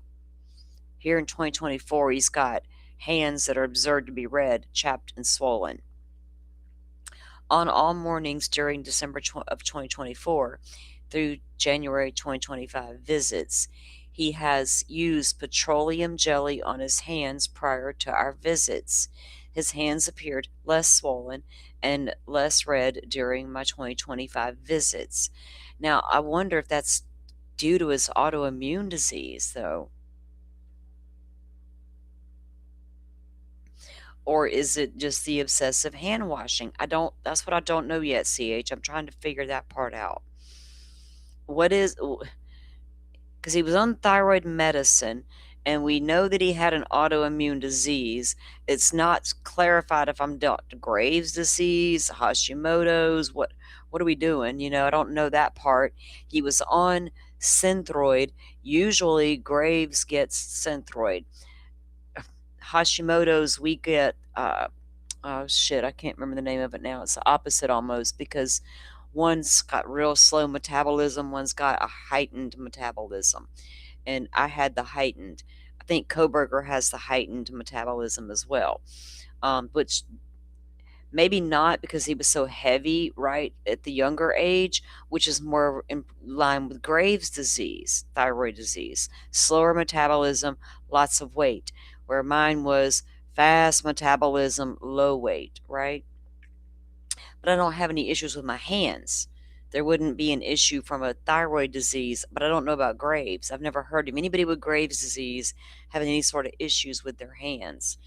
And I don't know what kind of autoimmune would cause that, like the visual snow and those sorts of things. But the obsessive hand washing could be that. Now, if you're so compulsive, you're washing to that extent that you're causing them to be red, swollen, and chapped, the swelling, oh my God, you're scrubbing. What's he scrubbing with? He's in jail. You're only going to get limited stuff, regular bar of soap. Don't drop the soap. He's getting regular soap, and that's it. He's not getting fancy antibacterial anything. He's not getting, some luxurious body washes or scrubbies in the shower. Is this dude just sitting there washing his hands for an hour? Wow. I like to wash my hands too, more as I can't, I don't want the funk on my hands. I can't stand it. When I go to the Walmarts and have to touch the buggies, oh my God, that's disgusting to me. I got to clean it. I was cleaning the buggies before the pandemic. I didn't want the Ebola. I was like, oh shit, Ebola is going around back then. That was before the pandemic. I'd be like, hand sanitizer, but not to that point Like I'm just a normal hand washer, right? But I'm not about to go through all of that. It is common with OCD, but he's apparently got it to an extent to where it's dangerous, right? You're causing your hands to be swollen, red, and chapped.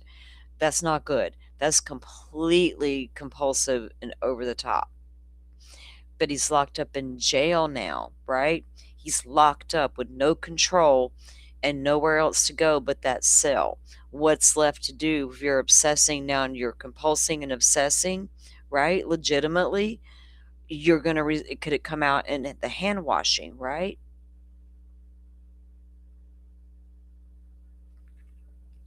I can see he's doing it for hours at a time, like, or intermittently throughout the day. What are we talking? Every 20 minutes? Every time he touches something or someone walks past the cell, and that's a lot of hand washing going on there for that to occur. Even if he's breaking it up intermittently, right? He's at that sink all the time. Like, damn, dude, they don't got some medication for that? How come women get, here, we'll watch your script, honey. Go lie down, take your pill and lie down. Yeah, that'll stop eventually. Did they give Koberger a pill?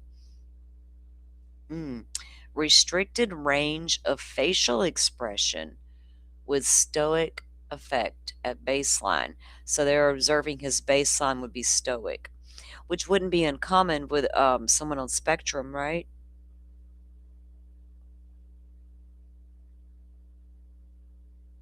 Some will wash their hands till they bleed. I can see that. People with a severe obsessive compulsive. They will you can take obsessive compulsive disorder rather to an extreme. You really can, CH. You're not joking about that.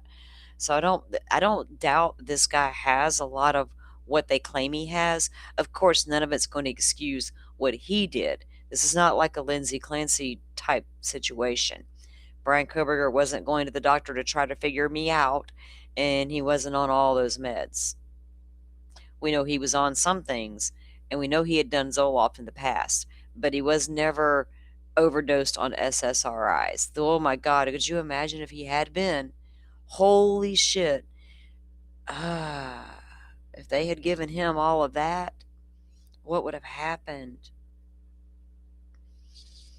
What would have happened? Yeah, his affect. Ann Taylor wanted to make sure the jury would have seen that affect, right? Or been aware of what that was. She wanted to go up front in court and tell the jurors, during jury instructions, basically, that you will notice my client has this affect and this is why he is on the spectrum. So don't use it against my client if he stares at you, is basically what she said. Or if he doesn't seem to have expressions. Says smiles were often slight, though there were a few occasions of notable brightening. At times, smiles occurred in unusual or incongruent context. Inconsistent social smiling, usually absent. Did not smile at times when expected or during instances of humor, shared enjoyment, and in fact, he often furrowed his eyebrows during more light conversation, which contributed to awkward engagement and incongruent nonverbal communication overall. He does a thing with his eyebrows. Did not smile at times when expected, during moments of humor, joy. He often furrowed his eyebrows during more light conversations. There was no evidence of tearfulness, no overt indicators of anxiety or anger. Brian verbally expressed mild frustration during my first visit in October 2024 when an inmate was yelling during a portion of the cognitive testing, which reportedly impacted his concentration. Remember that one document we read where the one inmate was giving him hell about go FaceTime your mama or whatever that was? Some typical social behavior was seen in Brian's fairly consistent, though intense, eye contact, polite demeanor, and social conventions. Shaking hands upon greeting, such behavior seemed routinized. Brian also made clear attempts to ask questions about others at times, but often the questions were about very specific details of topics that had been previously discussed. On a few occasions, he made positive comments about my educational attainment. Wow. On a few occasions, he made positive comments about my educational attainment. He was never overtly inappropriate. Frequent atypical social behavior was evident in multiple respects, however, including lack of descriptive or emphatic gestures, atypical speech tone and cadence, awkward interaction, lack of fluidity, awkward delivery of humor at times, carrying on a joke with longer than expected.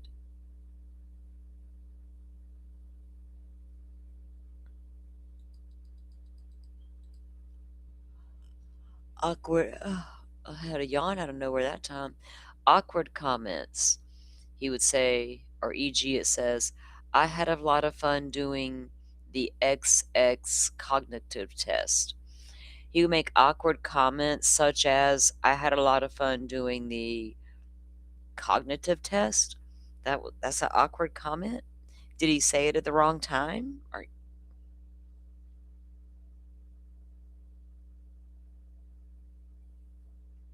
hmm.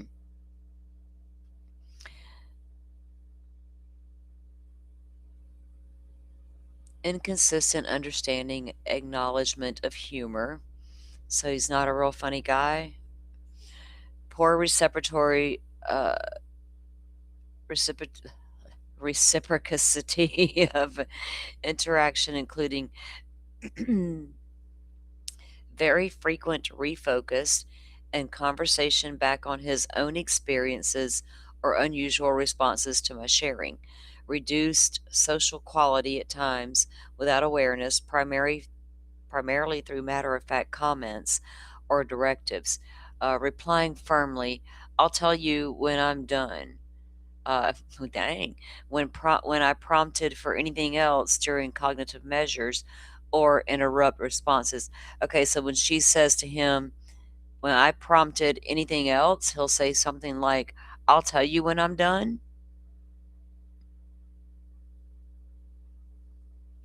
Or in abrupt responses, unusual observations he made during testing. Occasional intense gaze.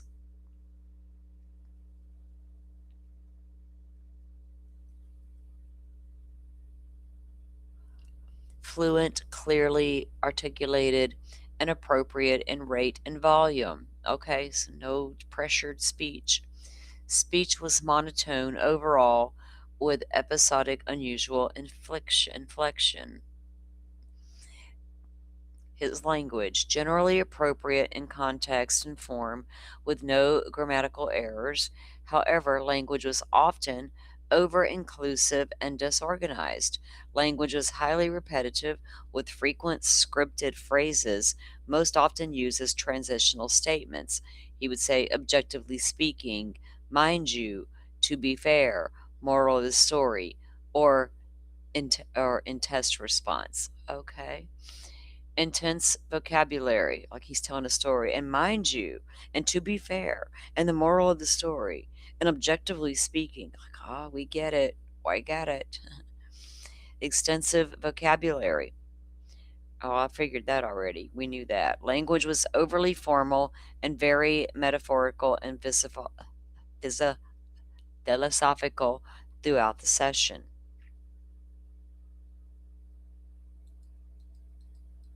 Like Dr. John's style, or just like regular philosophical type style.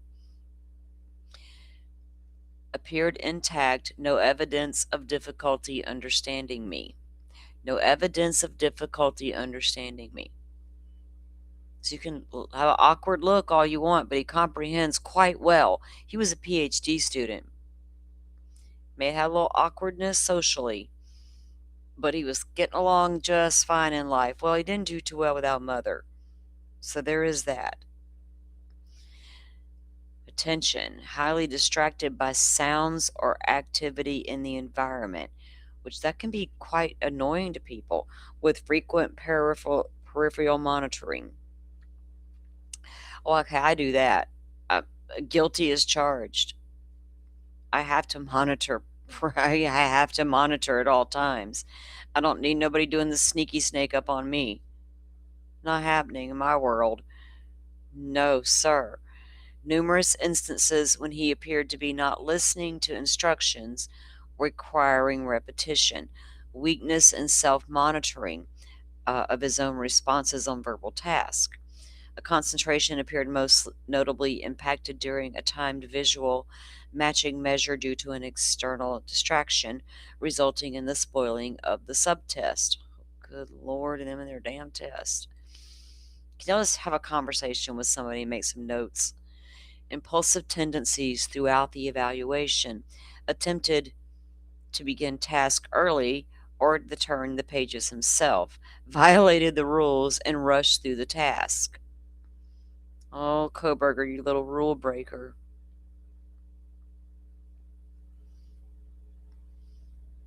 John's a PhD in his own work. He went to the University of Lauren. The University of Lauren.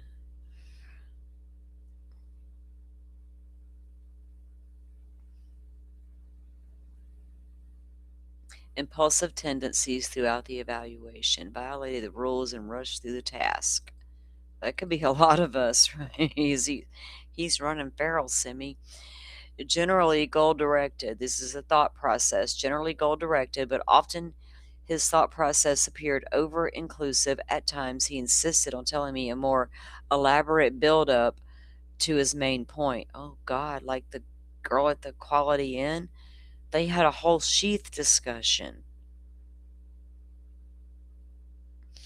He could be disorganized, but generally circle back to his point and told me if I interrupted his trajectory, insisting he'd be able to continue. And told me if I interrupted his trajectory, insisting he'd be able to continue. Interrupted instructions literally, at times leading to numerous questions and need for clarification. So I thought he could understand just fine. Now he can't. Interpreted instructions literally. Well, aren't you supposed to interpret them literally? But I get that statement. I know somebody who's incredibly smart, but I always felt like it's like a literal interpret. Like I had to be so literal with some of the things. It was like a little joke, right? I'm like, dude, really? Come here. And I'm like, wow. But it's okay, right? But I get that kind of thing.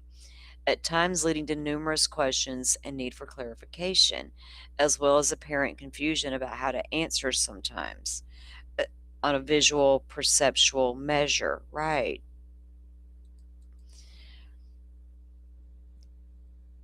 Perceptive ideation was evident in multiple respects, as Brian often carried on about topics in a more circular manner than expected, fixated on the routine or timing of breaks and procedures, and preservated on wanting to know results of the testing. Rigid thinking and behavior. So wanting to know the results, do you think he was like trying to say the right things or do the right things during the testing, or was just going with the flow and answering and just trying to make himself be completely honest? And because he doesn't know how to really answer the questions, how they're going to perceive him as right or wrong. He only took like psychology for a little while there. He got at the junior college level before he went off to DeSales. He got the psychology, right? So he's not like a psychology major now. So is he playing along? Give me the results. But I would want to know, do y'all think I'm crazy? What is going on here? Can you give me the results of my test now?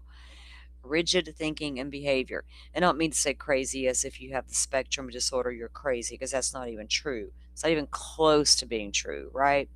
But is he trying to find out things about himself he's always wanted to know? Rigid thinking and behavior were also evident in multiple instances, particularly related to the time frames, routine, and length of breaks. It's like that control aspect. Like, I'm not going to call him a control freak, because I'm not using that term, but you have a need to feel like you can control some things. And he's like in jail. He's limited at what he can control now. And I feel like all he can control are these breaks and stuff that he is on this rigid schedule with. Sounds like it's CH. And you can be extremely bright and go to college and still be on the spectrum, but just not to the extent where you can't function on your own, right? I'm never going to, and it's never an excuse. You know right from wrong. You may have a social awkwardness, but you still know right from wrong, right? Unless you have that moment where you flip out, which can happen.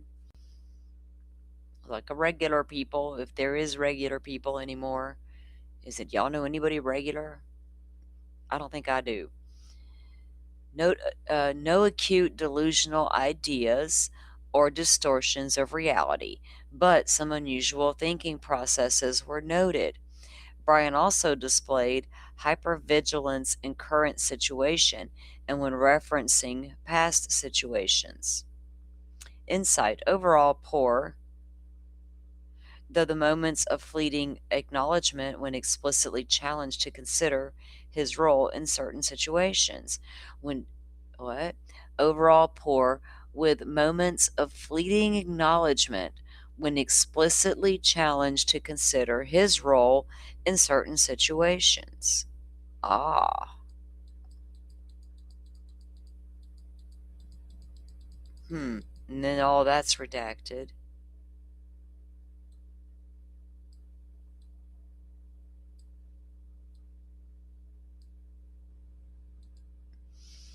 Informant reports. The parents, Michael and Marianne, sisters Amanda and Melissa, also completed symptom inventories capturing their observations of Brian in certain areas.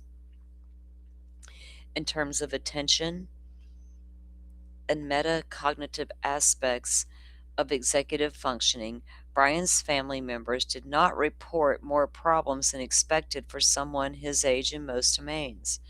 At a subclinical level, patterns with the family members' responses suggested that Brian struggles to concentrate when something is not interesting to him. Good God, I'm guilty as charged. If it's not interesting, I can tune out so easily. I'm like, oh shit, I was supposed to be listening. And family members reported observations of problems planning effectively and procrastination. He's a procrastinator. And with disorganized, I'm not. I don't. I don't like that. I don't like the procrastination too long. Disorganization at times. Mother reported to me. They even call her mother. Not his mother. Mother reported to me that childhood symptoms of attention and EF issues were significantly amplified in these areas, though some continue to persist to date. Childhood symptoms, right there, starts mother and her childhood stuff.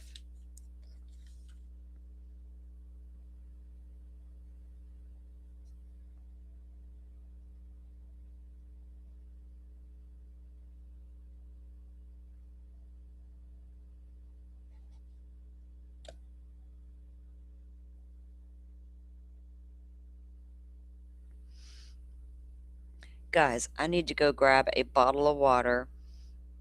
I need to go put the puppy up for the night. It won't take but a second. Can y'all take chill for a moment while I go do that? Hey, I could play Simi's really cool song for y'all while I go take like an intermission for like a moment to go grab the puppy and deal with her, because I'm on page 19. I don't want to really take that down. Hold on. Oh, goodness, what am I doing here? Hold on a second.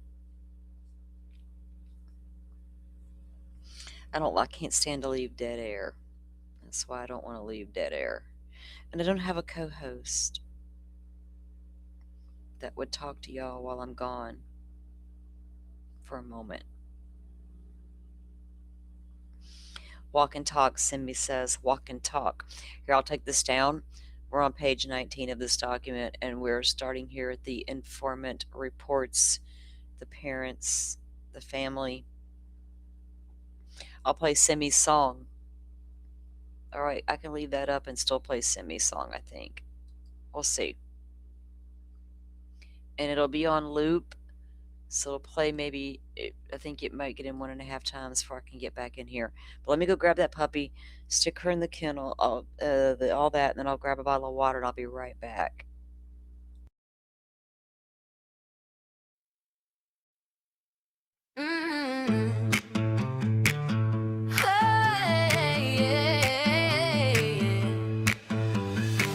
You want the truth, you're here for salty sleuth. Time for some cussing and discussing.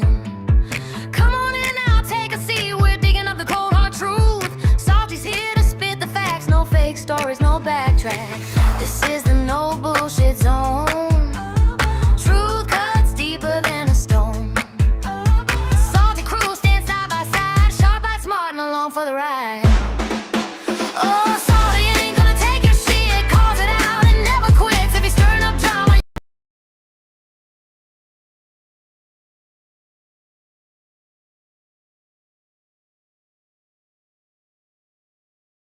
Hang on. I'm trying to see if it was going to be on loop. I couldn't get out of the room fast enough. My cat started on me. I'm like, geez, I can't do anything tonight. All right. It should be on loop, guys. If not, enjoy. Let me see. That's not it. That's not. Okay, I think I already had it on there. All right, I'll hush. You get in the booth, cause the moms keep watch with salty stew. Truth don't bend, truth don't stoop. Step out of line and a boo, boo, boo, boo.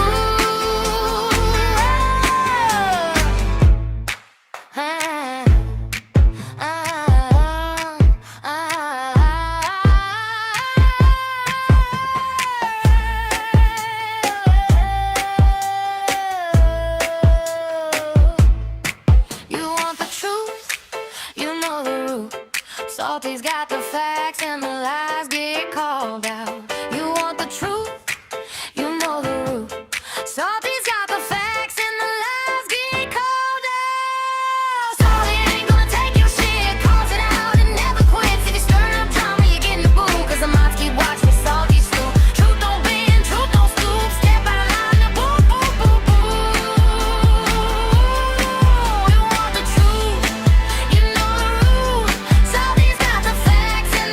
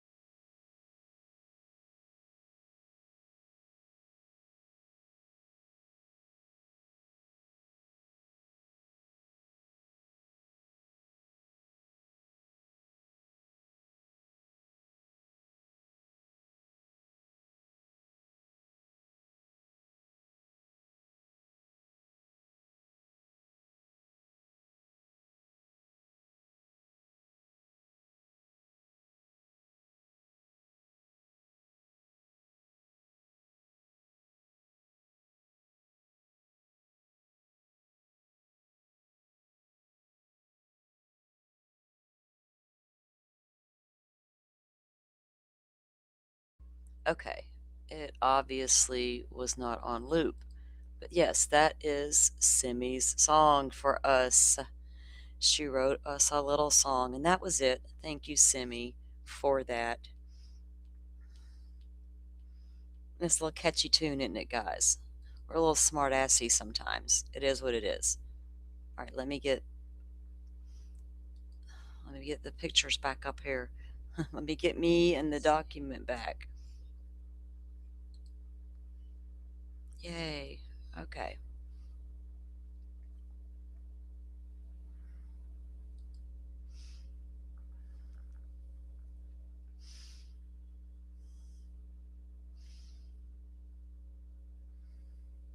Yeah. Okay. So now we're back at this. All right. So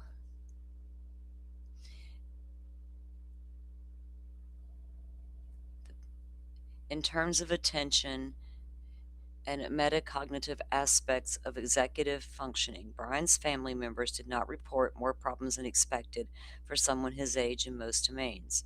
We already read all through that. And then mother reported childhood symptoms of attention and EF issues were significantly amplified in these areas, though some continue to persist to this date. All right, let me get this where I can. There we go. Behavioral regulatory problems were more consistently reported across respondents, though only in one instance reported to notable excess on questionnaires.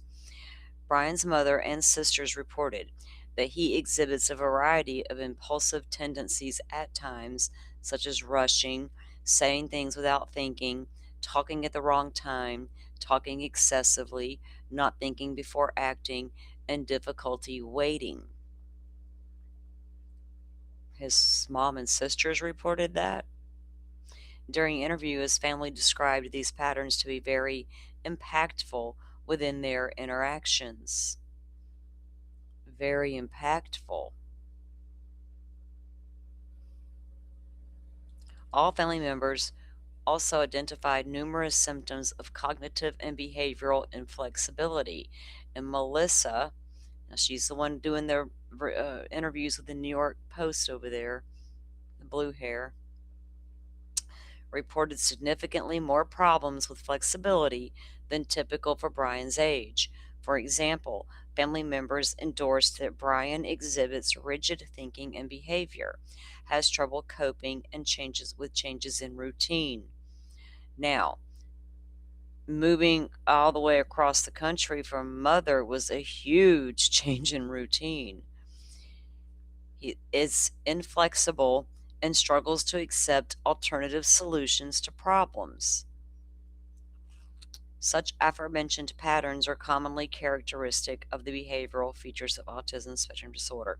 Now, with that, think about some of the things, some of the reports WSU were describing having with him.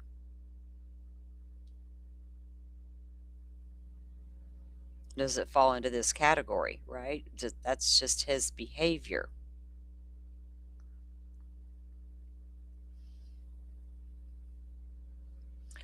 Family members also consistently reported limitations in Brian's self-awareness and ability to monitor his own behavior, particularly for impact on others.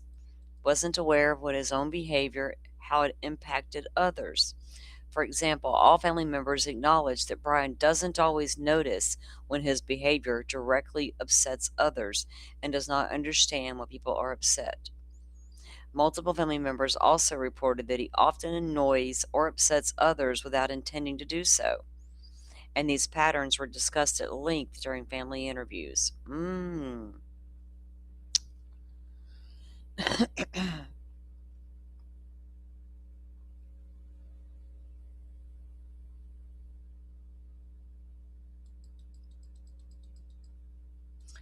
Relatedly, Brian was reported to exhibit deficits in social awareness alongside other social deficits to atypicalities that are characteristic of autism spectrum disorder related to social awareness. For example, his sisters reported that Brian is often unaware of others' thoughts and feelings and of things like personal space, proximity with others. Multiple family members also provided indication that Brian has less insight into or distress about social difficulties.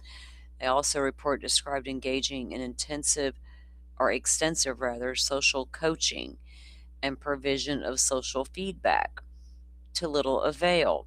Going back to childhood, like, was he never told how to act in public? He never got. Was he not never understood that concept? Did they not think when he was younger, growing up, this is really a problem, and maybe some testing should have occurred at a younger age? Or was there testing at a what? Mother's just like, my boy will grow out of it all.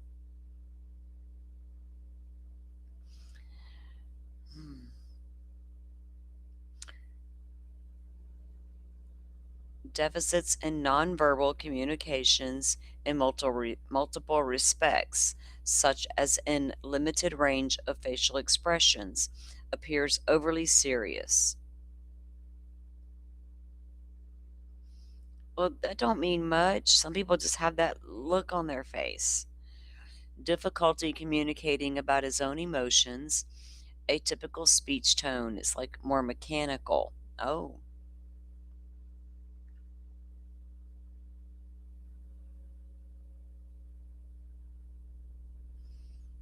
Jinx. Exactly, CH. What's going on with that? He'll just grow out of it syndrome, right? There's a lot of that out there. There's a lot of that. They'll just grow out of it. I always suspected that the sisters probably were annoyed growing up because I feel like, did he take all Mother's attention because he's always acting up? There's always something going on with Brian, right? Brian's always got something going on. Mother's always attending to Brian's needs. The girls are like, dude, really? Again, another meltdown? That's what I envision, almost. Family also reported that Brian is frequently awkward in conversation and struggles with reciprocity or interaction, the back and forth exchange. The family members reported that Brian compulsively talks and you can't get a word in. Brian's sister Melissa also identified notable patterns of social cognition, often characteristic of ASD, such as literal thinking, problems appreciating the big picture, over focus on the details. A lot of people do that, but don't commit quadruple homicide. I mean, I could think of people right now I know in my mind that have these similar behaviors that never were that odd, right? So I'm like,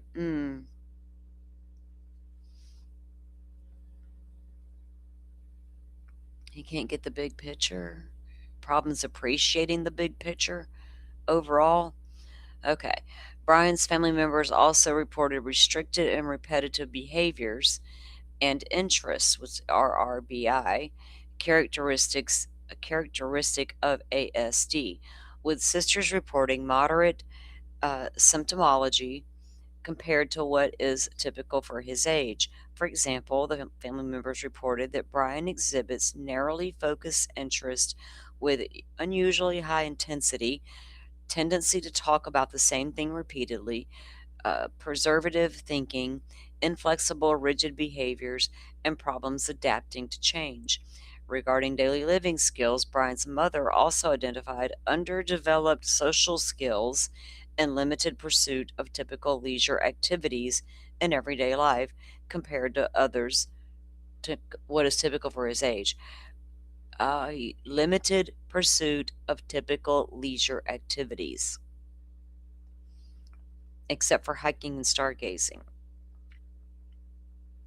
Activities he could do alone. Slight differences relative to age were also noted in the way in which he takes initiative, or lack thereof, in his work activities. Brian's parents and siblings also provided comments about strengths they believe he exhibits in areas of concern. Notable strengths include mother's report that Brian is always true to himself. I bet. I bet he is. Father's report that his knowledge is well researched and fact checked before he speaks. This is what they're noting about their child? He's true to himself, mother says. Father says, oh, his knowledge is well researched and fact checked before he speaks. Sisters commented about his intellect, logic, and his humor. They noted that he is resilient, strong minded, smart, and good at explaining new topics and teaching. Is he? Concerns that were noted by the family were primarily social emotional in nature, including difficulty with emotional vulnerability and the lack of social skills. Half the men in America? What?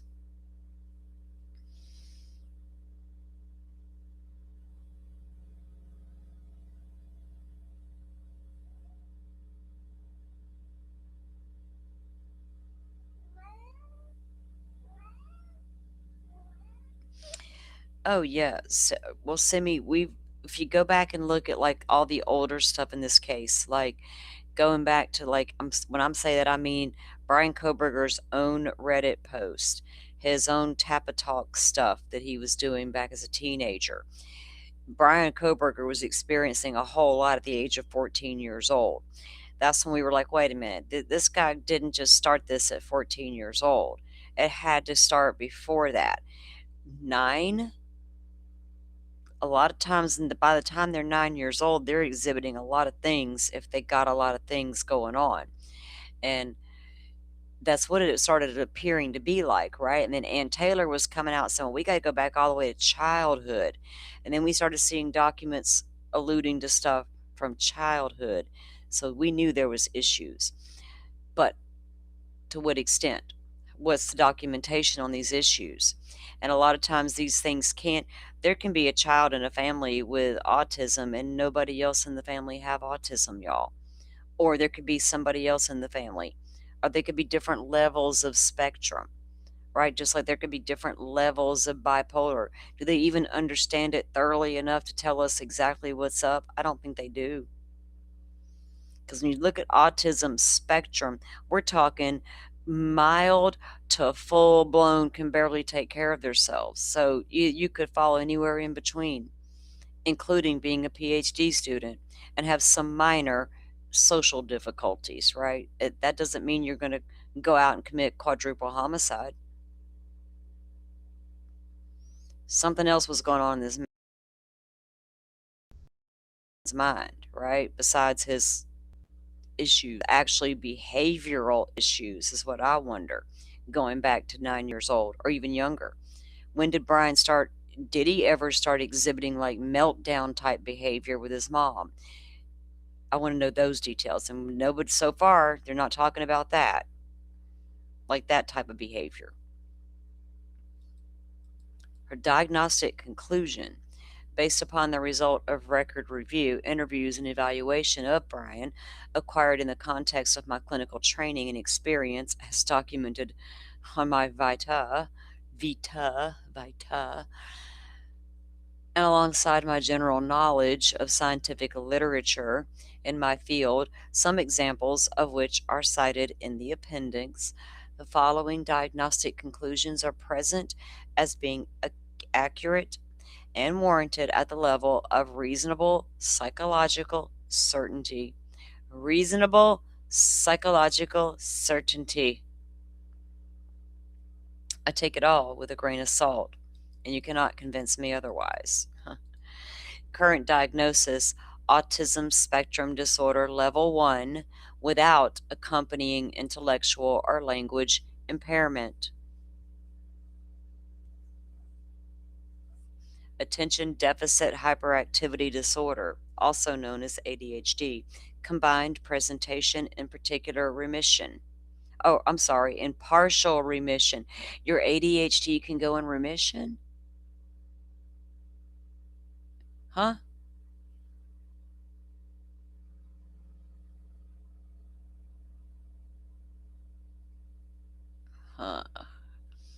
Oh, Dad knows his old boy was a ball of. Koberger's daddy knew a lot. He called the cops on the boy when he stole his sister's phone at 16 and turned him in. It was a whole thing. He was not having it no more. He was fed up. By the time Koberger's 16, Daddy's had enough. What's that tell you? He didn't just wake up one day, I'm going to steal my sister's phone. He stole it for his heroin addiction. He's going to sell her iPhone. And that's not made up, it's in the documents. Ann Taylor knows all about it. She didn't want it coming into court, that 404B evidence and all.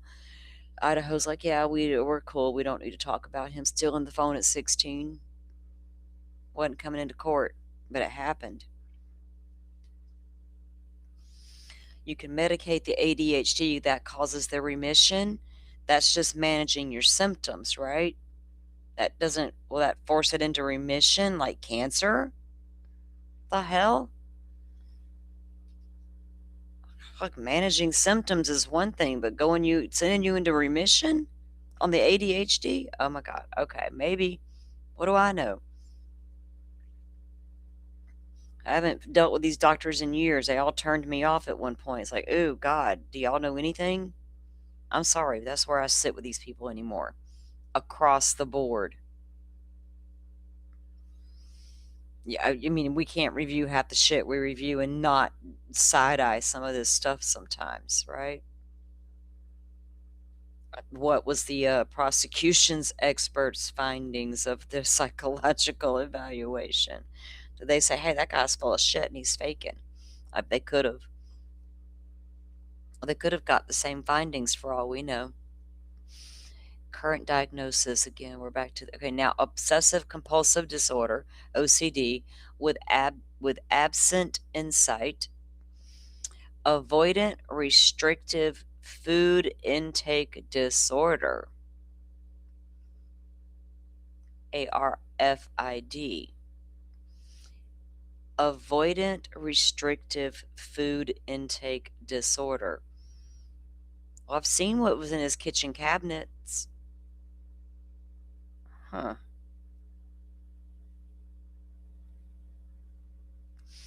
Good night.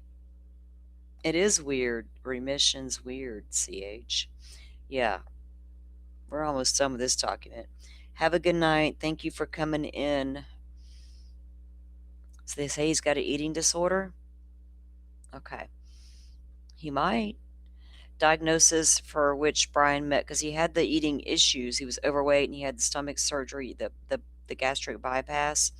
Did it create a different type of issue once he had all that done? Diagnosis for which Brian met the criteria in the past. That could have developed out of his OCD and the ADHD kind of thing. Now he has developed some kind of food disorder as well, not wanting to become heavy again. Hey.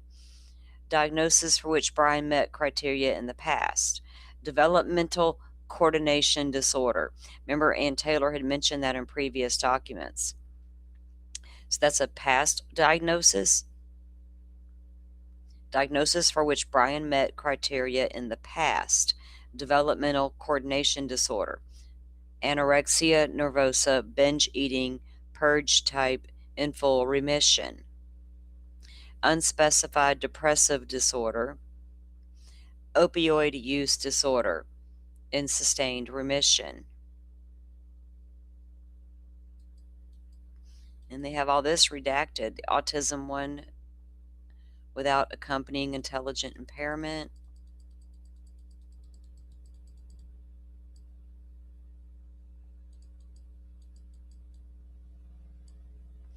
All redacted, guys, on that part. The above conclusions are respectfully submitted and being accurate and warranted from Dr. Rachel Orr. Now remember, this was after all that other doctor's work was completed and then she passes away and they didn't get access to all her work and they had to rush through their batch of testing. Remember, they wanted to make sure we knew that. And then they come to those conclusions about Brian Christopher Koberger. That was your defense witnesses, expert witnesses evaluation. What was that noise?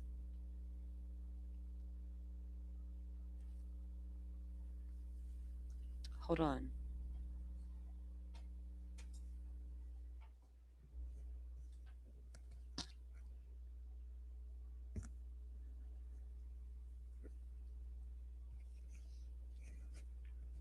Sound like an animal or something moved around the living room. Me and the cat both heard it, and there's nobody in there. But the dogs are gone to bed with my son. What's running amok at Trisha gave me some woo woo in my living room. So I got the woo woo tonight. Oh God. I'll let my cat out there, she'll scare it away. Alright, there are a couple other documents in there. We're not going to get to those tonight. I'm tired of reading.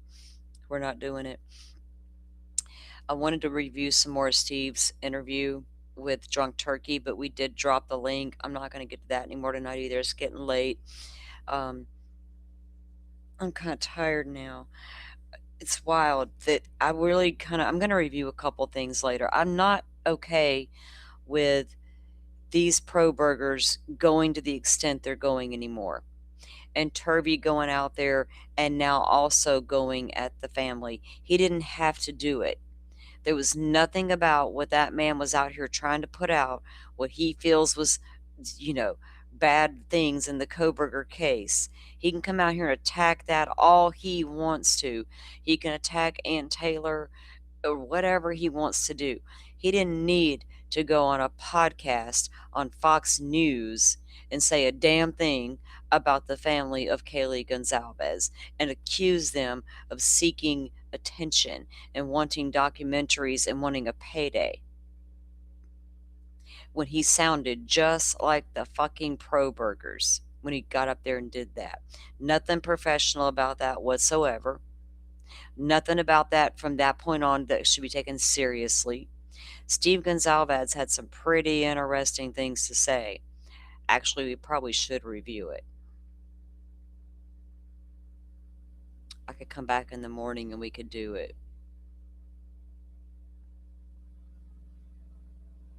I was going to do another show this weekend, but I needed my guests. We had a small conflict of interest basically, and we couldn't quite pinpoint a time for today. So we're gonna hold on to that for a moment.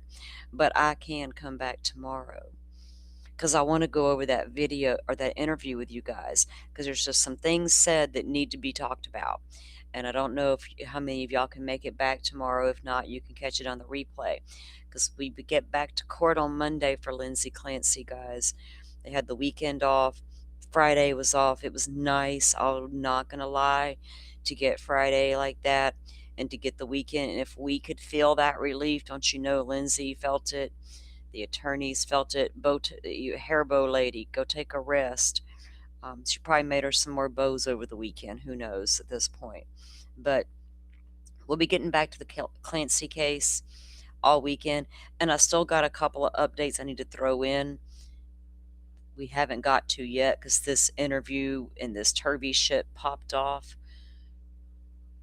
So let me do that. I don't have any plans tomorrow. Oh, wait.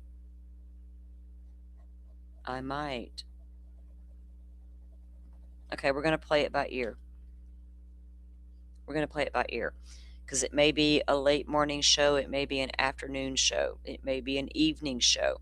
It depends. I may be going to lunch with one of my kiddos and his girlfriend, because we hadn't got together in a minute. So, got to confirm that in the morning. All right, guys. Well, I'm going to let you guys go. I'll get my act together over here, and we'll come back and we'll finish out this and talk about this a little bit more. And then we'll get into our Lindsay Clancy coverage for next week. I don't know how much longer the prosecution's going to go before they rest their case, right, and let the defense have the floor so we can get on with that part of it. It's heavy. It's a lot. There's a lot being said out there. You got to ignore all the crazy that's being said. Don't let it get to y'all, guys. Like I said, when I was reviewing a few minutes of that pro burger people, before they could even get to the pro burger shit they wanted to talk about, they had to go on a little talk about the Clancy case and how Patrick's guilty and how they don't trust it now. I'm like, oh my God. Yeah. So you can see, right? Don't try not to let the crazy get to you. It's hard though. It's hard to see all those ridiculous people but I'm not in those comments long, right? I'm not seeking other people's shows. I'm literally doing it live. So I'm only seeing them, like if I got long crime up, that's when I see the chats. And I can clock it right there. That's the chat across the board in a lot of these people's places. You know what I mean? So I know what's being said out there. It's just not getting to me. It's just because it doesn't matter.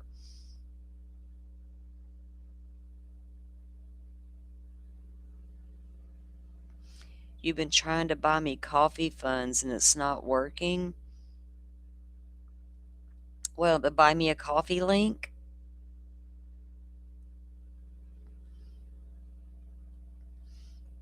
All right, Butterfly, thank you for coming in and flying in here and gracing us with your presence tonight. We appreciate you when you can do that. Go get some rest and enjoy the rest of your weekend and have a great week coming up. That buy me a coffee link should work. That's where a lot of them use the link. I don't ever use that. Well, that Venmo links, Simi will drop it.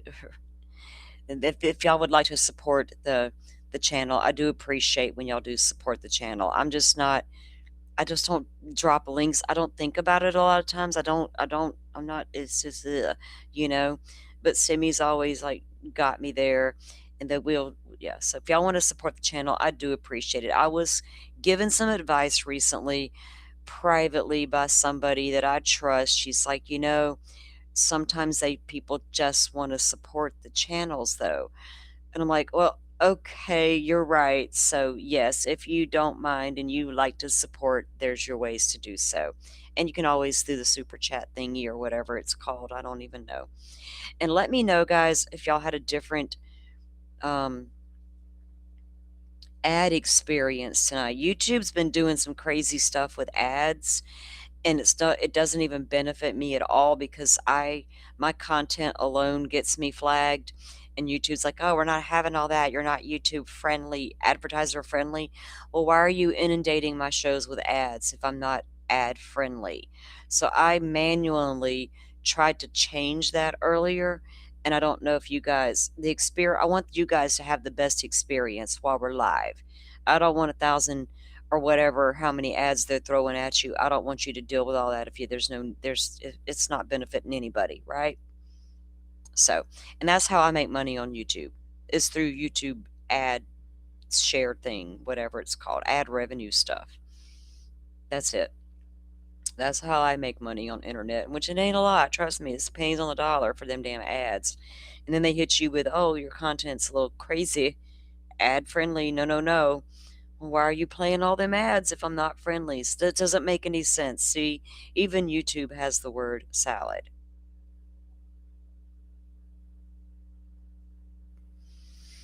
Okay, well, that's cool. You don't have to, yeah, I don't have like a lot of payment things. The buy me a coffee link, Forrest also dropped. Let us know if it doesn't work, Morris. Let us know. And we'll try to figure it out. All right, guys. Thank y'all for coming in and hanging out and being a part of tonight. If y'all want to go check out that interview on Drunk Turkey before I go back live tomorrow at some point, go right ahead and do so. I encourage you to do so and just support the family. It's not about like being in drama and ignore the pro burgers. The family can't ignore it, and the family appreciates it. Crush appreciating it when people come out and support her. Why can't people come out and support the Goncalves family? I will, because I've never liked the fact they were drug on this internet or their children. For 4 years, I've never liked it, and I've always spoke out against it, and I will continue to do just that. Yeah, a lot of us have YouTube Premium, Butterfly. Those who don't, though, we're hearing across the board they're getting slammed with a bunch of ads. And I'm like, why are y'all doing that if you're telling me on my back end that my money might get affected because of my weird content's not friendly, right?